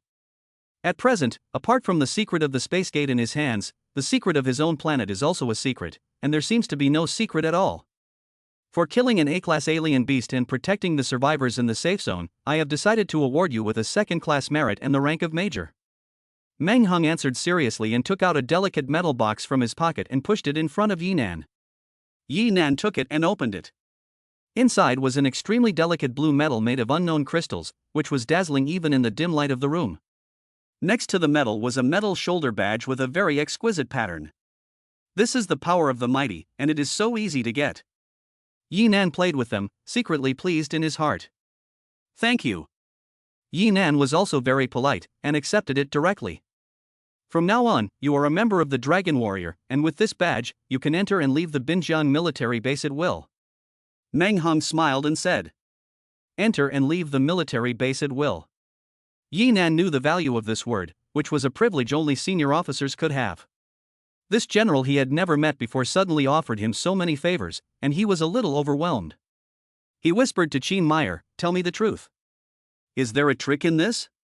There is no free lunch in the world. Even if you killed a giant bat, a reward or bonus would be enough. But now, suddenly, they are meeting in secret, giving him things and bestowing privileges, making him feel that there is a pit in this. The pit is already dug, ready for him to jump in at any time. Chapter 63, I want to turn on the mecha. Jean Meyer smiled and said nothing, but looked at Yi Nan with a playful look. Yi Nan looked at her eyes and a feeling of foreboding welled up in his heart. How long have they known each other? I've only known Jean Meyer for a few days. If there's a trick, she won't tell me. Cough cough. Meng Hong cleared his throat and smiled at Yi Nan. Since you are already a warrior of my country, I sincerely invite you to represent Binjiang in the Dragon Warrior Elite competition. What? Yi Nan's eyes darkened. This was the first time he had heard of the elite competition. Everyone is about to go hungry, and they still have the time to think about this competition? Yi Nan asked Meng Hung. Elite fighters represent the combat power of a region and a country. Even now that the alien beasts are rampant, various countries and forces are also competing with each other. The alien beasts are certainly fierce, but the threat from the same species should not be underestimated. The reason why the Blue Star has the current situation is entirely man-made. Meng Hung sighed. Humans are at the top of the food chain and have no natural enemies in nature. The biggest natural enemy is ourselves. If you can win the top 5 in the Dragon Kingdom Elite Warrior competition, you can also participate in the Blue Star Alliance Elite Warrior competition. If you can represent the Dragon Kingdom and win a place, you will have a bright future. Meng Hung stared at Yi Nan with burning eyes. His goal was clear, he wanted Yi Nan to participate and win a place. As a man, everyone wants to make a name for themselves, and this is a rare opportunity. However, Yi Nan directly refused. Sorry, I don't want to participate. His reason for refusing was also very simple. He is not a Dragon Nation citizen, nor is he a Blue Star citizen. There is no need to represent anyone in any competition. As for the future, he feels that it is good now, and there is no need to be bound by some rules and regulations. What? Meng Heng's eyes revealed a look of surprise. This is an opportunity that many soldiers have dreamed of, but Yi Nan directly refused. What do you think? I was right, wasn't I? He wouldn't agree. Meyer smiled and exhaled a smoke ring, taking a sip of wine. It seemed like she had made a bet with Meng Hung. Meng Heng's face was a little ugly. It's fine if he loses the bet, but he doesn't want to miss this talent. You little brat, the general is giving you a chance to show him how much you appreciate it. Don't be ungrateful. Lieutenant Bai stepped forward, holding a curved knife and pointing it at Yi Nan. I advise you not to point that thing at me, or I won't mind breaking your legs. Yi Nan glanced at him, and a hint of anger flashed in his eyes. He had previously kept some distance out of respect for Meyer, but if he pushed any further, no one could save him. You. White deputy officer was about to say something, but Meng Hung shouted, "Shut up." Yes. White deputy officer replied obediently and stepped aside. You should know that this is a good thing, not a bad thing. How many people are waiting for this opportunity? Meng Hung said with a sincere heart. But I don't want this opportunity. Yi Nan picked up a glass of wine and took a sip of the bitter wine that only belonged to Blue Star. The taste made his brows frown. Meng Hung saw that Yi Nan was determined not to participate in the competition, so he thought for a moment and said, "If you promise to participate, I will guarantee the safety of your woman." Are you threatening me? Yi Nan's eyes hardened, and a cold murderous intent shone in his eyes. In Blue Star, Su Meng is his taboo, and anyone who dares to touch her will die. You misunderstood, I didn't mean that. Meng Hung hurriedly explained, the Gamma Corps' operation was unsuccessful, and they will definitely make a comeback. There is no place that is absolutely safe. The military can provide you with shelter, and I can turn a blind eye to the 4 people under your command. Do you know the background of the 4 of them? Yi Nan asked Meng Hung in return. The strength of the several people of the Bull Gang is not ordinary, and the 4 of them are in a group, so their background is naturally not ordinary. It would be best to know their background. Of course, they are all cadres of the Skeleton Army. Although the Skeleton Army has been destroyed, some people are still on the wanted list. I can turn a blind eye and let them develop their forces for you. At least in my place, this is the case. Meng Hung smiled. The Skeleton Army was once a powerful army, but it was eliminated by the times.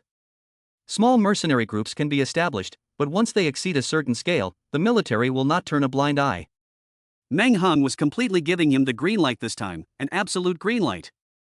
In addition to the previous conditions for protecting Su Meng, Yi Nan thought for a moment and said, "Okay, it's a deal, but when is your big competition?" The internal competition in the Dragon State will be held in a month, and the time for the alliance competition is to be determined. I can use this time to train you and teach you to use various weapons and equipment that you don't usually encounter, which will also be good for you. Can I drive a mecha? I want to drive a high-level mecha. Yi Nan stared at Meng Hung and asked. Seeing the genius driving the mecha to kill everywhere, he was also envious in his heart. Later, he also learned that the mecha could also fly. The genius's mecha was too old and did not support this function. If I could drive a mech, I would get a cool mech and put it in my storage space. When the time comes, I can summon the mech directly and defeat my opponents one by one. Whoever comes, I'll fight. If I can't beat them, I can run. Yes. Meng Heng smiled, but he said in advance that driving a mech requires a high level of talent, so it depends on whether you have the ability. At this point, he already knew that Yi Nan was tempted. Yi Nan thought to himself, participating in the competition is just a formality, you just need to get a decent ranking, there is no need to be so serious, and there are so many benefits, why not? Okay, I promise. But let's be clear, my training time is not fixed, I will practice when I have time. Yi Nan told Meng Heng his requirements. Okay, but you have to get me a good ranking, as long as the results are good, it doesn't matter if you don't come to training at all. Meng Heng nodded. Deal. Yi Nan put away the medal and smiled. Then I'll wait for your good news. Meng Heng walked away, and Lieutenant Bai followed behind him. Is there anything else, Sister Mei? If not, I'll leave first. Little Meng is waiting for me. Yi Nan smiled at Qin Meyer. Go ahead, but this time the competition doesn't require you to be first or second, but you must come back with a good ranking. You are my introduction, so don't embarrass me. Qin Meyer walked up to him and spat a puff of smoke in his face. Don't worry, I promise to live up to your expectations. Yi Nan took out a thin lady's cigarette from his pocket. Your cigarette is too harsh. Try this one sometime. How much is it? This one is free. I'm giving it to you. With that, Yi Nan left the bar in a big stride. Earth, in front of the Mixed Martial Arts Academy. Boom! Yi Nan drove the Raptor pickup truck to the front of the Mixed Martial Arts Academy. He was supposed to go to the Wangjia Village Land auction with Shangguan wanting today, but the auction was postponed for a day due to special circumstances, so Yi Nan had to take Ma Xiaoman home to visit Ma Hongqua first. After all, he was going to participate in the Dragon Kingdom Elite Warrior competition, so he had to learn some earth martial arts to be able to flourish on Blue Star and surprise his opponents. Ma Xiaoman also jumped out of the car and intimately hugged Yi Nan's arm. Xiaoman, you have quite a few apprentices at your martial arts school. Yi Nan looked at the apprentices in the martial arts school and smiled wryly. He saw that in the martial arts school, some children aged 7 to 11 were wearing training clothes and practicing boxing. Our martial arts school is just getting started, and it will be fine after a while of renovation. Ma Xiaoman embarrassedly stuck out her tongue. These 20 or so children were almost all the students. I hope so. Yi Nan smiled lightly and walked into the martial arts school with some gifts. Ma Xiaoman's eldest brother was teaching boxing, and Ma Hongqua was sitting in a rocking chair, leisurely drinking tea from a pot next to him. Ma Xiaoman also let go of Yi Nan's arm and said, Dad, I'm back. She quickly ran up to him. My precious daughter is back. Ma Hongqua immediately got up to welcome her. He looked at Yi Nan's gifts and his face was even more beaming with joy. Come on in, what's the point of bringing so many gifts? Good son-in-law, come in and sit down. Chapter 64, Visiting the Father-in-Law. Dad, what are you talking about? Yi Nan is just here to visit you and learn a little from you. Ma Xiaoman's face flushed. Oh, I seem to have misunderstood. Ma Hongqua smiled at Yi Nan. What do you want to learn? I don't know, as long as I can learn some real skills. Yi Nan replied with a smile. Ma Hongqua took a sip of tea and said with a hint of meaning, real skills cannot be acquired in a short time. Chinese martial arts are profound and must be accumulated over time to achieve results. He said, and led Yi Nan through the back door of the martial arts school. The back door led to a secluded park with poplar trees. Ma Hongqua stopped by a tree with a bowl-shaped trunk, took a deep breath, and suddenly exerted his strength to sweep it with his hand. Bang! The tree trembled violently, emitting a slight cracking sound. The entire tree began to tremble, and the leaves fell. My school, the Mixed Yuan School, emphasizes instantaneous power, and in an instant, all the power within the body bursts out through a single point. As Ma Hongqua explained to Yi Nan, a hint of brilliance appeared in his eyes, and his two fingers, like a sword, were inserted directly into the tree trunk, penetrating 3/4 of the wood. Ma Hongqua withdrew his fingers, and the bark fell off, leaving a clear fingerprint. Awesome! Yi Nan nodded in admiration. Compared to ordinary people, this is already very powerful. Ma Hongqua casually put his back behind him, and his fingers twitched slightly. He thought to himself, it seems that I have washed my feet too much recently, and my body is a bit weak. I almost hurt my old back. Come over and try it. I'll teach you. Ma Hongwa waved his hand at Yinan. Okay. Yinan walked over and stood next to the poplar tree. He took a deep breath, calmed his mind, and first sensed the surrounding qi, and then Ma Hongwa patiently guided Yinan, teaching him some breathing techniques. At this time, Ma Xiaoman ran over, grabbed her father's arm and said, "Oh, Dad, you suddenly taught him such profound things. Can he understand? Why don't you let him start by learning to chop wood and carry water, serve me as a senior sister, and let me, a senior sister, teach him?" As she said this, she stared at Yinan, who was concentrating, and smiled slyly. Although she had become Yinan's woman, she had always been waiting for an opportunity to retaliate. This is her family home, and with her father and eldest brother backing her up, Ma Xiaoman naturally felt confident. Fine, you can teach him. Ma Hongwa shook his head and turned back into the martial arts school. Come on, call me sister and I'll teach you. Ma Xiaoman walked over to Yinan and smiled. However, Yinan kept his eyes closed and didn't say a word. Every cell in his body was quiet. What are you doing? Ma Xiaoman was about to ask something, but Yinan slapped the poplar tree next to him with his backhand. Ka! The poplar tree split in the middle, wood chips flew, and leaves fell. Ah! Ma Xiaoman's face was shocked, and she subconsciously took 2 steps back. She didn't expect Yinan to be so powerful. No, I still haven't understood anything. I have to practice more. Yinan muttered to himself. One palm was very destructive, but it didn't achieve the effect he expected. You. Ma Xiaoman stammered, just about to say something, when Yinan reached out and took her into his arms. He smiled seductively and said, "Did you just ask me to call you senior sister? Don't mess with me. I'm afraid of you at home, but I'm not afraid of you here." Ma Xiaoman was tough-mouthed, but her heart was weak. You're not afraid of me? It seems like I haven't been able to discipline you lately. That night, Ma Hongwa prepared a table of food and wine. Yinan and Ma Xiaoman, who had been practicing for nearly half a day, also came back for dinner. Xiaoyi, how is your practice of our school's heart method going? Ma Hongwa asked Yinan with a smile. It's going very well. Senior sister Ma Xiaoman has been teaching me very seriously. Yinan answered very naturally and asked Ma Xiaoman if she was the junior sister. Ma Xiaoman's face flushed a little, and she quickly sat down and said, "Let's eat. It'll get cold soon."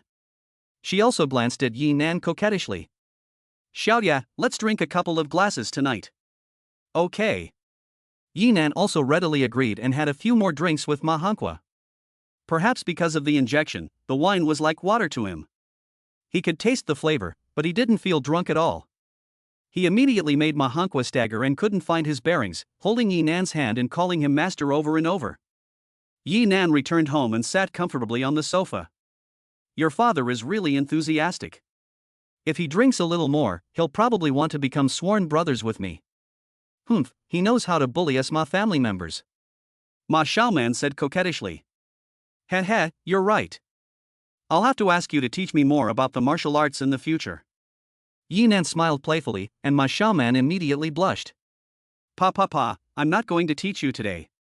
I'm going to go back to bed, she said, and ran back to her bedroom in 3 or 2 steps. Yinan did not sleep. He was full of energy, and only needed to rest for 2 or 3 hours a day. Taking advantage of the night, the cool evening breeze, Yinan came to the villa's rooftop and looked at the starry sky, entering a state of meditation, carefully perceiving every detail and every breeze around him. Although his eyes were closed, he knew everything around him after entering a state of meditation. Is someone watching me? Yinan sensed a strange gaze and slowly opened his eyes. He glanced over and saw a woman standing on the roof of the neighboring villa.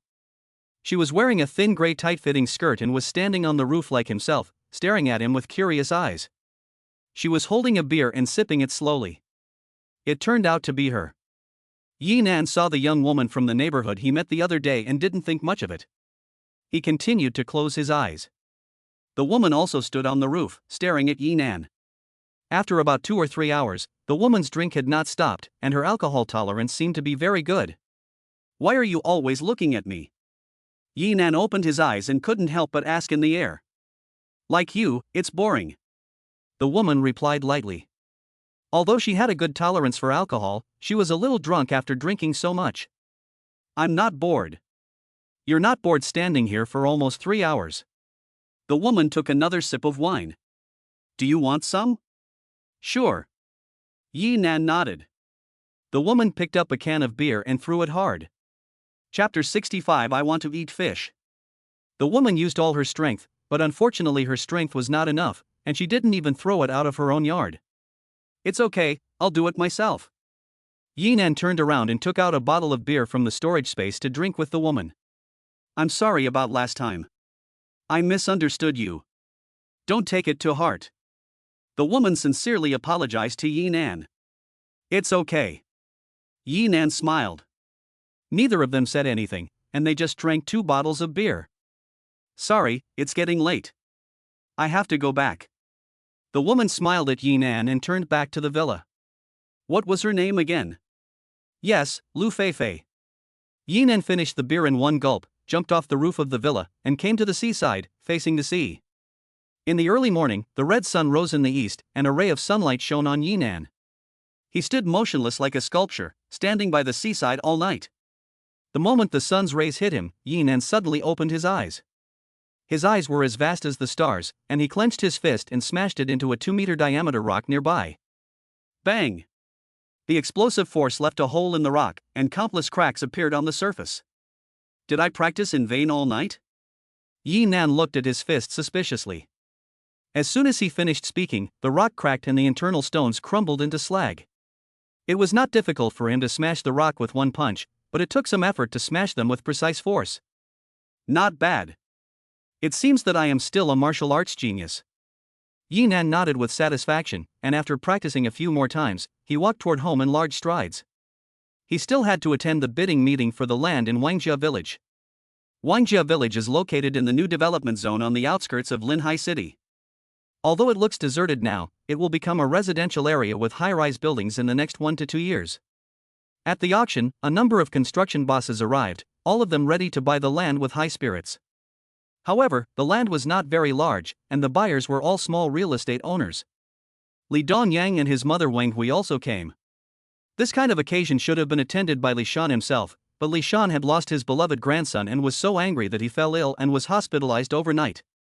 Hey, isn't that my nephew? My brother didn't come.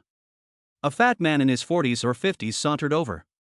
He had a small leather bag under his arm, a big gold chain around his neck, and several circles of unknown jade on his wrist. This person is nicknamed Fat Four. In his early years, he also followed Li Shan as a little brother. Later, he accumulated a lot of connections and became a boss, but he didn't do construction. He just did intermediary work with various connections. Your brother hasn't been feeling well lately, so he couldn't come today either. Wang Hui replied. That's a shame. I thought the bidding would be over and I could have a drink with my brother. Fat Four sighed. Fourth brother, you must help Donyang and give him more advice. Our family has been unlucky recently, and we are counting on this land to turn things around. Wang Hui smiled at Fei Si. Although Fei Si used to be a younger brother of Li Shan, he is now a well-known figure. Moreover, Li Shan is old, and Li Donyang is a prodigal son, so he has to rely on his former brothers for more care. Don't worry, sister-in-law. I'll take care of it. Fat Four patted Li Donyang on the shoulder and said, with you, Uncle Four, this land will be ours for sure. Thank you, Uncle Four. Uncle Four, have you found out the starting price for this land? Li Donyang asked. The starting price is about 80 million, but there are so many people here today, I'm afraid the price will be much higher. Fat Four looked around and saw that everyone was determined to win. How much will it cost to buy it? Li Donyang asked again.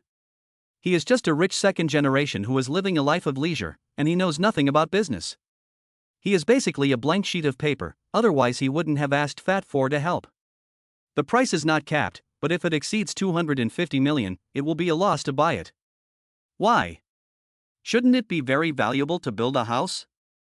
Li Donyang asked in puzzlement. It depends on the location. Can the price of a house here compare to a good location in the city? Besides, buying the land is only the most basic part. There are taxes to pay, construction teams to hire, and more importantly, there are connections to be made. Where there is no money, it is not worth spending more. Fei Si explained to him. Oh. Li Dongyang nodded in a way that he understood, and then whispered to his mother, Mom, do we have this kind of money now? Yes, we do, but if we take out this money, our company will not be able to turn around. 200 million is the limit for our family now. Wang Hui whispered. Sister-in-law, don't worry. Having 100 million to 80 million is almost enough. Who doesn't want to leave a little more room for profit? Not earning 50 to 60 million is considered a losing deal. Fei Si said on the side.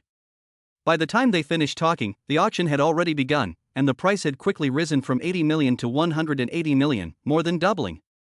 At this point, every boss was also beginning to be careful about raising the price. I'll bid 190 million. Li Dongyang raised his numbered sign and shouted.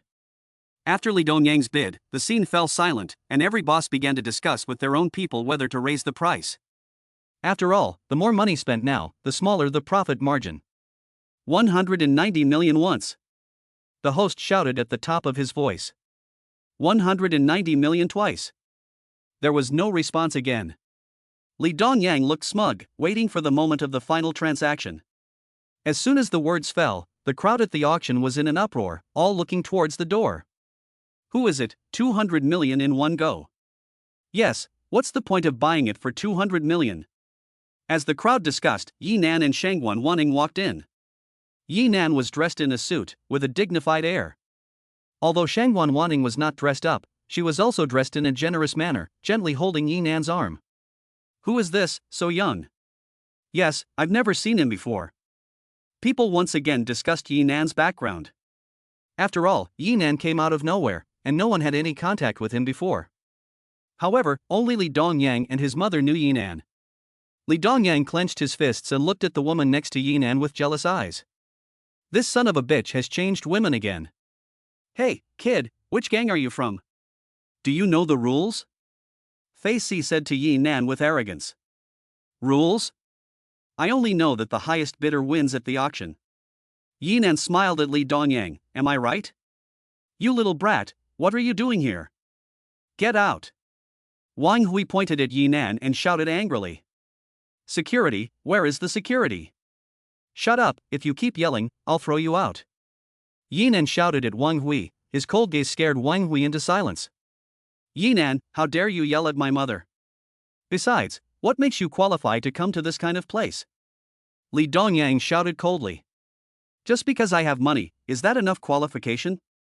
Yi Nan smiled indifferently. You have money? Li Dongyang sneered, this is not a market. You can't just shout and get a higher price.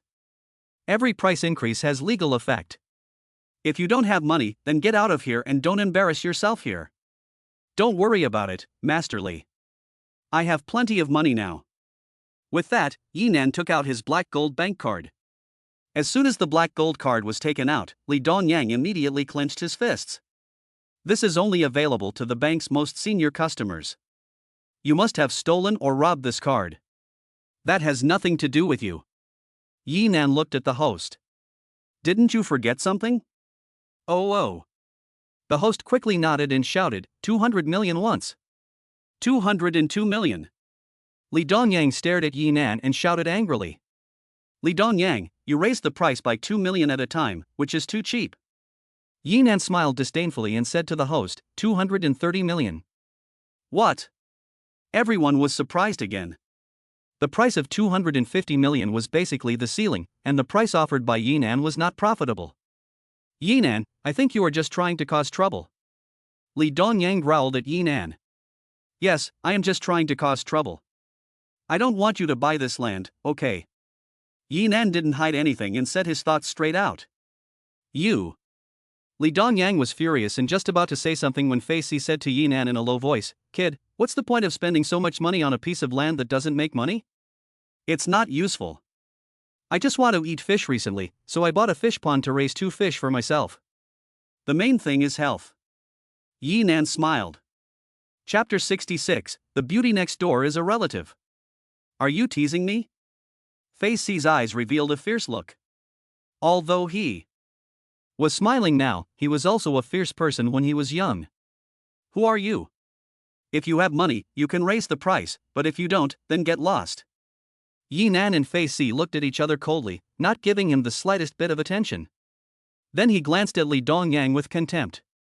Li Dongyang, what are you still doing here? Hurry up and go home, don't delay me from raising my fish. Li Dongyang listened to Yi Nan's taunts, and suddenly his blood rushed to his head. He immediately became anxious, growled, and said, I'll pay 240 million. What? The scene erupted again, and everyone looked shocked. This was already close to the price cap.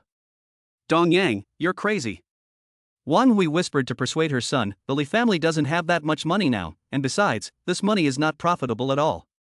250 million. Yi Nan calmly raised the price. This amount of money was nothing to him. In a few days, he will own a large number of shares in the company, and his value will skyrocket. 260 million. Li Dongyang paid no attention to his mother's persuasion, and his eyes were fixed on Yi Nan. He was determined to win this land, and he was not going to give up an inch. Hey! Yi Nan sighed and said, I originally wanted to raise a fish to taste it, but since Mr. Li does not agree and insists on buying this land, I can only reluctantly give it up. You! Li Dongyang suddenly realized that he had been taken advantage of by Yi Nan. He had originally thought that he could buy the land for 190 million yuan, but now he would have to spend 260 million yuan. Not only would he have to spend an additional 70 million yuan, but his family could not afford to pay that amount of money. What are you talking about? Since Mr. Li spent the money to buy it, he should pay for it. If you don't have the money, you'll lose face. Yi Nan said coldly. 260 million once. The host also shouted loudly. What are you screaming about? I'm not going to raise the price. 250 million to him. Li Dongyang shouted at the host. This gentleman, there is no such thing as a regret in a bidding. The host said sternly. I remember who told me just now that every price increase has legal effect. Li Dongyang, you wouldn't forget so quickly, would you? Yi Nan said sarcastically, just waiting to see Li Dongyang's joke. I'll buy it. Li Dongyang gritted his teeth and whispered to Fat Four, Uncle, do you have any money? Lend me 100 million first. 100 million was a very large sum for Fat Four. Although Fat Four was loyal to his older brother in the past, Li Dongyang asked for so much money at once that Fat Four hesitated. He knew that Li Shan was old and not in good health, and he might die at any time. The Wangjia village land is a losing business before it is even developed, and the Li family may go bankrupt. Nephew, you know, Uncle Four is short of cash recently, and there are many places in the family that need money. I can come up with 10 million. Uncle Four frowned and said. 10 million. Li Dongyang's eyes narrowed. His family had 200 million, but they were still far from the 260 million. Uncle, you have to lend me more. I need to get over this hurdle somehow. Oh, I suddenly remembered that I forgot to turn off the gas at home. I have to go back quickly. Fei Si made an excuse and slipped away. Uncle, uncle. Li Dongyang called out a few times, but Fei Si didn't even turn around and walked straight out. For a moment, Li Dongyang became a joke at the auction and lost face. Uncle Li Dongyang was about to talk to a boss, but the man immediately turned his head and pretended not to know him. Mr. Luo. The other person was the same as Fat Four, and he didn't even talk to him, he just walked away. Li Dongyang felt helpless for the first time, a feeling he had never experienced since he grew up with a golden key in his mouth. It's all your fault. Li Dongyang grabbed Yi Nan by the collar and yelled hysterically. Yi Nan swung his arm back and slammed Li Dongyang to the ground, causing him to fall like a dog eating shit. Li Dongyang lay on the ground, looking at the cold stares of the people, and furiously scratching his hair. He couldn't figure out why he had fallen into this situation. Seeing Li Dongyang's embarrassed appearance, Yi Nan felt extremely happy. This was just the beginning. After he got the shares of Huanyun Technology, he would use all means to suppress the Li family. He would turn Li Dongyang from a rich young master into a beggar on the streets. Li Dongyang, you can slowly raise the money here. I have something to do, so I won't accompany you. Yi Nan laughed and left the bidding meeting with Shangguan wanting. Will you do this and force Li Dongyang to desperation? Shangguan wanting frowned slightly. Although she didn't say anything, she could also feel Li Dongyang's hatred for Yi Nan. What she didn't know was that Yi Nan's hatred for Li Dongyang was even deeper. The hatred of killing oneself is not shared by heaven and earth. A dying bug can't stir up any waves. Yinan looked straight ahead, and a coldness shone in his eyes. He was slowly boiling the frog in warm water, slowly wearing away Li Dongyang's sharpness, and then stepping on him and crushing him to death. Where are you going? I'll send you. I want to go see my cousin. Can you accompany me? Shangguan Wanting asked with big eyes. It's not going to make me your boyfriend, is it? No, it's not. Shangguan Wanting bit her lip and said, my brother-in-law is very fierce. I'm afraid of him every time I see him. But my cousin is in a particularly bad state recently. I want to see her and get you to give me courage. You don't have to bring someone to be brave when you see your brother-in-law. Is he a murderer? Yinan was a little curious. He's a pervert. That look is terrifying. Shangguan Wanting recalled and couldn't help but shudder. Then why does your cousin still stay with him? Just get a divorce. My brother-in-law's family is very powerful, but a simple divorce won't solve it. Shangguan Wanting pointed to a supermarket and said, stop for a second. I'm going to buy some fruit and something else. Okay. After buying the fruit, on the way to Shangguan Wanting's cousin's house, Yinan felt more and more uncomfortable. This is clearly his way home, and it's also the villa area of Wanghai Mingyuan. That's it. That's it. Shangguan Wanting pointed to a villa, which was right next to Yinan's house.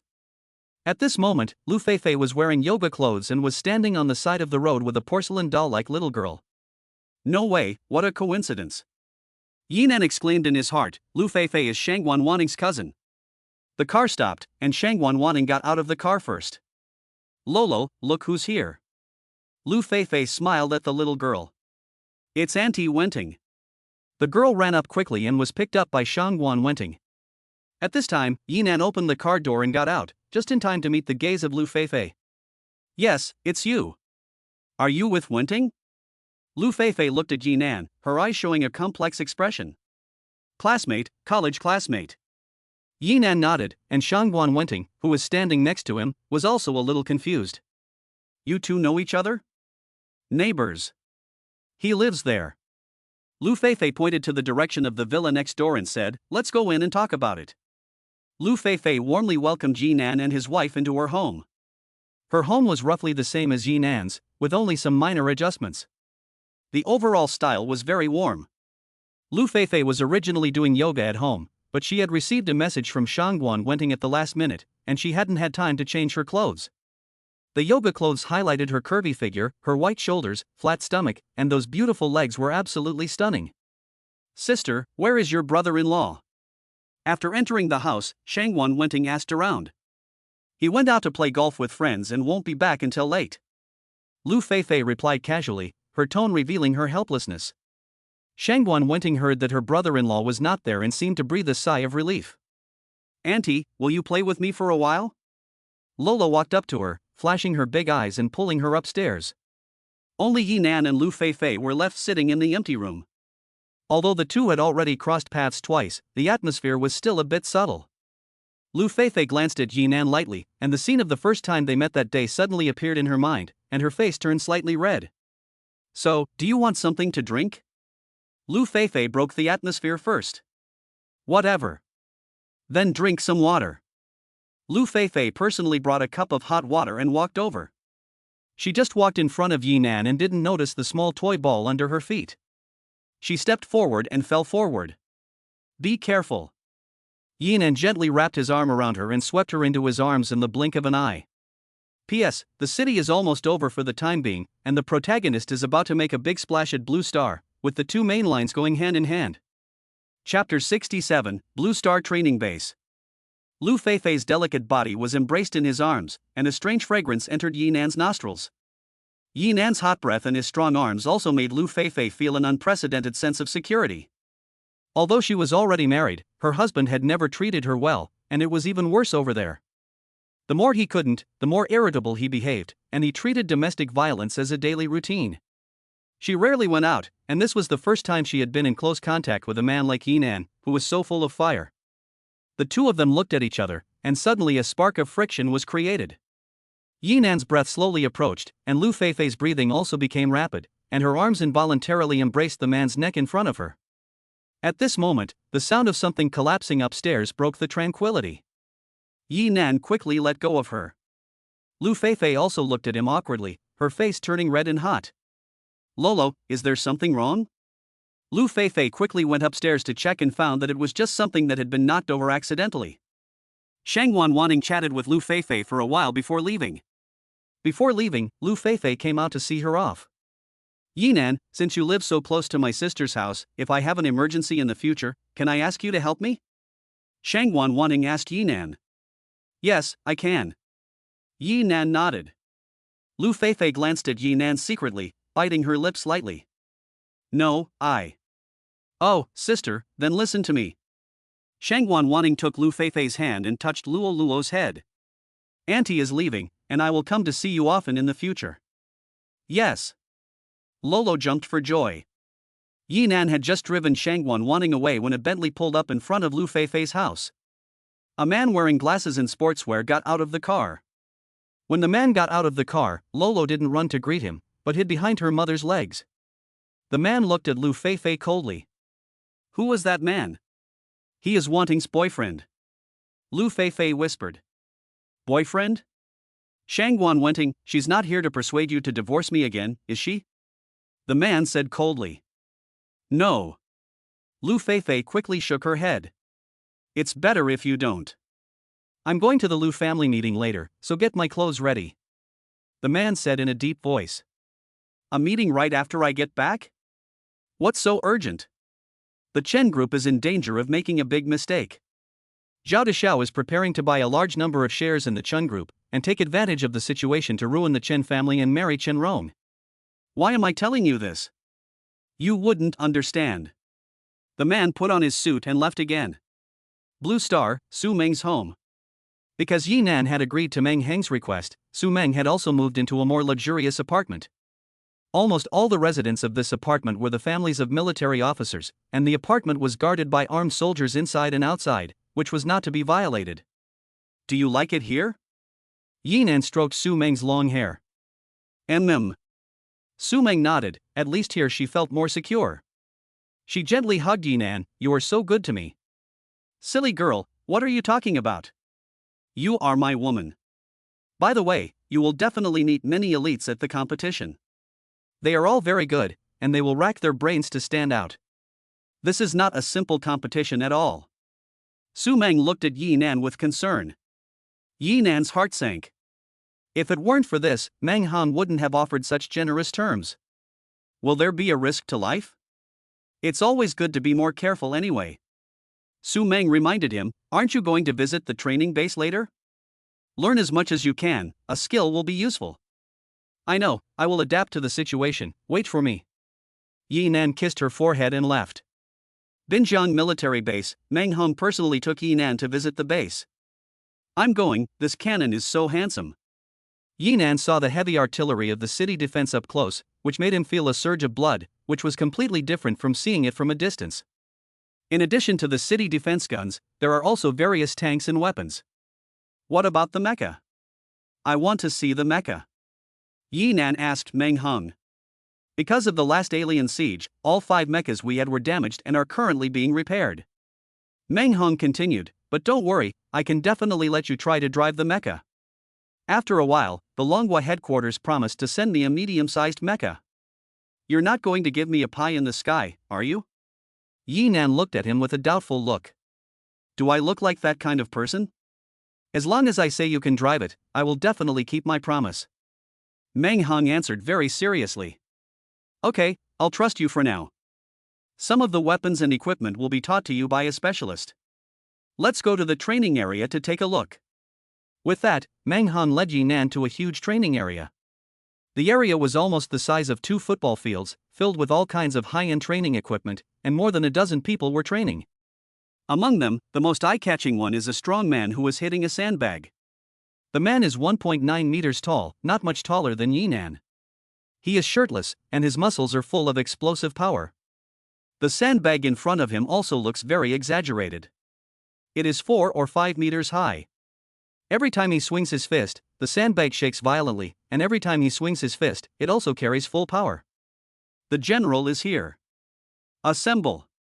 The man hitting the sandbag saw Meng Hung arrive and immediately roared, calling everyone to gather. Yes. The others responded, and when they were about to gather, Meng Hong waved his hand and said, "No need to gather. I just brought this brother here to take a look. You can continue training." Meng Hong said to Yinan with a smile, "This is the training base of the Binjiang Security Zone, and it will be the place where you train for a while in the future. The man who just hit the sandbag is Qinhu, the captain of the Binjiang Elite Special Forces. In the security zone of each city, there is an elite team of its own. Their various benefits and weapons and equipment are the best, and the tasks they perform are naturally the most dangerous. During the siege of the alien beasts, they are mainly responsible for killing some of the most threatening alien beast leaders. Once the mission is dispatched, it is likely that there will be no return. Therefore, they must be the best of the best. Many of them have also been genetically modified or are cyborgs. Qin, who is also a genetically modified warrior. Don't you have capable people under your command? Why are you looking for me? Yi Nan said indifferently. From what I can see, none of the people currently being trained are weak, especially the captain. You are different from them. Meng Hong cleared his throat and introduced everyone to him. His name is Yi Nan, and he will represent Binjiang in the Dragon Kingdom Elite Warrior competition in the future. Meng Heng's voice fell, and everyone's eyes were filled with defiance. Representing Binjiang District in the competition can be said to be a great honor and a God-given opportunity. Once you get a ranking, your future will definitely soar. With such a good opportunity, everyone naturally wants to participate. But this place fell on Yinan's head for no reason, and everyone was not very comfortable. So they looked at Qin Hu. As the team leader, Qin Hu had a better chance than the others to participate, but now the spot had been taken by Yinan. Qin Hu sensed the stares of the people around him, and only glanced at Yinan coldly. There is no first in literature, and no second in martial arts. As a master, everyone is arrogant. Qin Hu didn't say anything on the surface, but he was also resentful in his heart. He continued to punch, only the speed and power of his punches were stronger, as if he was venting his anger. Qin Hu, you come and test the equipment for Yinan and explain it to him. Meng Hong waved his hand at Qin Hu, indicating that he should come over. Yes.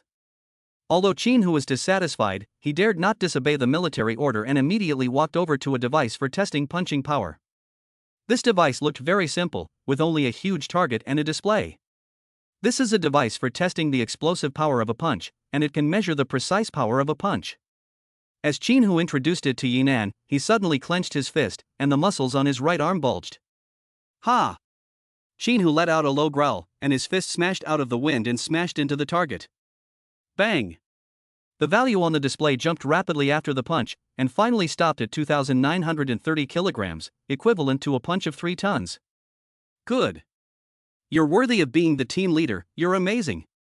The soldiers who were watching all cheered and applauded. The reason Qin Hu gave this punch was also to intimidate Yinan. My best result was 3.5 tons. This brother might as well try it. Qin Hu looked at Yinan with contempt, as if he was also waiting for Yinan to make a fool of himself. Okay, I'll try it. Yinan nodded. He was also very curious about how much power he had. Yinan stood in front of the machine, took a deep breath, and asked Meng Hong, I can try now. It's okay, go ahead and try. This machine can. Before Meng Hong finished speaking, there was a loud bang, and the target shattered under Yinan's straight punch, completely sinking in. The number on the screen also reached its maximum value in an instant, and then it went out. Chapter 68, Helping You Clear Your Inventory. Quiet. The cheering crowd suddenly fell silent, and everyone stared at Yinan with wide eyes, as if he were a monster. This machine can withstand a punch of 6 tons. But under Yinan's punch, it died instantly. It seems to be broken. Yinan looked at the broken machine and looked at Meng Hong with innocent eyes. He really didn't mean it. Maybe this machine is too old and has been out of repair for a long time. I'm trying other machines. Later, Yinan reached out his claws to other instruments. Bang! Yinan blew up the instrument that measured lung vitality in one go. Sizzling. The instrument for testing mental strength also emitted smoke. In short, everything Yinan has touched so far has been destroyed. On the one hand, Yinan's ability is too strong, and on the other hand, the instruments in this training base are too outdated to withstand stronger values. Yinan looked at another huge instrument and asked Meng Hong, what is this for? This instrument looks like a sphere from the outside, is completely made of metal, has a small door, and there is a flash of light inside, which looks very high-tech. No, this is too precious. Don't break it for me. Meng Hung hurriedly stopped in front of Yinan, and after a lot of tossing and turning, Yinan had cleaned up a lot of his inventory. If Yinan was allowed to toss and turn any longer, he would have to reimburse him for all of his things. The members of the elite team were originally dissatisfied with Yinan, but in a short period of time, everyone was convinced, especially Qinhu, who didn't dare to breathe in front of Yinan. Let me teach you something else first. Meng Hong took Yinan to another place again to teach him other knowledge. In the canteen of the training base, Meng Hong was eating while reminding Yinan that although killing would be prohibited at the elite conference, some accidents could not be prevented. Remember. Yinan nodded. Su Meng had also warned him about safety issues, and he had also kept this in mind. You can have no intention of harming others, but you must have the intention of preventing harm. This was also the first time he had eaten food from Blue Star. Even though Meng Hong was a general and had meat to eat, the meat was all raised by mutant beasts, and the meat was hard and tasteless. Is this what you usually eat? Yinan chewed on the dry meat, frowning. Well, these are extraordinary times. We're lucky to have anything to eat. Meng Hong ordered Bai, the deputy officer, to bring 2 cans from the Chamber of Commerce. I want to give the young man a taste of the freshness. But there are only a few cans. What will you eat later? Bai, the deputy officer, was about to say something, but Meng Hong's eyes darkened. Just go, what's the problem? Yes. Bai, the deputy officer, replied, and soon brought several cans. Yinan looked at the cans with surprise in his eyes, because he had sold the cans to the Gulf Chamber of Commerce. Here, try it. Meng Hong personally opened a can of food and handed it to Yinan. Although Yinan usually didn't even bother to look at it, in the eyes of General Meng Hong, it was also a rare delicacy. Then thank you for the hospitality. Yinan smiled lightly, and the old general's status in his heart increased a few more points. Time flies, and in the blink of an eye, it has been 3 or 4 days. Yinan's physical fitness has reached a certain level, and his mental strength has also increased several times. As long as it is knowledge that has been imparted, he can quickly learn it. Although he is not yet able to memorize everything he sees, his learning ability is several times that of others. Meng Hong has personally taught him these few days, teaching him things by hand. He is also amazed at Yinan's ability to absorb knowledge. Things that others need to learn for months or even a year, Yinan can often quickly understand. Especially in the use of weapons, Yinan went from 0 to mastery in just a few days. Safe zone apartment, soft bed. Yinan lazily stretched and woke up from his sleep. Although he is an Iron Man, he can't stand the recent days of tossing and turning, almost 24 hours a day, but he has learned a lot. You're awake. I've made you some nutritious porridge. Do you want to get up and eat? Su Meng asked in Yinan's ear. I don't want to eat porridge. Yinan reached out and pulled her into his arms. What do you want to eat then? That's a no-brainer. I want to eat you. Yinan smiled seductively, and just as he was about to take her right there and then, his bracelet rang, and it was a message from the genius. Commander, the toy you wanted is ready. You can come and get it whenever you like. The genius's voice came from the phone. I got it. Yinan replied, and as long as he handed it over to Chen Rong and then let the research team of Huanyun Technology mass produce it, it would be fine. Just after sending away the genius, the mountain ape also sent a message, Commander, I have already gathered the first batch of people, waiting for you to follow and select them together. Yinan replied again. After all, this is the start of the Lishan Legion, and he still has to personally supervise the people selected. Business is important, you should go first. Su Meng was in his arms, reluctant to leave.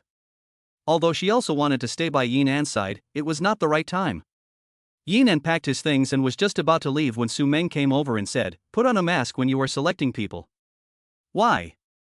Yinan was a little confused. The people who came to apply must be mixed, and there are all kinds of people. Don't let everyone know your true identity, it is also for safety reasons.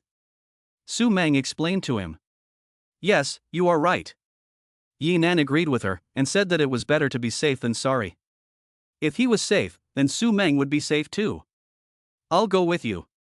Su Meng seemed to be worried, and she also put on her clothes and followed Yinan. In the evening, in a church in the Binjiang safety zone. The huge church was packed with people. As soon as the news of the recruitment of the Legion of the Sun broke, many people immediately came. Once you join the Legion, you have a guaranteed livelihood. Even if you don't earn much, you can still make ends meet. As Su Meng said, the people who came were a motley bunch, young and old, young and middle-aged, men and women of all kinds. "How old are you, sir?" asked the mountain demon to an old man with gray hair and few remaining teeth. The old man turned his ear sideways and asked with a doubtful look, "Young man, what did you say?" "I said, how old are you this year?" The mountain demon leaned closer to his ear and raised his voice a little. "Oh, you said that there is food here, I know." The old man nodded seriously. "Oops." The mountain demon looked at the old man anxiously. The old man couldn't even hear the words clearly. The Legion of the Sun recruits people, recruits elites, not recruits parents to raise children. This is the Legion of the Sun, Grandpa. The mountain spirit explained again in a loud voice. "What? Rice balls are fine, I don't care, as long as there is food." The old man nodded with a smile. "What are you doing?" The Nighthawk came over and asked the mountain spirit.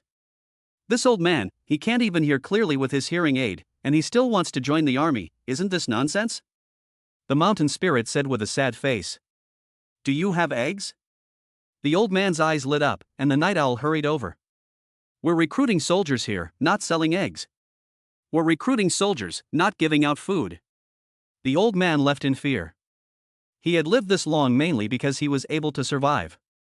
"When do we start, big brother?" "We're all hungry." A man asked the bull. Chapter 69, Unexpected Guests. You have to be hungry. The captain will come personally to select the best soldiers, but I'm telling you in advance, only those who meet the standards will be fed. Those who don't meet the standards will be sent away, so don't be a nuisance here, understand? Bull said in a deep voice. I understand. Everyone nodded in response, and their eyes showed a hint of hope. Big brother, I wonder if your captain has any preferences? How can I join more easily? Another man approached Bull and asked. How do I join? Of course you join by your ability. As long as you have the ability, you can just answer whatever the captain asks. Don't lie. Bull gave everyone a very pertinent answer. At this time, a plump young woman walked up to Bull and hugged his arm, rubbing her chest in front of him a few times. Little brother, can you speak a few good words for me when the time comes? If I join the Sun Legion, I'm sure I'll be able to thank you properly. The plump young woman was well built and her looks were above average. Her intimate behavior made the old bull blush and quickly shook off her arm. I'm telling you, we're looking for a serious army, not some crooked tricks. Don't be so fierce. She was just asking around, she said, and walked towards the bull again, ready to pester him. Don't mess with me, you hear me? Nighthawk took out a gun and put it to the young woman's head. The young woman felt the cold muzzle and was scared, trembling all over. She quickly and angrily backed off. Although the plan did not succeed, she took out a small mirror and began to dress herself up. At this time, Yinan and Su Meng, both wearing masks and black windbreakers, walked over with a firm step. As the two of them walked, the mountain demon and the Nighthawk quickly opened the way for Yinan and the two of them, and nodded to the bull. When the captain of the sun arrived, everyone stood up and began to prepare for the selection. The bull roared, and the noisy scene immediately quieted down, and everyone looked curiously at the masked captain. Yinan sat on the sofa in the middle of the church, and Su Meng stood behind him respectfully, her black dress making her look even more glamorous. Yinan looked around at everyone, his piercing gaze still sweeping over everyone, as if he were trying to see through everyone, giving people an invisible pressure. Let's begin, you first. Yinan pointed to the chunky man on the far side. Commander, my name is Li Dao. The short man seemed a little shy. Li Dao? Su Meng was also curious. How did you get that name? Is your knife skill very good? No. I am a cook. My father gave me that name. Li Dao smiled innocently. As soon as he finished speaking, the crowd behind him burst into laughter. A cook? He is short and fat, looks like a lump of dirt, and can't cook well. A thin man wearing camouflage clothes sneered. Right, these days, people can't even afford to eat, so who needs a cook? The people around him couldn't help but ridicule him. Hearing the harsh taunts, Li Dao lowered his head in silence and was also very self-conscious. Lao Nyo, get these two people out of here. They have no manners at all. Yi Nan said coldly. Yes. Lao Niu walked forward, picked up the two men's clothes with both hands, and walked out like carrying chickens. Commander, please don't, we were wrong, we won't speak nonsense anymore. The two quickly begged for mercy, afraid of missing this opportunity, but the bull threw them out without mercy. You can stay and try first. If the food is good, you can stay, but if it's not good, don't blame others. Yi Nan said to Li Dao. In the future, there will be many people in the Sun Legion, and there must be a dedicated cook.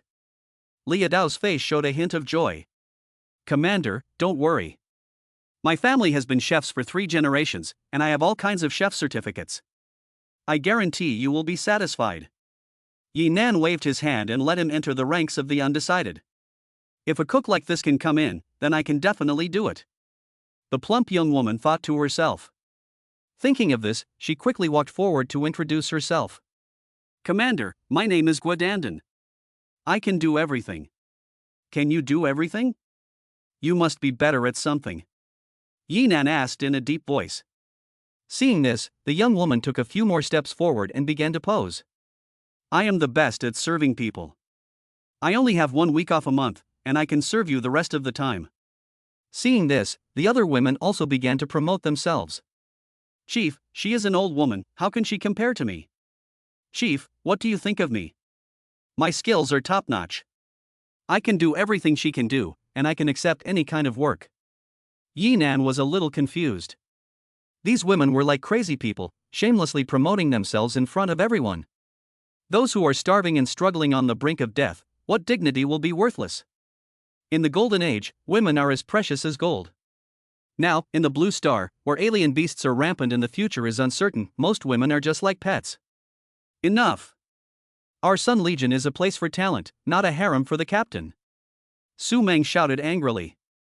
She didn't object to Yi Nan having other women, but these women were all trash. However, the women didn't pay any attention to Su Meng's words and still persisted. The young woman even said to Yi Nan, if you like it, my husband and I can serve you together. All stay away from me. Yi Nan took out a dagger and stabbed it into the armrest of the sofa. The women who came to bother him all backed away in fear. I tell you, the Sun Legion does not keep idle people. Those who want to get ahead by their looks, just give up this idea. Yi Nan said coldly, dispelling their thoughts. What kind of people does the captain recruit? Someone in the crowd asked. As long as you have combat experience or a skill, and are not afraid of death, you can join. Although this is the first level of screening, there are still several levels of selection before you can officially join the Sun Legion. Then, I am a doctor, is that okay? A middle-aged man wearing glasses and looking somewhat frail walked out of the crowd. Yes. Yi Nan nodded. Whether it is daily training or carrying out missions, injuries will occur. Having a doctor can ensure the safety of each member. It was late at night. Yi Nan took a shower and then lay down on the bed exhausted. Although he had been training with Meng Hong for 3 or 4 days and had been learning new things every day, he had never felt tired. But after only 5 or 6 hours of screening, he felt dizzy and lightheaded. What kind of people are these? I feel like my brain is not enough. Yi Nan complained to Su Meng. Su Meng also wrapped a towel around her shoulders and gently pinched his shoulders and smiled. You're already tired after just starting? There's still a lot of work to do for the army. Just get used to it. Maybe after a few rounds of selection and elimination, these people won't be such a headache. I hope so. Yi Nan stretched out his arms and reached out to hold Su Meng in his arms. Little Meng, you've accumulated a lot of inventory these days. I'm not helping you. You can go find someone else. Su Meng let out a soft groan, and a hint of a seductive blush swept across her face. Well, then I'll just have to use force. Yi Nan smiled seductively and rolled over to press her down. He quickly removed her towel and found that she had already put on a set of extremely seductive lingerie. She said she didn't want to help me, but she was a bad girl who said one thing but meant another. I'm going to punish you now. In the early morning, the stars are in the sky. Inside the Binjiang safety zone, a figure is shuttling back and forth between buildings. She is wearing a purple-black leotard, with her hair tied back in a neat ponytail, and her good figure is accentuated to the fullest. She looks like a ghost in the night, and her eyes reveal a murderous aura. The woman lands in a secluded alley. Just as she landed, she glanced back, thinking she had gotten rid of it. As she was about to continue walking, Yinan came out of the alley in front of her, squinting at her and saying, "Beauty, where are you going in such a hurry?" Chapter 70, Yinan's Interrogation. 10 minutes ago, Yinan was standing on the rooftop of the apartment. He was bathed in the starry sky of Blue Star, sensing the chi that Mahangwa had spoken of. Although he had gained very little on Earth, on Blue Star, this breath seemed very strong. While Su Meng was asleep, Yinan came alone to practice. At this moment, on the rooftop of the building across the street, a woman was sneaking around and looking in this direction. Yinan had just spotted her, and she had also spotted him.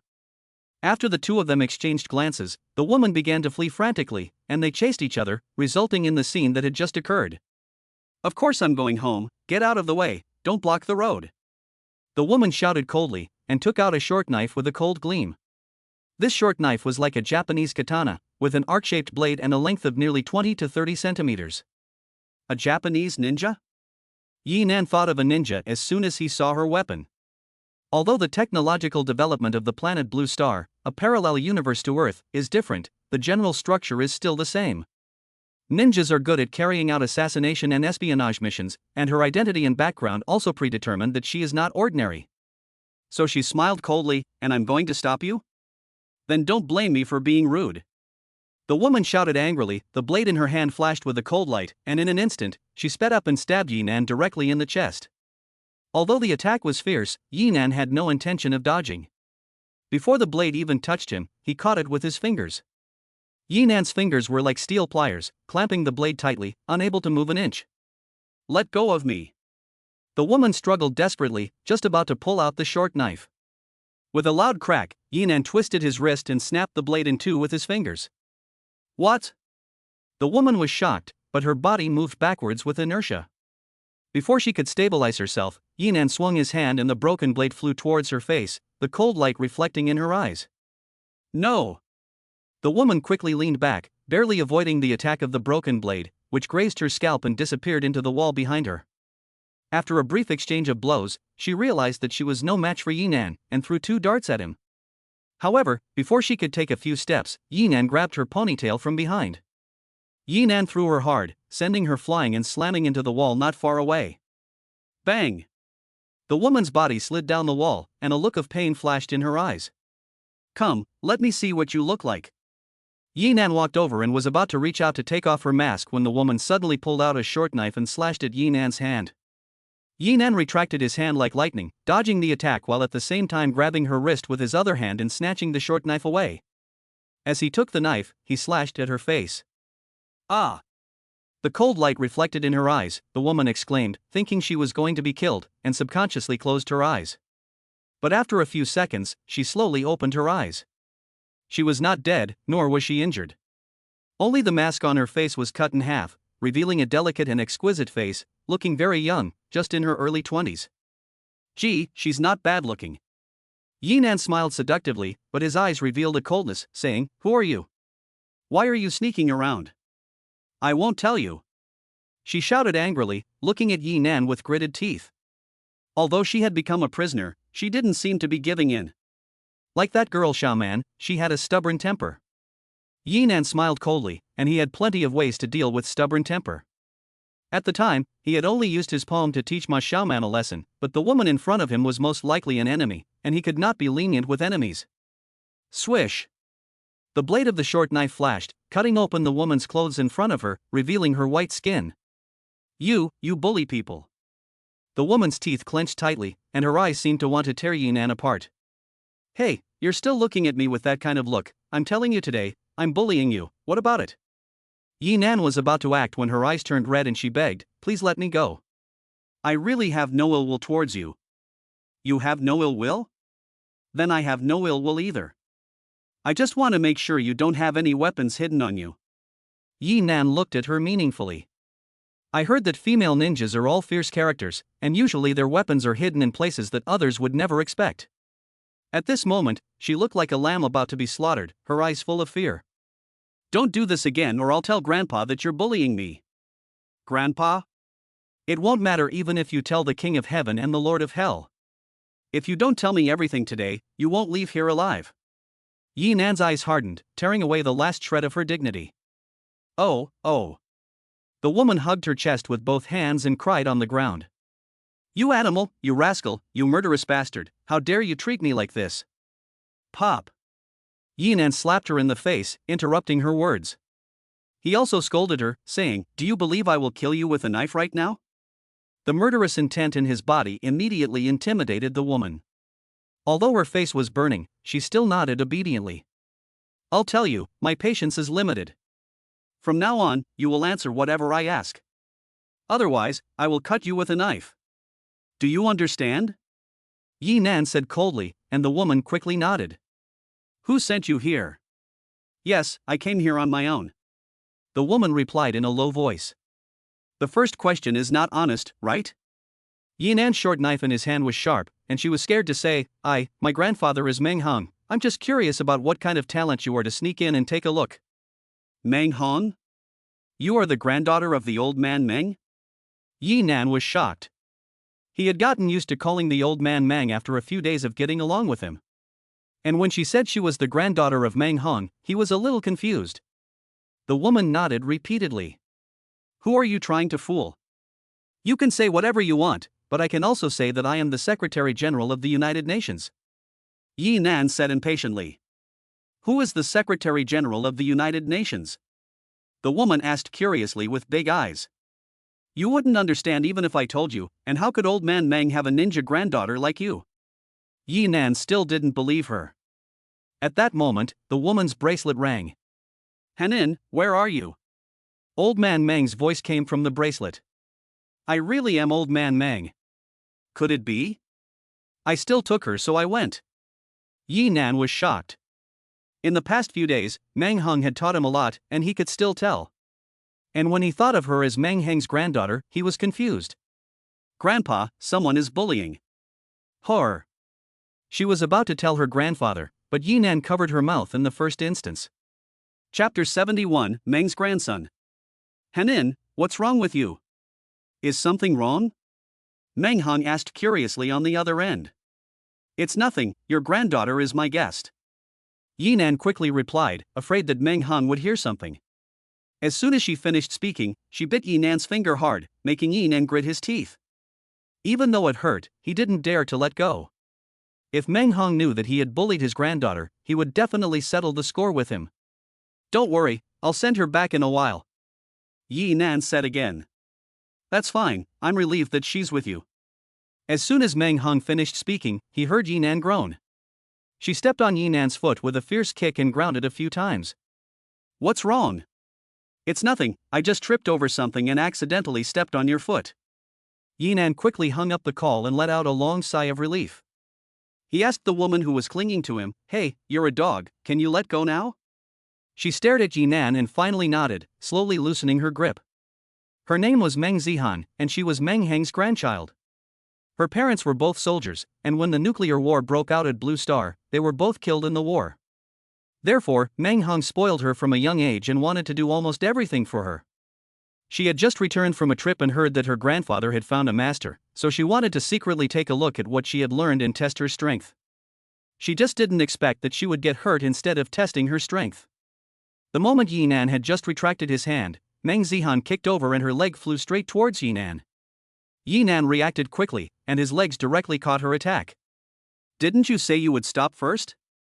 You're going to ruin me. Who told you to bully me? Meng Zihan shouted, and just as she was about to raise her hand to fight back, a pair of jade rabbits jumped out directly. I'm going, there's goods. Yi Nan's gaze immediately shifted, and it was much more majestic than he had expected. Ah! Meng Zihan screamed, quickly giving up her attack and protecting herself. You pervert, don't you dare look. Okay, I won't look, I won't look. Everything that just happened might have been a misunderstanding. Since the misunderstanding has been cleared up, we're even, right? Yi Nan chose to let things go. You made me like this, and you say it's a misunderstanding? I'm going to tell Grandpa about you and let him deal with you. Meng Zihan said angrily. Okay, go ahead, just go. Yi Nan stepped aside to make a path for her to leave, but a sly smile appeared on his face. Although there was no one around, once she went out, she would definitely meet someone. To be honest, Yi Nan didn't do it on purpose. His enemy was now the Gamma Legion. Meng Zihan was peeking around again, and Yi Nan completely thought she was a killer spy for the Gamma Legion, and never suspected that she was the granddaughter of the old man Meng. A cold wind blew past, and Meng Zihan felt a shiver run through her body. She looked at Yi Nan pitifully. "I'm so cold. Can you give me a piece of clothing to wear?" "I can give you clothes, but is the misunderstanding between us over?" Yi Nan is now fearless, and he has clothes to wear anyway. "Fine, I'm unlucky. As you say, we're even." Although Meng Zihan said this, she still gritted her teeth and wanted to pounce on the man and fight to the death. She had never been humiliated like this before. "That's right." Yi Nan took off his jacket first, and just as he was about to put it on her, he hesitated and asked, "You won't tell old man Meng, will you?" Of course, Meng Zihan would keep such a shameful thing a secret. Of course I won't tell anyone, and neither will you. If you dare to tell anyone, I'll." Before he finished speaking, Yi Nan covered her face with his jacket. "Don't worry, I'm not the type to blabber. Come with me." "Where are you taking me?" Meng Zihan was shivering with cold, and the jacket still retained Yi Nan's body heat, which made her feel particularly warm for a moment. She sniffed Yi Nan's breath on the jacket, and suddenly a blush swept across her face. Of course, it was to find a place to change clothes. "You can't send me home in this outfit." Yi Nan walked in front of her, and Meng Zihan hurriedly followed. Nearby apartment, large bedroom. "Didn't you say you were looking for a place to change clothes? Why did you bring me here to check in? There's a bed here. You don't want to be here." Meng Zihan took 2 steps back warily, telling you, "Don't mess around, be careful, my grandfather will send someone to catch you." Yi Nan took a step forward and knocked on her head. "No, you're a little girl, what kind of dirty thoughts are in your head? I brought you here to change clothes, of course, I can't change on the street." You didn't say anything when you tore my clothes." Meng Zihan muttered. "Wait for me." Yi Nan turned and left, and Meng Zihan made a face at his back. "I thought Grandpa had found a powerful person, but I didn't expect him to be such a bastard." After a while, Yi Nan returned with a few women's clothes. His belongings are stored in the left-hand compartment, a secret known only to him and Su Meng. He couldn't possibly take them out in front of her, so he had to make an excuse to go out. "Here, change into these. If they don't fit, just make do with them. They look quite nice." Meng Zihan took a look at the clothes. Women are always powerless against beautiful clothes. She said to Yi Nan, "Turn around, I want to change clothes." Okay. Yi Nan turned around, and behind him came the sound of clothes rustling. "Aren't you a Longwa person? Why are you learning the ninja's tricks? Grandpa saved a very powerful ninja a few years ago. In order to repay his kindness, he took me as his disciple and taught me a lot of skills." After Meng Zihan explained, she was also dressed. These clothes were all prepared for Su Meng. Although Su Meng's figure was a little taller than hers, it didn't seem too loose when worn. Meng Zihan is also very beautiful, and these clothes make her even more beautiful and charming. "Miss Meng, do you still need me to take you home?" "I don't need you to take me, I can walk by myself." Meng Zihan pouted and walked away, giving Yi Nan a fierce glare before leaving. It seems that I have offended a little hothead, but it seems more interesting to tame a little hothead. Yi Nan's mouth revealed a playful smile. Linhai City, Chen Family Villa. A true mansion is not as resplendent as a palace, but is simple and generous, making it look comfortable. In the living room of the villa, a tall man with a crew cut and wearing a black and white plaid suit was smoking a cigar. Although he was wearing a suit, it could not hide his strong muscles, as if he could burst the suit at any time. Zhao Kai, the son of the Zhao family. The Zhao and Chen families are both wealthy families in Linhai, and have been rivals for many years. But now that the Chen family has fallen, the Zhao family is ready to take advantage of the situation and swallow up the Chen family. Zhao Kai, in particular, has long admired Chen Rong and wants to force her to marry him. "Zhao Kai, what are you doing here?" Chen Rong walked down the stairs and glared at Zhao Kai. "Of course I'm here to see you. In a short while, you'll be my wife." Zhao Kai smiled slyly, and his greedy eyes darted around Chen Rong's body, as if he wanted to devour her alive. Chen Rong felt uncomfortable at this gaze, and shouted angrily, "Zhao Kai, you'd better give up this idea." "I won't give in to you." "Ha ha." Zhao Kai laughed instead of getting angry. He stood up slowly and walked to her. Wrong wrong, Zhao Kai was my old name. I have a new name now, called Yamamoto Kai. This name was not given to you by the Yamamoto Foundation, was it? Chen Rong sneered. For the sake of future benefits, not only did she give up her face and become a dog for the Yamamoto Foundation, but she even changed her surname. Although the Chen family took a fall this time, after all, the foundation of the Chen family is still there. A skinny camel is bigger than a horse. The Zhao family's desire to swallow the Chen family in one bite is also a delusion. However, the Zhao family has established a relationship with the Yamamoto Foundation in Japan and has received a steady stream of capital investment from the Yamamoto Foundation, which has the ability to eat the Chen family and force the Chen family to a dead end. The Yamamoto Foundation is one of the top 3 foundations in Japan. With its help, it is not difficult for the Zhao family to swallow the Chen family. Isn't the purpose of living for the future benefits? Does it matter what your surname is? Besides, Yamamoto Kai is just my new name. Zhao Kai took a puff of his cigar and said haughtily, besides, my Zhao family is now backed by the Yamamoto Foundation. Chapter 72, A Drunken Kiss. Besides, the stock prices of both Huanyun Technology and your family have plummeted. Don't you know? If you don't learn from your mistakes, you'd better submit to me, and I'll make sure you have a better life. Zhao Kai smiled slyly, and reached out to touch Chen Rong's face. Get your hands off me. Chen Rong slapped his hand away. Zhao Kai silently clenched his fists. Chen Rong, my patience has a limit. When my patience is gone, your family will really go bankrupt. Bankruptcy is none of your business. Get out. My family doesn't welcome you. Chen Rong shouted angrily, pointing to the door. Remember what you said today. Don't beg me to come back when the time comes. Zhao Kai said a harsh word and turned and walked out the door. Although Zhao Kai was driven away, Chen Rong sat on the sofa in a daze. Judging from the current situation, she didn't know how long the Chen family could hold out. At this moment, her phone rang, and it was Yinan calling. Yinan. Chen Rong looked at the incoming call on her phone, as if she had grabbed a straw. At the moment, she could only pin her hopes on Yinan. Sister Rong, where are you? My friend has already made the thing, and I want to give it to you. Really, really. Chen Rong listened to the good news he brought, and she was so excited that she trembled a little. Come to my house now, I'll send you the location. Okay. Yinan nodded and put away his phone. At this time, he was standing in front of the Ferrari 4S store, leaning against his new sports car. The sports car was his dream on Earth, and on Blue Star, he always wanted to own a super mecha. His dream on Earth had been fulfilled, so all that was left was to fulfill his dream on Blue Star. Let's go to Chen's house. Yinan patted his car and headed straight for Chen Rong's house. Boom! Yinan pressed the accelerator to the floor and sped down the wide road. The roar of the engine and the feeling of being pushed back made Yinan feel great. As he sped down the road, a Rolls-Royce came towards him. Zhao Kai was sitting in the car, depressed. The two of them passed each other perfectly, one leaving the Chen family and the other going to the Chen family. Fucking bitch, you ungrateful bitch, Zhao Kai, will make you kneel before me and beg for mercy. Zhao Kai took out his cell phone and dialed a number. Miss Atomic Bomb of Hiroshima, this is Yamamoto Kai. Master Kai, is there anything I can help you with? A languid and seductive female voice came from the phone. I want to acquire Huanyun Technology. Make the Chen family go bankrupt as soon as possible.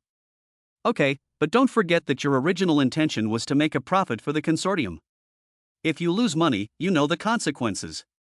The woman said indifferently. Don't worry, I'm confident. Zhao Kai's eyes revealed a sinister look. The Chen family villa is located at the intersection of the city and the suburbs, covering a large area, with a distance of 100 or 200 meters from the entrance to the villa. The villa courtyard is extremely large, with a huge garden full of all kinds of bright flowers and plants, exuding a strange aroma. In addition to these, there are also swimming pools and fountains. The courtyard alone is many times larger than Yinan's villa. The villa has 5 floors, huge floor-to-ceiling windows, and a well-designed architectural style that is simple and generous, and looks very imposing. This is the way of the rich and powerful. Yinan secretly sighed. Mr. Yi, this way please. The butler respectfully led Yinan to a living room in the villa. Chen Rong was wearing gold-rimmed glasses and a white shirt, and her figure-hugging jeans looked casual, but in fact they were carefully dressed. She was drinking coffee and reading the financial statements. A woman adorns herself for the pleasure of others. Shenrong had already paid a lot of attention to her appearance when meeting Yinan, even if she had been in a hurry and had not had time to do so. "You're here. Sit down." Shenrong put down the things in her hands and smiled and greeted Yinan. "Your house is so big that you can easily get lost if you're not careful." Yinan sat down next to her as if he were joking. After sitting down, a faint fragrance wafted into her nostrils. It was the fragrance exuding from Shenrong, and it felt good just to smell it. "Would you like something to drink?" "No, let's get down to business." Yinan took out a finely crafted robot from his backpack. "This is what you wanted. It has all the functions listed in the proposal." Shenrong couldn't wait to try it out, and sure enough, it worked just as Yinan had said. "Thank you so much." Shenrong excitedly hugged Yinan, holding him tightly. He not only saved Huanyun Technology, but also saved the Chen family. Shenrong was so excited that she lost her composure. "It's okay, you've helped me many times." Yinan gently stroked her long hair and comforted her.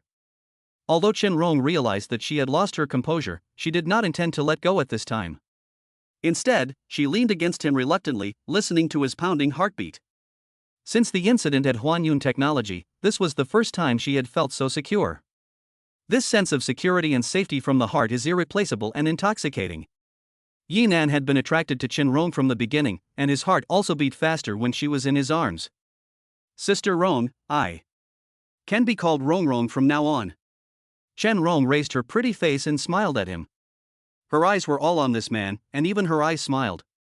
Yinan looked at her, and then, as if possessed, he lowered his head and kissed her lightly. "Oh." Shenrong first widened her eyes, then quickly became intoxicated by the kiss, and climbed onto his neck of her own accord. Her breathing became rapid. "What is pushing against me?" she asked breathlessly. "What do you think?" Yinan smiled seductively and threw her onto the sofa. At this moment, footsteps could be heard outside the living room door. "Someone is coming." The two of them were startled at the same time. Yinan was about to get up, but Shenrong hugged him and made a gesture to keep quiet. "Miss, you have a meeting in half an hour, don't forget." A secretary's voice came from outside the door, and she didn't come in. "I know, I'll be right there." Although Shenrong was knocked down by Yinan, she still answered calmly. The secretary outside the door also turned and left. "I was scared to death. I thought your parents were here, and it was almost tragic," Yinan said with a lingering fear. "What? Are you afraid of meeting my parents?" Shenrong's eyes flashed. "It's not that I'm afraid, but it's a bit hasty to meet in this way." Before Yinan could finish his sentence, Shenrong's hot lips came to him on their own initiative, and the fiery passion completely took Yinan by surprise. Rong, don't you have a meeting later?" "Who told you to provoke me?" "You have to take responsibility." Shenrong hugged his neck and said with a soft moan. "Then don't blame me for being rude." Yinan smiled seductively. He always had to satisfy the goddess's requests. Chapter 73, New Uses for Spatial Abilities. Shenrong was inexperienced, and under Yinan's provocation, she soon felt like she was about to melt. With a kiss, Shenrong looked at the man in front of her with a look of silk in her eyes. Although her passion was burning like fire, reason still prevailed at this time. "No, stop first, I still have a meeting." "It's too late to beg for mercy, don't you think it's too late?" Yinan smiled playfully, and Shenrong quickly took the opportunity to turn over and escape. She looked at Yinan with a flushed face, tidied up her messy clothes, and knew that she was bullying me and would ignore you. After that, she let out a soft moan and quickly ran back to her room to change her clothes and tidy up her makeup. Shenrong looked at herself in the mirror, touched her rosy cheeks with her cold little hand, and cooled herself down. "Shenrong, do you know what you just did?" "But it felt pretty good." Shenrong smiled sweetly and changed her clothes before leaving. "You used to drive me, but this time I'll drive you." Yinan smiled at her. "Okay." Shenrong carefully picked up the robot and got into the car with Yinan, heading straight for the headquarters of Huanyun Technology. The two agreed to keep this a secret, so that Huanyun Technology could make a big splash with its accumulated strength. "Let's go, bye." Shenrong smiled and waved to Yinan, then turned and walked into the company. Pop. Her butt was lightly slapped by Yinan, and her face turned red in an instant. She pouted and glared at Yinan. She hated it, and it would be bad if anyone saw it. Although she said that, she didn't really blame him. I'm leaving now. I'll be busy for a while, so I'll contact you when I have time. Chen Rong smiled knowingly on her face and walked quickly towards the company. Yinan looked at Chen Rong's graceful back and smiled with satisfaction. Not only would he get the shares this time, but he would also get the beauty. A winner in life is no different from this, except that the evil fire just now has not subsided. Go home and find Xiaoman. I haven't seen her for a few days. I don't know what the house looks like. Yinan started the sports car and drove straight home. Xiaoman, are you home? Although the house was clean and tidy, it was empty, and there was no trace of Ma Xiaoman. At first, Yinan thought she was playing hide-and-seek with him, or giving him a surprise like last time. So he went around the various floors of the villa, but still couldn't find her. This girl, she's not looking after the house, where is she? Yinan took out his mobile phone and called her. My grandmother fell a few days ago and I went back to see her. I called you a few times but no one answered, so I came back first. I will make it up to you when I get back. Ma Xiaoman's voice was full of apologies. Yinan was not unsympathetic. Anyway, he had not been at home much recently, so he could not be a bad guy. You bad guy, you can do whatever you want when the time comes. Although she can't be seen, Yinan can guess what her expression is like. Buy some gifts for the old lady for me, and I'll reimburse you when you get back. He. Thank you, master. Ma Xiaoman hung up the phone happily. Yinan threw the phone aside and sat alone on the sofa in the living room. Since buying this house, it was the first time he had been alone at home, and it was rare to enjoy this quiet moment. It's quite nice to be alone and quiet. Yinan leaned back on the soft sofa, looking at the lines on his left hand, and sensing its power. At the moment, its function was to allow him to travel back and forth between the blue star and the earth, and to have a space to store some items. However, Yinan always felt that it had other functions. He concentrated his mind and focused his attention. The lines on his left hand flashed with a faint light, and a palm-sized, translucent substance resembling glass appeared in front of him. What is it? Yinan curiously tapped it with his hand. It seemed very hard. I'll try how hard it is. Yinan's eyes darkened, and he walked to the kitchen and took a kitchen knife, slashing it down hard. Clang! A crisp sound of steel clashing rang out, and the blade of the kitchen knife immediately shattered under Yinan's swing. Looking at the glass, although a crack appeared on the surface, overall, there was no sign of damage. It was still floating there, not moving an inch. It was so hard. Yinan was delighted. At a critical moment, it could definitely block some of the attacks on him, and it should be able to block bullets at the very least. Moreover, Yinan noticed in the mirror next to him that it had no shadow at all, and only he could see its existence. Overjoyed, Yinan tried to move it again. He had to move it with his hands, and he could control its position with his spirit and thoughts. However, in his current state, he could only create a space barrier that blocked most of his body. Although it was not large, it was enough to serve as a shield for him. It was invisible, but it existed in reality. It could definitely win by surprise when encountering enemies. Its only drawback was that it consumed a lot of energy.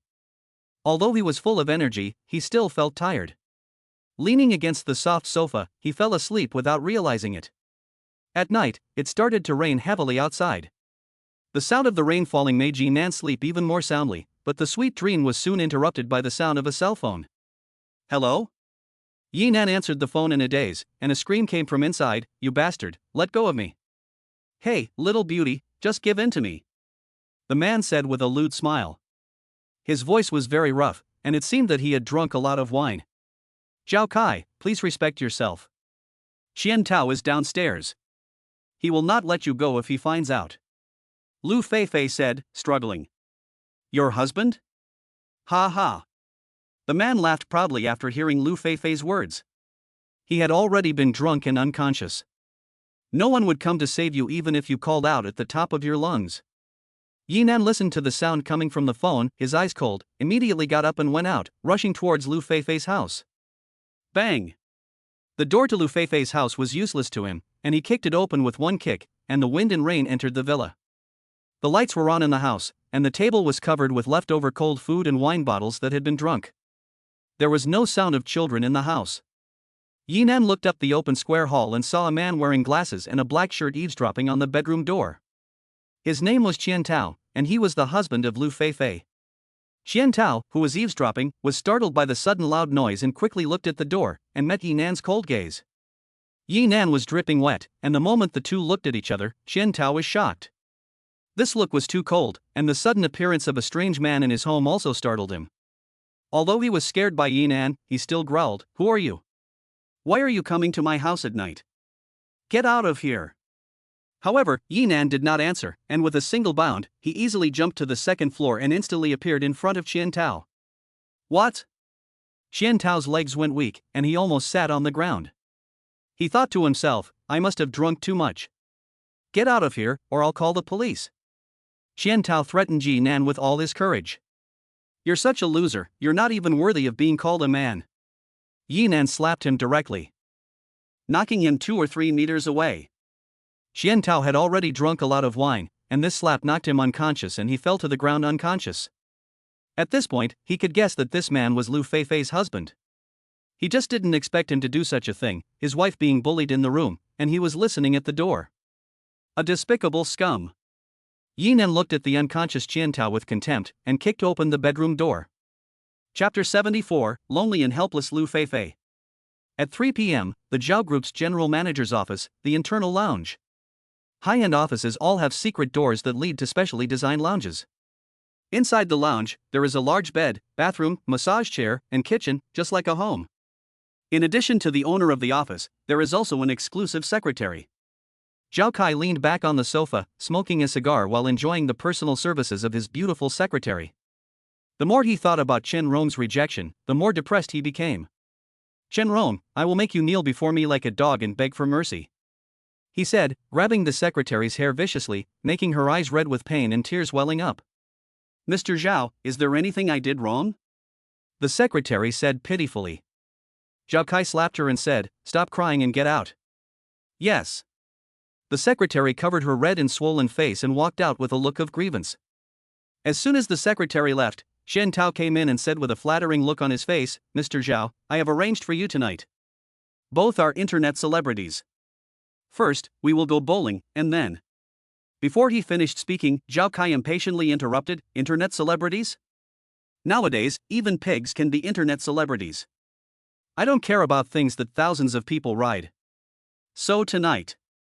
Xian Tao's face was a bit difficult, and when he didn't know what to do, Zhao Kai suddenly looked at him with a smile and said, "Xian Tao, I heard that you have a pretty little wife, is that true?" "Ah." Xian Tao nodded. "I remember seeing her at a dinner party more than half a year ago. She seemed to be a model, right?" Zhao Kai's question made Xian Tao uneasy. He had been Zhao Kai's lackey for a while and knew what the young master was up to. "It was, but it's not anymore," Xian Tao replied with a stiff face. "If you don't have anywhere to go tonight, let's go to your place for a quick dinner. You've been with me for almost 2 years, and I haven't been to your place yet." Zhao Kai exhaled a puff of smoke and said with a lewd smile, "Even the best land will be wasted after a long time. When the Zhao family absorbs the Chen family, I won't treat you badly." Xian Tao was delighted and quickly smiled and said, "I'll go arrange it right now and have her cook you some of her specialties." Xian Tao had arranged everything in advance, sending Luo Luo to her grandmother's house and the nanny on vacation, leaving only Lu Feifei at home. During the meal, Lu Feifei felt that Zhao Kai's eyes were not right, especially after drinking too much, and his language was getting more and more out of line. Zhao Kai originally planned to get Lu Feifei drunk, but Lu Feifei's tolerance for alcohol was very good and she simply couldn't get drunk. Lu Feifei also lied that she was not feeling well and wanted to go to her room to rest, but Zhao Kai followed her. She didn't want to bother Yi Nan, but out of desperation, she had to dial his number. Crack! Zhao Kai tore Lu Feifei's clothes open. Lu Feifei exclaimed, quickly covering her body, looking at Zhao Kai in horror, "Get out! Don't resist, it's useless to resist." Zhao Kai laughed lewdly and began to tear at Lu Feifei. In a panic, Lu Feifei slapped Zhao Kai in the face. This slap was not painful at all to Zhao Kai's strong body, but Zhao Kai was stunned, his eyes revealed a murderous look, and he slapped Lu Feifei hard. "Ah!" Lu Feifei exclaimed in surprise and stumbled onto the bed. "Bitch, you're lucky that I'm interested in you, and you dare to hit me? Your modeling circle is a mess, don't pretend to be a pure girl in front of me." Zhao Kai growled, and was about to forcefully rape her when the door flew out. Yi Nan stood at the door, expressionless, looking at Zhao Kai. When Lu Feifei saw Yi Nan coming, it was as if she had found her backbone in an instant. Although she was resisting him, her heart had already collapsed. Seeing this man come to save her, she wanted to cry and hold him in her arms and cry. At this moment, Zhao Kai's drunkenness also woke up in an instant. He pointed at Yi Nan and roared, "Who the hell are you? Dare to disturb my good things? Get out of here, or I'll beat you into a pulp." Although Zhao Kai was born into a wealthy family and was born with a diamond key, he has loved fighting since he was a child and has even founded his own fighting club. He is also a well-known figure in the fighting world.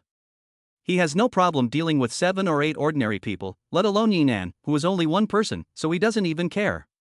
"Okay, I'd like to see how you beat me into a pulp." Yi Nan smiled coldly and walked towards Zhao Kai. Zhao Kai saw Yi Nan coming over to provoke him and let out a furious roar.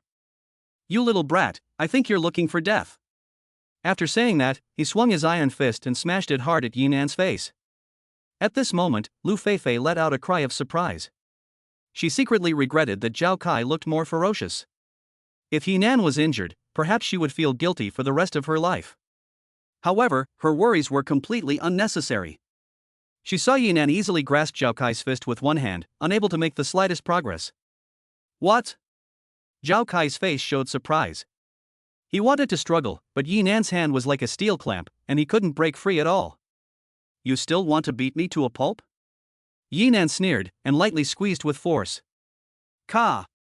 The joint made a crisp sound, and Zhao Kai felt that his hand was about to be crushed in half, and he let out a scream like a pig being slaughtered. "Rubbish!" Yi Nan punched Zhao Kai in the stomach, knocking him flying. Zhao Kai's tall body smashed the closet, and his body curled up like a shrimp. This was already the last of Yi Nan's moves, otherwise, with one punch, he could have beaten Zhao Kai into a pulp in the true sense of the word. "You dare to move me, do you know who I am?" Zhao Kai covered his stomach and growled with clenched teeth. "Whoever you are, today I'll teach you why flowers are so red." After saying that, Yi Nan was about to go forward when he was stopped by Lu Feifei. Forget it, don't fight." She knew Zhao Kai's identity, and if she injured Zhao Kai, she was afraid that she would cause Yi Nan a lot of trouble. Should this kind of scum be forgiven? Yi Nan was a little puzzled. Lu Feifei didn't answer, pointing at Zhao Kai and scolding, "Zhao Kai, don't you hurry up and get out of my house. Do you want me to call the police? Fine, I'll give in today." Zhao Kai got up and stumbled out the door. "Since you're fine, I'm relieved." Yi Nan was about to turn and leave when Lu Feifei hugged him from behind, and the soft touch came from his back. "Can you walk with me? But it's outside." Yi Nan looked out the window and was about to say it was raining, but the rain had slowly stopped. "Okay." Yi Nan replied, and she must have a lot to say. Lu Feifei changed her clothes, looked at Qian Tao before leaving, and then followed Yi Nan out of the house and headed straight for the beach. The air was fresh after the rain, but the clouds had not yet dispersed. The two sat on a bench in the seaside park. Although it was quiet and there was no one around, the only drawback was that it was a little cool. "Wear mine, your clothes are too thin." Yi Nan draped his clothes over her. "Thank you." Lu Feifei whispered a thank you, and her heart was also throbbing. She had originally thought of him as a pervert, but she never expected him to appear in time like a god to save her. "You must think I'm pathetic." "How could that be?" "Don't think about it," Yi Nan said softly to comfort her. "Then what is your relationship with Wenting?" Lu Feifei asked, looking sideways at Yi Nan. "She was my class monitor in college." Yi Nan replied casually, but Lu Feifei shook her head lightly. "It's impossible. Wan Ting looks at you differently from other people, and this is the first time I've seen her bring a boy here." "Really?" Yi Nan didn't expect her eyes to be so unique. "I was just guessing, don't take it seriously. By the way, that bastard bullied you so much, so you just let him go?" Yi Nan was very puzzled by Lu Feifei's actions, and she actually let Zhao Kai go so easily. "He is a Zhao, and I don't want you to get into trouble." Lu Feifei sighed, and although she was bullied, she could only swallow her anger. "Zhao family?" Yi Nan felt familiar, and it seemed to have been mentioned by Chen Rong. "Whoever it is, if my parents don't teach me, I should teach him a good lesson.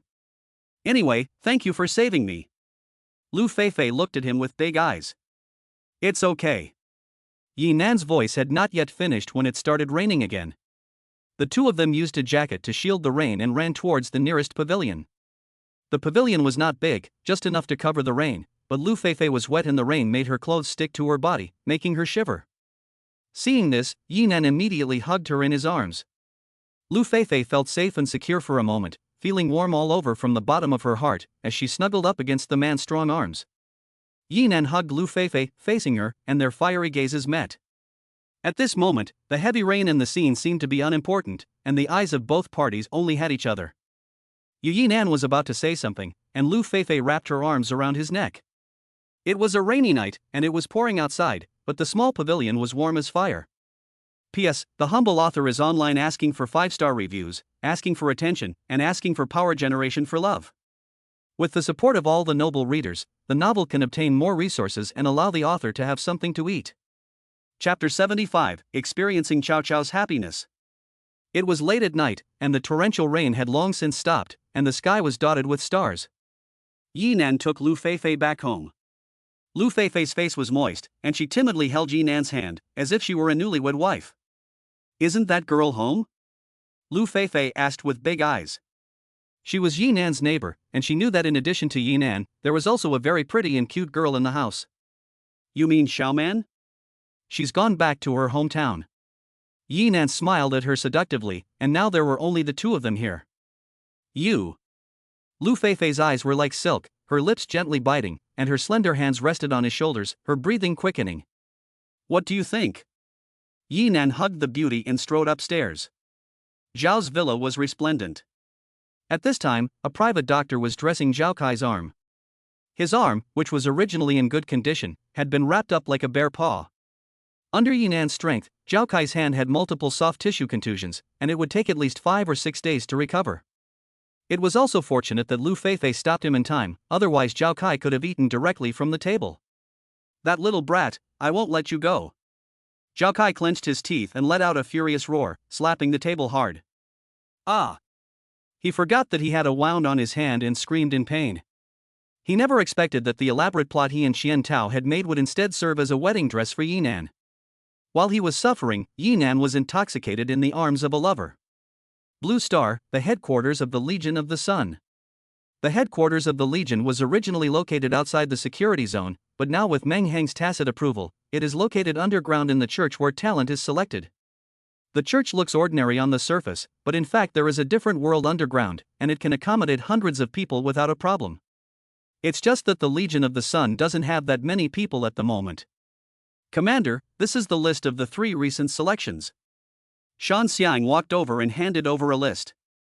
There are about 20 people on the list, all of them carefully selected elites. "I understand." Yinan nodded and handed the list to Su Meng. "Meng, take another look." "No need, I've already looked at it, just waiting for you to take a look." Su Meng smiled at him.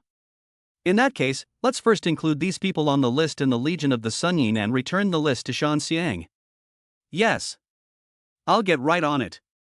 After receiving the order, the mountain ape immediately turned around and got to work. As soon as the mountain ape left, the bull ran over quickly. "Commander, there's a girl outside who wants to see you and says she knows you." "Knows me?" Yinan frowned.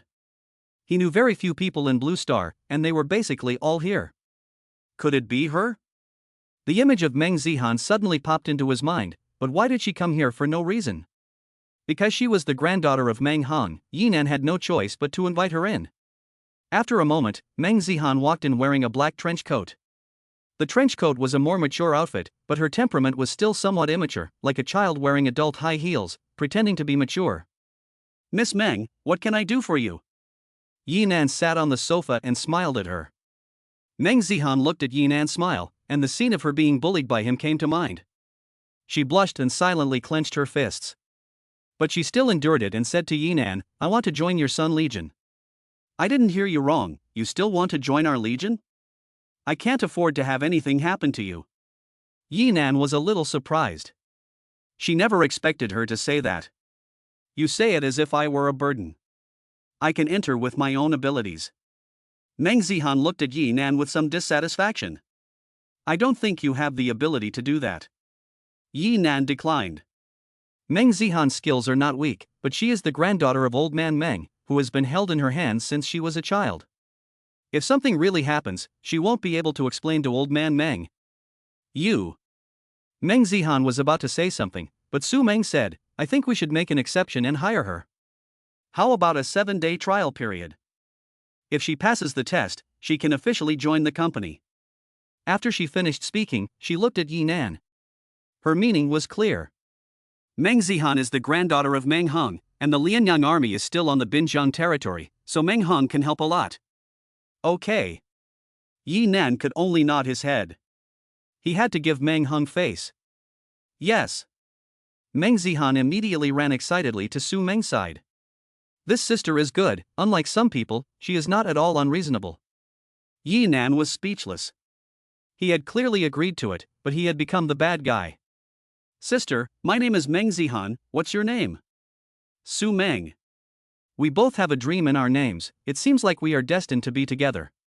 Meng Zihan was quirky, although she was a young lady, she didn't act like one. Su Meng smiled at her. The Legion of the Sun is full of men, and having her by Su Meng's side would be good company for her when she is not around. It's a win-win situation. After handling some internal affairs within the Legion, it was already dark. Yi Nan was driving away with Su Meng when Meng Zihan followed him. We are going home, why are you still following us? Yi Nan was a bit helpless. Since she agreed to join the Sun Legion, she has been by Su Meng's side. Of course I'm going home too. Meng Zihan smiled and said, I'm living next door to you now, and we'll be neighbors from now on. It's not too much to ask for a ride from a neighbor. Okay, get in. Su Meng smiled at her and opened the door. Sister Su Meng is so nice to me. Meng Zihan jumped into the car happily. Yi Nan sighed helplessly. This girl is like a dogskin plaster, and she can't get rid of it for a while. Boom! The car roared and rushed out at high speed. While the car was driving, Yi Nan suddenly sensed a dangerous atmosphere, and his eyes subconsciously looked at a building directly opposite. He saw a black muzzle pointing at him. It was a cyborg with a heavy sniper rifle. It was Yachi who had captured Su Meng last time, but he was almost crushed to pieces by the laser gun. The biggest advantage of cyborgs is that they can be quickly repaired through technological means. Although they are human, they are always a monster that is neither human nor ghostly. And cyborgs are not for everyone, a special physique is the main aspect. Goodbye, brat. Boom! Yachi's eyes narrowed and he suddenly pulled the trigger. A heavy bullet flew out of the muzzle, and as the muzzle spewed fire, the bullet instantly broke through the air. At the moment he fired, Yi Nan suddenly turned the steering wheel, and the car immediately turned around, directly crossing over, and a bullet pierced through the car's armor. Someone is sneaking up. Hold on tight. Yi Nan's eyes narrowed, and he slammed the accelerator to the floor. The engine roared and the car shot forward. If he were alone, he would have rushed out and killed the sniper. But now there were also Su Meng and Meng Zihan in the car, and he didn't dare to attack recklessly without knowing the opponent's strength. If he fell into the trap of luring the tiger away from the mountain, it would be bad. Damn it, he actually made a mistake. Yachi watched Yi Nan escape, clenched his teeth in anger, and rushed out with a sniper rifle, firing while jumping between the various high-rises, chasing after him. Just as Yi Nan was driving furiously, a huge black shadow suddenly fell from the intersection. The compartment of the huge van was even more enormous, and it slammed directly at them. If they were hit, the car and the people inside would be squashed instantly. Be careful! Su Meng exclaimed. Meng Zihan also widened his eyes and tightly grabbed Su Meng's arm. Squeak! Yi Nan slammed on the brakes and stopped with a drift, narrowly avoiding the falling compartment. Boom! The compartment slammed onto the road, causing the ground to tremble violently and spilling countless pieces of gravel. It was in the middle of the road, completely blocking the road ahead. Get out! Yi Nan opened the door and jumped out first, followed by Su Meng and the others. The sudden collapse of this large carriage was definitely not an accident, but human. Staying in the car would undoubtedly be waiting to die. Finally, I caught up with you. Yaki jumped from the opposite roof and fell from the sky, landing firmly on the ground. Chapter 76, The Gamma Legion's Revenge. Bang! Yachi was covered in steel, and the impact of falling from a great height was great. Run, you little rats, keep running. Yachi slowly stood up, scanning the three of them with his red mechanical eye, and then pausing on Yi Nan. Kid, you're the one who's going against our Gamma Corps, right? What a load of crap! Yi Nan also looked at the other person with a cold stare. How dare one person chase after the three of us? He was no stranger to cyborgs, but the current Archie was not on the same level as the original steel giant. The metal on this man's body was bright and his body was well proportioned. He looked like he was full of speed and explosive power. The previous steel giant was a pile of scrap metal in front of Archie. Although it looked complicated, he was confident that he could crush him. He just didn't know how many people were lurking around, and that sentence was also a test of the opponent's strength. I am enough. Dare to oppose our Gamma Core, there is only one outcome, that is death. Yachi shouted angrily. He was almost killed by Su Meng's shot and has always been resentful. He came to take revenge as soon as he had repaired his body. Although he had no grudges with Yinan led a 4-person team to take down the laboratory and killed Black Widow, which was a disgrace to the Gamma Core. This humiliation must be washed away by Yinan's life. After saying this, he raised his left hand and extended a muzzle, firing at Yinan without saying a word. Although Yinan could use the space barrier to defend, it was still too early to use it now. Da-da! The dense bullets passed by Yinan's side. While he was flying between the bullets, the alloy blade instantly entered his hand and slashed at Yachi's head. What? Yachi looked at the blade coming at him, his eyes suddenly widened in surprise. He didn't expect Yinan to be so fast, and to be able to maneuver so easily under his own firepower. At the same time as he was surprised, a metal blade immediately popped out of his right arm, blocking Yinan's attack. Clang! A crisp sound of steel clashing rang out, sparks flew, and the immense force made him stagger back 5 or 6 steps before stopping. Just as he had regained his balance, a shadow of a blade flashed past him. Meng Zihan appeared behind him like a ghost, stabbing him in the back. The blade pierced his clothes and was blocked by his iron body, causing sparks to fly. This guy is even made of iron. While Meng Zihan was surprised, Yachi's alloy battle knife came back at him. Clang! After blocking the attack of the battle knife, Meng Zihan retreated. She is good at attacking from behind, but there is still a certain gap in strength with her opponent. Although she blocked the attack, her arm was numb from the shock. She picked the soft one to squeeze, and Yachi roared and chased Meng Zihan. At this moment, the wind whistled in his ear, and Su Meng swept her foot forward, kicking him hard in the face. Bang! Yachi's body immediately flew backwards, sliding a long distance, and just landed at Yinan's feet. Today, I have to remove a few more parts from you. Yinan's eyes turned cold, and he exerted all his strength, slashing his left shoulder with a fierce knife. Although Yaji was made of steel, under the blessing of Yinan's terrifying power and alloy blade, his left arm was chopped off. The advantage of a mechanical body is that it has no nerves and no sense of pain. Even if it is different, he is afraid in his heart, and he cries out, "Lord Shadow, save me." Let you scream. Yinan kicked him in the body, kicking the pile of scrap metal flying out, crashing heavily on the wall. The wall was deeply indented and struck, and Yachi was embedded in the wall, with all the parts on his body scattered and his face showing extreme pain. Just as he kicked Yachi flying, a shadow suddenly appeared behind Yinan. Swish! A cold light shone through the shadow, directly stabbing at his back. The attack was silent, without any warning, as if it had suddenly appeared out of thin air. What? Yinan was shocked, and at the same time he turned around and blocked the attack with a knife. It missed the target, and the shadow immediately retreated and returned to the dark alley not far away. Who? Yinan looked in the direction of the dark alley. He saw a man in black, his whole body covered in a black robe, slowly walking out. No wonder he dared to oppose our army. It seems that he is still quite capable. His voice was cold, as if it came from the underworld, and his eyes were also cold and sinister under his black robe. The reason he didn't attack at the first opportunity was that he wanted to let Yachi test Yinan's strength. Are you the shadow? Yinan looked at him coldly. Although they were meeting for the first time, Yinan was not unfamiliar with him, and knew that this person in front of him might be the strongest enemy he had encountered so far. Last time I wasn't there, so you took advantage of the situation. Today, I'm not only taking Su Meng away, but also sending you to the west. The shadow coldly shouted. I'm sorry, but you may not achieve either of these two goals today. Yinan narrowed his eyes, slowly tightened the alloy blade in his hand, and entered a state of true combat. When masters fight, victory is often decided in an instant. Since you want to die, then I will grant your wish. The shadow's figure flashed, and a dozen shadows appeared around him. Each one of them turned into a black afterimage and rushed towards Yinan. Under the wide black robe of the afterimage, a sharp blade was revealed. At the moment Yinan was surrounded by the cold light, the alloy blade in his hand flashed with a sharp edge, and he roared, "I guess this is it, right?" As the roar fell, the blade pierced through several shadows and accurately slashed at one of them. What? The shadow was shocked. He didn't expect Yi Nan to find his existence so accurately. Clang!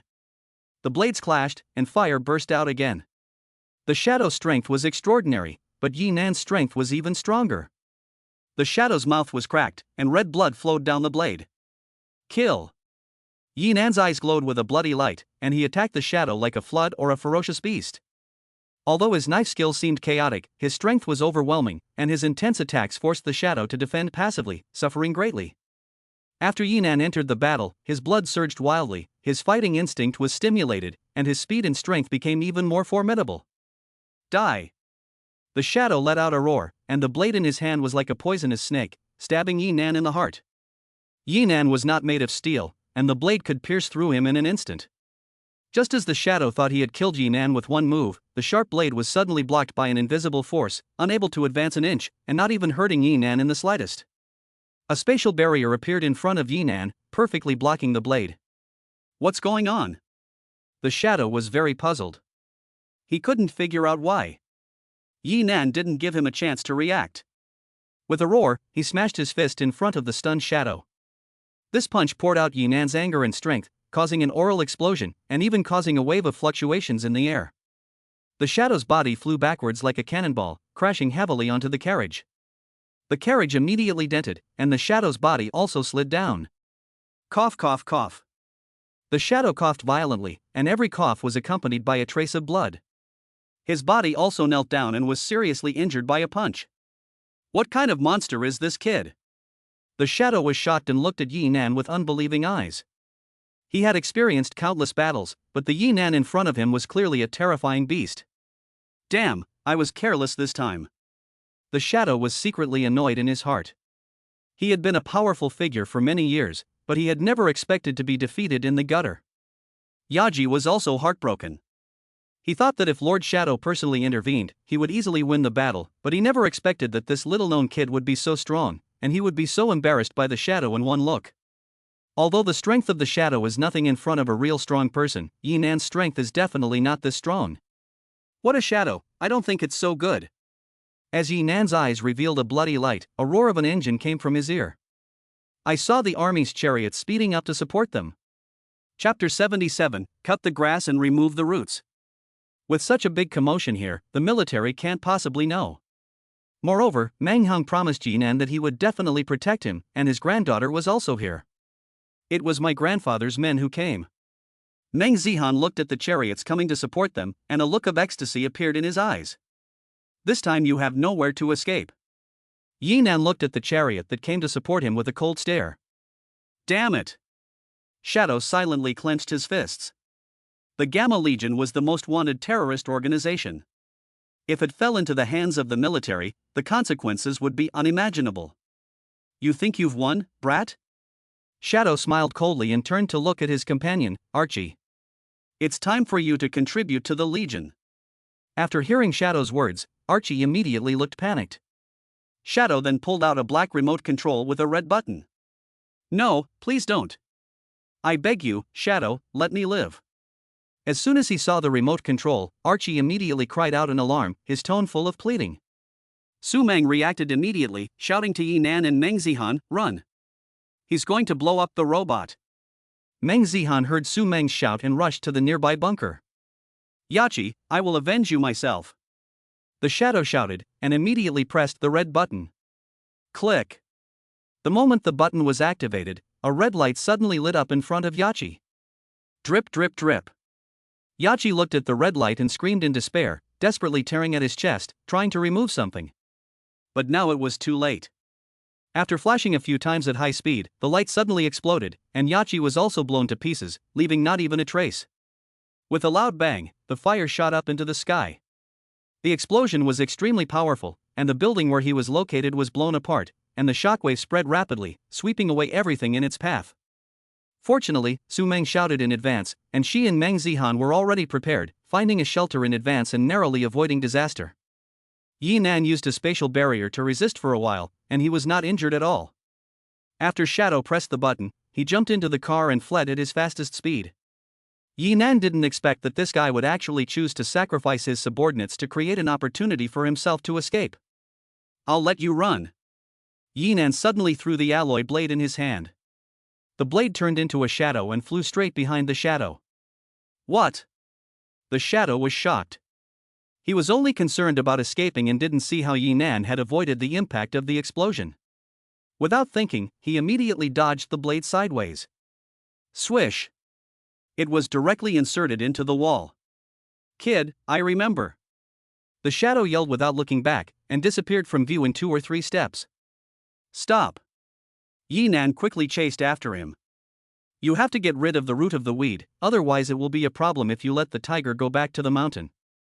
Besides, Meng's men have already arrived, so he has no worries." Yi Nan and the shadow chased each other back and forth, shuttling between the high-rises. Although the shadow was injured, he still gritted his teeth and insisted on running as hard as he could. He knew that if he stopped, he would die. However, no matter how he ran, he couldn't shake off Yi Nan behind him. He even had the illusion that Yi Nan was teasing him like a cat playing with a mouse. "Have you run enough? If not, I'll give you a speed boost." Yi Nan's voice came from behind. "Kid, don't get cocky." Your shadow turned around and looked back, and was instantly stunned. Yi Nan was holding a bazooka and aimed at him, and without hesitation, he pulled the trigger. "What?" The shadow looked at the rocket flying towards him, and was instantly scared out of his wits, and awkwardly rolled over to avoid it. Boom! The rocket exploded, and the blast sent the shadow flying, and he fell awkwardly in the snow. He had already been seriously injured by Yi Nan's punch, and the explosion only made his injuries worse. He vomited blood again. Where did he get a rocket launcher? Shadow was in great pain, and just as he was about to get up, Yi Nan came up to him with a pistol, pointing it at his forehead. "Run! I finally caught you." Shadow dared not move, staring at Yi Nan coldly. "Kid, do you know what happens to those who oppose the Gamma Legion?" "I'm sick of hearing that." Yi Nan's eyes hardened, and he said, "Be a good person in your next life." "Wait." Shadow was about to say something, but Yi Nan pulled the trigger without hesitation. Bang! A bullet pierced his head, and the blood stained the white snow. Plop! The shadow's body fell to the cold ground, losing all signs of life. "You're wearing a torn sheet to pretend to be mysterious, but I want to see what's underneath your clothes." With that, he grabbed the shadow's black robe and tore it off. As the large black robe was ripped off, a person with severe burns on his face, unrecognizable, was revealed. Due to the severity of the burns, the flesh and facial features on his face were all distorted, making it impossible to see what he originally looked like. At this moment, his eyes were wide open, staring at the sky with a look of unwillingness, as if he had never thought that he would die at Yi Nan's hands. Gamma Core, this is just the beginning. Yi Nan glanced coldly at the corpse, his eyes revealing murderous intent. There was no need to be merciful to the enemy. After saying this, he turned and left, taking out a Molotov cocktail from the storage space and throwing it behind him. The Molotov cocktail fell next to the corpse and shattered into pieces. The blazing flames instantly engulfed the corpse, leaving only a ball of ash. Yi Nan returned to his apartment in the safe zone. This time, he had successfully thwarted the assassination attempt by the Gamma Corps, which was a great achievement for him. At least he had gained a lot of practical experience. At the dining table, Su Meng and Yi Nan were sitting together eating a meal of 4 dishes and a soup. The dishes were stir-fried green peppers and meat, beef brisket with tomatoes, mapo tofu, spicy chicken, and seaweed and egg soup. On Earth, these are completely ordinary foods, but on the Blue Star, only Yi Nan's family can eat them. Even Meng Hong, the commander of the Binjiang military base, rarely has such good food. Although the Gamma Corps failed in their assassination attempt this time, they will definitely not let it go. I'm afraid you will also be a target for the Gamma Corps to eliminate in the future. Su Meng's eyebrows furrowed slightly. She knew that Yi Nan's reason for becoming an enemy of the Gamma Corps was entirely for her own sake. Haven't I always been? Yi Nan said nonchalantly, I don't care who he is, I'll kill whoever comes. He now had a strong confidence in his own strength. If he really couldn't beat them, he could still run. Don't be too proud, it's always good to be careful. Su Meng gave him a mouthful of food, as if she were reminding her husband. I know, even if it's not for anyone else, I have to think about you. If you have a baby, we'll be a family of 3. Yi Nan smiled. You wish. Who would want to give birth to your baby?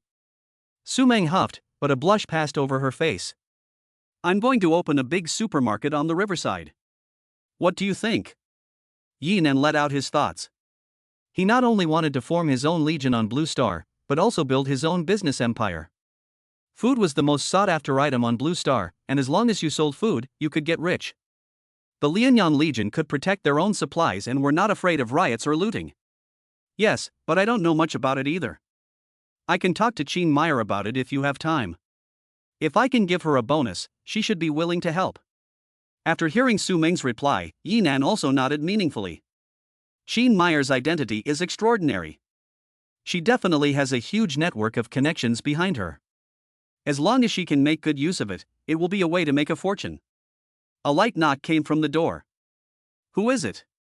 Su Meng was like a startled bird, immediately alert. Don't worry, it's not the Gamma Corps. How could they be so polite to knock? Yi Nan stood up slowly. Do you believe it or not, it's definitely our neighbor, he said, and walked over to open the door. As soon as the door opened, Meng Zihan slipped in. She looked at the dishes on the table and her eyes widened.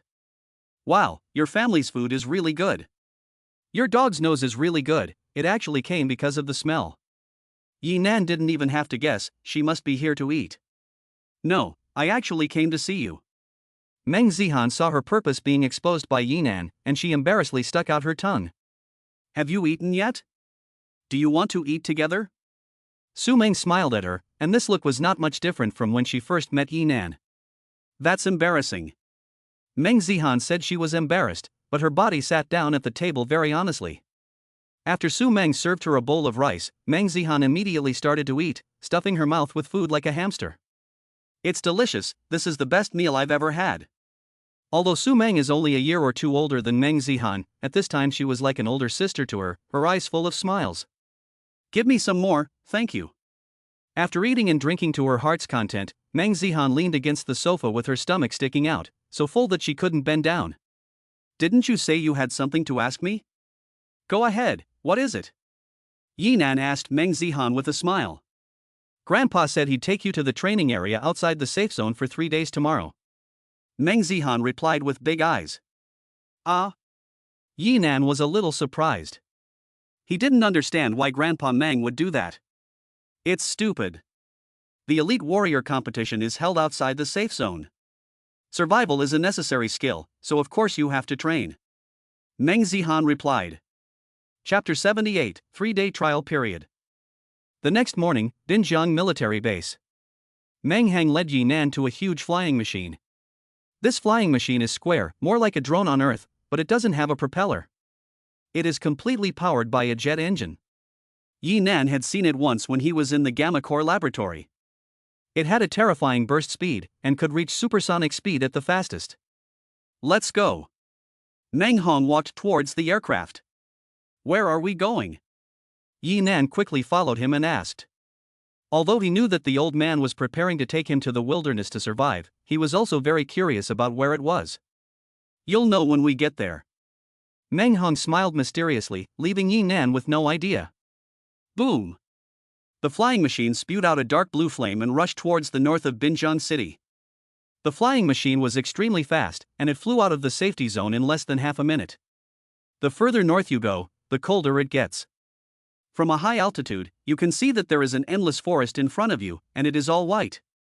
The scenery is beautiful. Except for the safety zone, every area is full of danger, and the Blue Star people have also divided each area into corresponding danger levels. From the lowest level of E to the highest level of S, the danger level is also based on the level of the alien beasts in the area. Level E is basically not too dangerous, but level S is potentially lethal. The danger level is not absolute, just as the safety zone is not absolutely safe. It is possible that there is an S-class alien beast hiding in an E-class area, so the danger level is only relative, not absolute. Generally speaking, the farther away from the safe zone, the higher the danger level. Areas below C are relatively safe, such as the ruins around the riverside, which are areas of D and E. In such areas, ordinary tanks and fighter jets can pass through. Once you reach a dangerous area above B, you need to bypass it unless you are on a special mission, otherwise you may be killed by powerful aliens at any time. The aircraft in which Lin Yi was flying was above a dense forest. He looked out the window at the scenery, and a look of surprise came into his eyes. He had almost never seen such a sight on Earth. He had always lived in a city with tall buildings, and he was very eager to see this kind of natural scenery in the wild. Before they knew it, they had also arrived above the B-level area. See that ice lake? Meng Hong looked at a huge lake in the distance. The lake was like a huge, smooth mirror, and it was located next to an abandoned town. Yi Nan nodded. You will live there for 3 days without any supplies. Every competition is held in the B-level security zone, and survival in the wild is also a top priority. Only by surviving can you do it, so I plan to test you. Meng Hong continued to smile, and during these 3 days you can do whatever you want, as long as you can survive for 3 days. It is also a skill to survive until the end. After Yinan heard what he said, his mouth slightly raised, and he thought to himself, since that is the case, I just need to be a peace of mind as the sixth one. Although Meng Hong did not give him supplies, he had supplies from another dimension, so he had everything he needed. Even if there was danger, he could leave at any time and go back to his villa on Earth to sleep. I believe you can do it. I will pick you up on time after 3 days. Meng Hong threw a backpack to Yinan. Yinan opened it and saw that it was full of simple tools and a red remote control. What is this? Yinan asked, picking up the remote control. It's an emergency call device. As long as you use it, I'll come to pick you up as soon as possible. Meng Hong smiled indifferently, but I believe you won't need it. As he spoke, the flying machine stopped on the snow-covered ground next to the town, and Yinan walked down with his backpack. Good luck. I'll pick you up here in 3 days. Meng Hong's voice came from the flying machine. He waved to Yinan and then left at high speed, disappearing into the distance in an instant. Yinan stood alone at the edge of the abandoned town, looking at the lake not far away and the white everything around him. The town was very quiet, like a sleeping baby lying on the ground. Although there was no movement except for the wind, he knew very well that this was a B-level area and danger could occur at any time. The scenery was nice, but it was a bit cold.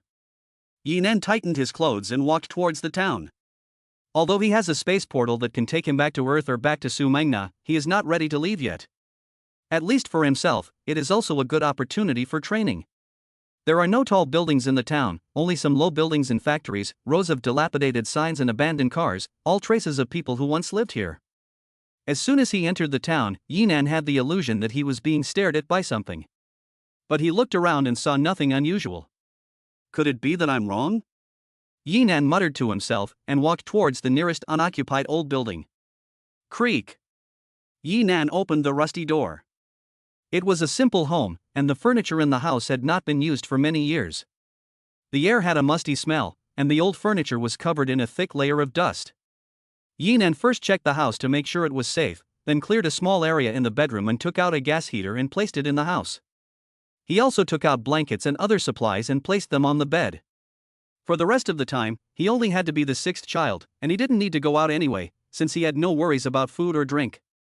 The stove was lit, and the temperature in the room quickly rose to over 20 degrees. Yinan lay comfortably on the blanket. Although it was extremely comfortable, he was a bit bored being alone, and muttered to himself, forget it, I'd better go back to Earth. It's no fun being alone. Blink. The lines on his left hand flashed and disappeared into a light spot. When it reappeared, he was already at home. The cold wind was howling 1 second, and the next second, the sun was shining brightly. Ding dong. The doorbell rang, and Lu Feifei appeared, wearing light makeup, a sexy sports vest, and gray-white yoga pants. She was holding a lunchbox and standing at her front door. I made some nourishing soup for you to try. You weren't home the first 2 times, so I thought you weren't here this time. Lu Feifei smiled gently, as gentle and considerate as a wife. Come in. Yinan warmly welcomed her into the house. P.S. The humble author begs for 5-star reviews, thank you all, ors. Chapter 79, S-Class Alien Beast. Yinan opened the lid of the lunchbox, and a delicious aroma wafted out. The soup was golden and translucent, and there was a layer of golden oil floating on top, which made it look appetizing. Yinan took a sip, and the taste was delicious, absolutely impeccable. Is it good? Lu Feifei looked at Yinan with anticipation. The soup was something she had carefully made for a long time, and it had also taken a lot of effort.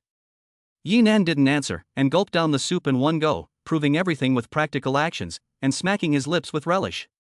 There's a lot more at home, I'll go get you some more. Lu Feifei was very happy to see him drink it all down. She turned around and ran straight back home. Her house was next door anyway, so it was very convenient to go back and forth. This time she brought the soup pot directly, and Yi Nan was also unable to refuse her hospitality. In addition, the soup was really delicious, and he drank 3 bowls of hot nourishing soup in a row, and the soup pot was completely empty. After drinking, Yi Nan felt hot all over, as if he was full of strength. What is it made of? It tastes so good. It's just a regular nourishing soup, with old hen, ginseng, jujubes, wolfberries, a little horny goatweed, and willow leaves. The more she talked, the redder her face became, and the softer her voice got. Everything in it is a great tonic, and the ingredients are all top-notch. Before she finished talking, Yi Nan felt a hot sensation under his nose, and when he wiped it away, he discovered that he had a nosebleed. He was already full of energy, and after finishing the soup in one gulp, he felt a burst of energy, and immediately got up and ran to the bathroom. Yi Nan took off his shirt, revealing his solid muscles. Although he washed his face with cold water, he still felt hot and uncomfortable, and his mouth was dry. How much good stuff is in this? Yi Nan looked at himself in the mirror and muttered to himself. Are you okay? Lu Feifei timidly came to the door and looked at Yi Nan's muscular body, and her heart skipped a beat again. Although she had already had a relationship with Yi Nan, seeing the body of a mature man still made her face flush. She recalled what happened that night in her mind, and she also experienced a joy she had never had before. I'm sorry, I didn't know this tonic. Before she finished speaking, she exclaimed and was directly pulled into Yi Nan's arms, her weak body leaning against his strong chest. Perceiving Yi Nan's strong heartbeat and hot breath, she once again felt like she was about to melt. Since you gave me a big boost, aren't you also responsible for the end? Yi Nan stared at Lu Feifei's entranced eyes and smiled seductively. Lu Feifei lightly bit her lips, her arms like jade vines climbing over him, her jade fingers gently stroking his body, and she whispered in his ear, "Today I am yours." This sentence was the greatest encouragement for Yi Nan. His restless emotions seemed to have found a place to vent. That night, the sky was full of stars. On the rooftop of the villa, Yi Nan and Lu Feifei sat in wicker chairs drinking beer, bathed in the bright moonlight, and blowing in the warm evening breeze. During the time she spent with him, Lu Feifei always had a smile on her face, and her eyes were full of him. Oh, right, your family. Yi Nan looked at her and, although he didn't know if he should ask her some questions, he asked them anyway. I've already divorced Qian Tao. Lu Feifei seemed to have a sense of relief. She had already had this idea, but she had never done it. She quickly explained to Yi Nan, "Don't worry, I'm not divorcing you, and I won't cling to you." She divorced because she was disheartened. She could tolerate her husband's domestic violence, but this incident made her completely cold. Lu Feifei grew up in a well-off family, and her parents were also in business, so she had the means to choose a career of her own. She became a professional model before she even graduated from university. Her unparalleled natural talent quickly made her famous in the modeling world. She thought her beautiful life had just begun, but the family business suddenly took a nosedive, and they were left with a huge, unpayable debt. Her parents and elders had no choice but to marry Lu Feifei to Qian Tao, so that the family business could continue. When they first got married, Qian Tao was still quite nice to her, but after less than 2 months, he became impotent due to a car accident, and his personality became irritable and gloomy. At first, Lu Feifei was very sympathetic to Qian Tao, but as time went on, he became more and more aggressive. Your family doesn't know anything about what he does to you? Yi Nan asked Lu Feifei. I severed all ties with my family the day I got married. Lu Feifei's eyes were firm and she finished the beer in her hand. She had no regrets about breaking off contact with her family, and she was already disillusioned with them. She would rather starve and freeze to death on the streets than contact them. The main reason for her reluctance to divorce was her daughter, and Qian Tao had always used her daughter to threaten her. After this incident, Lu Feifei made her final decision. She had been too accommodating, and all she had gotten in return was hurt. She didn't want her daughter to grow up in this environment. Today, Qian Tao, that animal, could betray her, and maybe one day he could betray her daughter. Qian Tao also knew that he was in the wrong, so he didn't dare to make a big deal out of it. If it got out, everyone would know that he was an animal, and he would never be able to live as a human being again. Therefore, he could only promise to divorce Lu Feifei, leave her a villa and 2 million in savings, and give her the child to raise. This was also a blessing in disguise. Yi Nan smiled indifferently. Yes, thanks to you. Lu Feifei leaned on his shoulder. Everything was possible because of this man, and her life took a turn. In the future, she will still be Yi Nan's neighbor, and she will also return to work. The future is full of hope. Yi Nan has also changed his opinion of her. A woman is weak by nature, but she is strong as a mother. All the forbearance she did before was for her daughter. In the future, she will live for herself. It's getting late, I have to go home. Auntie Lu can take care of Lulu, but I have to put her to sleep. Lu Feifei smiled at Yi Nan and slowly returned home. Yi Nan looked up at the starry sky, yawned lazily, and then slowly raised his left hand, not knowing which one of the countless stars was the blue star. Blue Star, the town of extreme cold. Swish! Yi Nan returned from the earth on the last day of the 3-day appointment. Nothing had changed in the cold hut, and his things were still there. The 3-day test was not difficult for him, as long as he could last until the end. But not long after he returned, there was a loud bang, the earth shook violently, and Yi Nan's hut felt a distinct tremor. What was that sound? Could it be a high-level alien beast? Yi Nan's heart sank. The last time he felt this tremor was when the giant wind-breaking bat attacked the city. This time, the tremor was even stronger, and even the bedroom window was shattered. Clattering. Yi Nan looked at the broken glass, and a hint of foreboding appeared in his eyes. He immediately lowered his body and looked out the window in the direction of the sound. The sound came from the lake, which was like a mirror. At this time, the ice surface was full of cracks. Boom! There was another loud noise, and the earth trembled again. The cracks on the ice surface expanded and slightly bulged, as if something was about to burst out. The bulge was 200 or 300 meters across, and Yi Nan couldn't help but stare in amazement at such a huge area. If you could see from the god's perspective directly above the ice, you could clearly see a huge black shadow about 70 or 80 meters long walking under the ice, constantly crashing into the ice. What was under the ice? Yi Nan held his breath and stared intently. Boom! After the third impact on the ice surface, the black shadow directly broke the ice surface, and the rising ice mixed with the cold lake water and went madly around. Then a huge black, scaly beast crawled out from under the ice lake. Its eyes were completely red, revealing a bloodthirsty glow, and its huge claws were extremely sharp, easily tearing apart the building in one go. The wind-breaking giant bat was already the strongest monster Yi Nan had ever seen, but in front of it, the wind-breaking giant bat was completely inferior. If it had attacked Binjiang, the entire safe zone would have ceased to exist. Roar! After the giant beast climbed out of the ice, it let out a furious roar, spreading its terrifying airwaves and pressure around the ice lake. The trees trembled violently, and all the snow was shaken off. The airwaves spread to the town, and while the wind blew, all the glass shattered. Yi Nan clung to the wall, not daring to breathe, and looked at it quietly through the gap. The entire town, as well as the monsters near the ice lake, all trembled, not daring to make a sound. Swish! After the giant beast completely climbed out of the ice, its back wings spread out, and it reached a terrifying 100 meters with its wings spread. The wings on its back flapped violently, and it flew into the clouds and disappeared. It flew? Yi Nan peeked out from his hiding place. He had already lost sight of it, and only a huge hole remained in the ice lake. It must be at least an S-class monster. It can fly and live in water. Is this monster invincible? Yi Nan muttered to himself. Although this was a B-class area, the danger level had soared instantly after the appearance of this monster. He had originally wanted to go out and wait for the old man to come and pick him up, but now, he thought it would be better to stay put. Drip drip drip. Yi Nan's bracelet began to buzz. Outside the safety zone, the signal from the bracelet would be affected by radiation, and the radiation carried by particularly powerful monsters could even affect the strength of the signal. Hello? Old man Meng, when will you come and pick me up? Yi Nan asked immediately. Zizizi.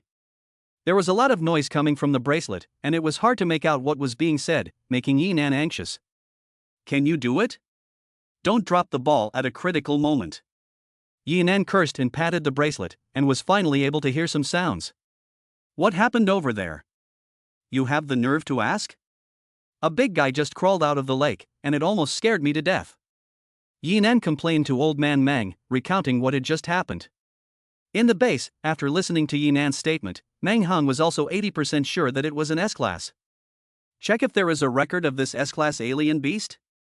Meng Hung ordered the deputy officer by beside him. Yes. Deputy Officer Bai replied, and quickly operated on the computer. From the data currently known, there is no record of it. On Blue Star, many alien beasts above the S-class are recorded, and they also have their own territories, and they are very territorial.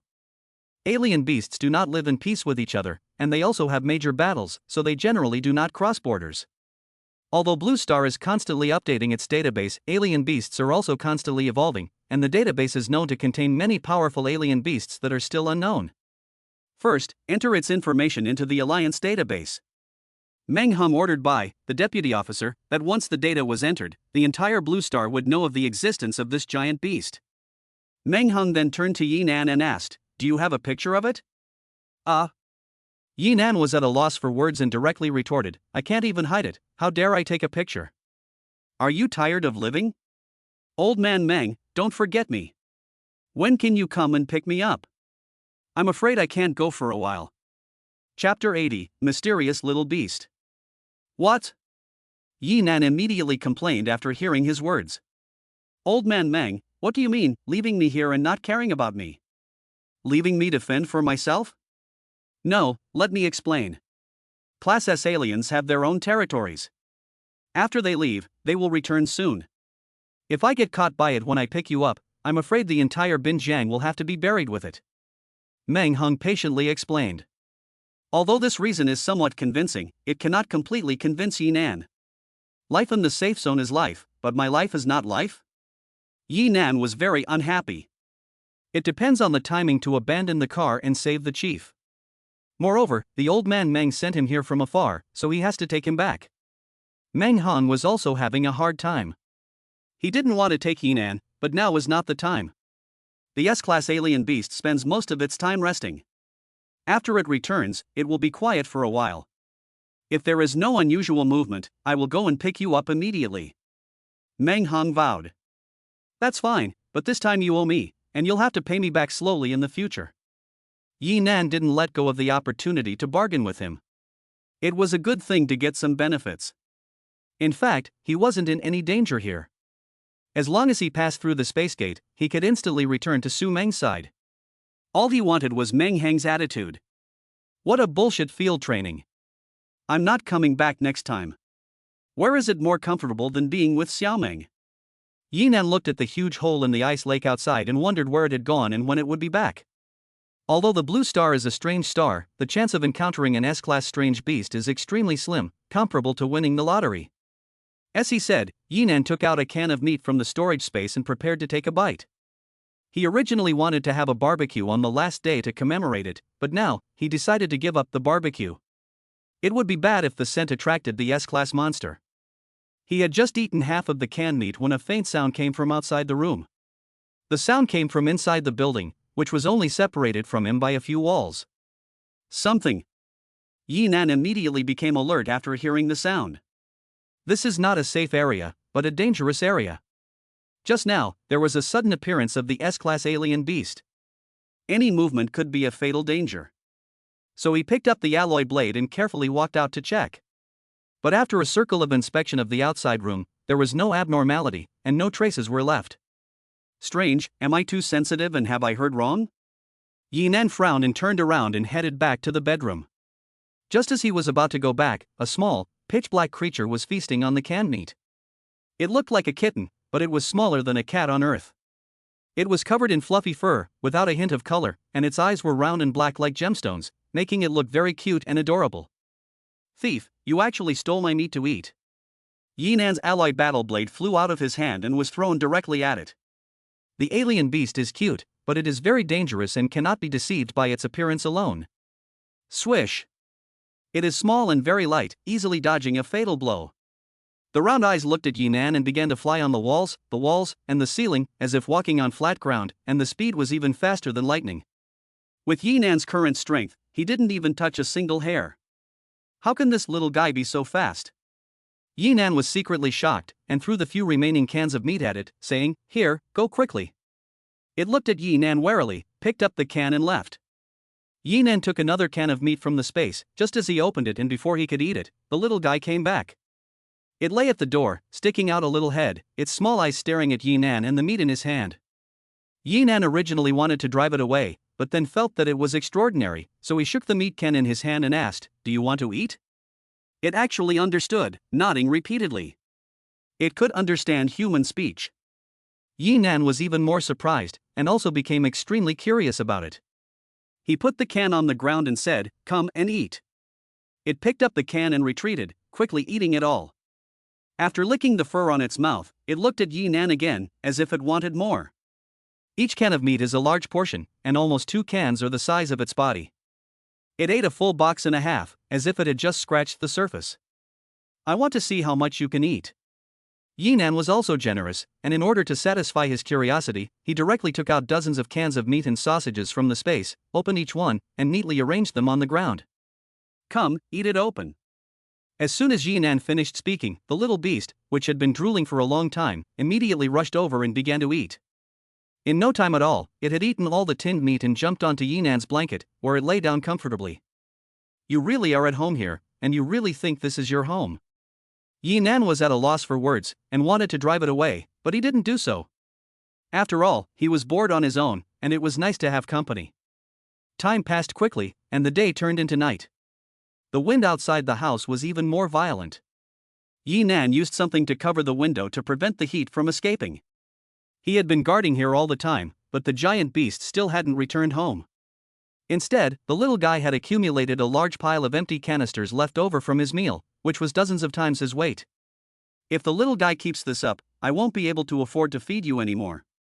Yi Nan smiled at it, thinking that he could feed it, but its stomach was like an endless pit, and it could never be filled.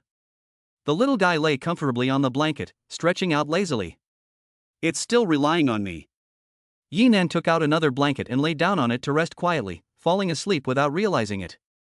As soon as he fell asleep, the little guy's ears pricked up, and he suddenly raised his head and rushed out like lightning. Its light body landed on the roof of the building where Yi Nan was, and its gem-like eyes looked down at the ground.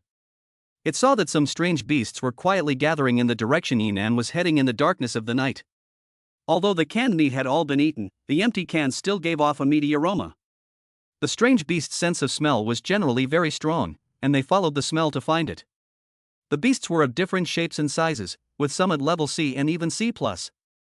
SSSHHHH. The little beast on the roof lightly showed its fangs, and a blood-red light shone in its eyes, spreading an invisible pressure. The beasts that had surrounded Yi Nan were suddenly scared out of their wits, and they scurried away with their tails tucked between their legs, not daring to stay for even a moment. The sound of the beasts fleeing startled Yi Nan. Could it be that the big guy had returned? Yi Nan got up and looked in the direction of the ice lake, but the ice hole on the ice lake was still there, and there was no trace of the giant beast. Only some strange beasts were fleeing in the distance. What's going on? What happened? He subconsciously looked at the little beast and saw it curled up in a blanket, breathing evenly and sleeping soundly.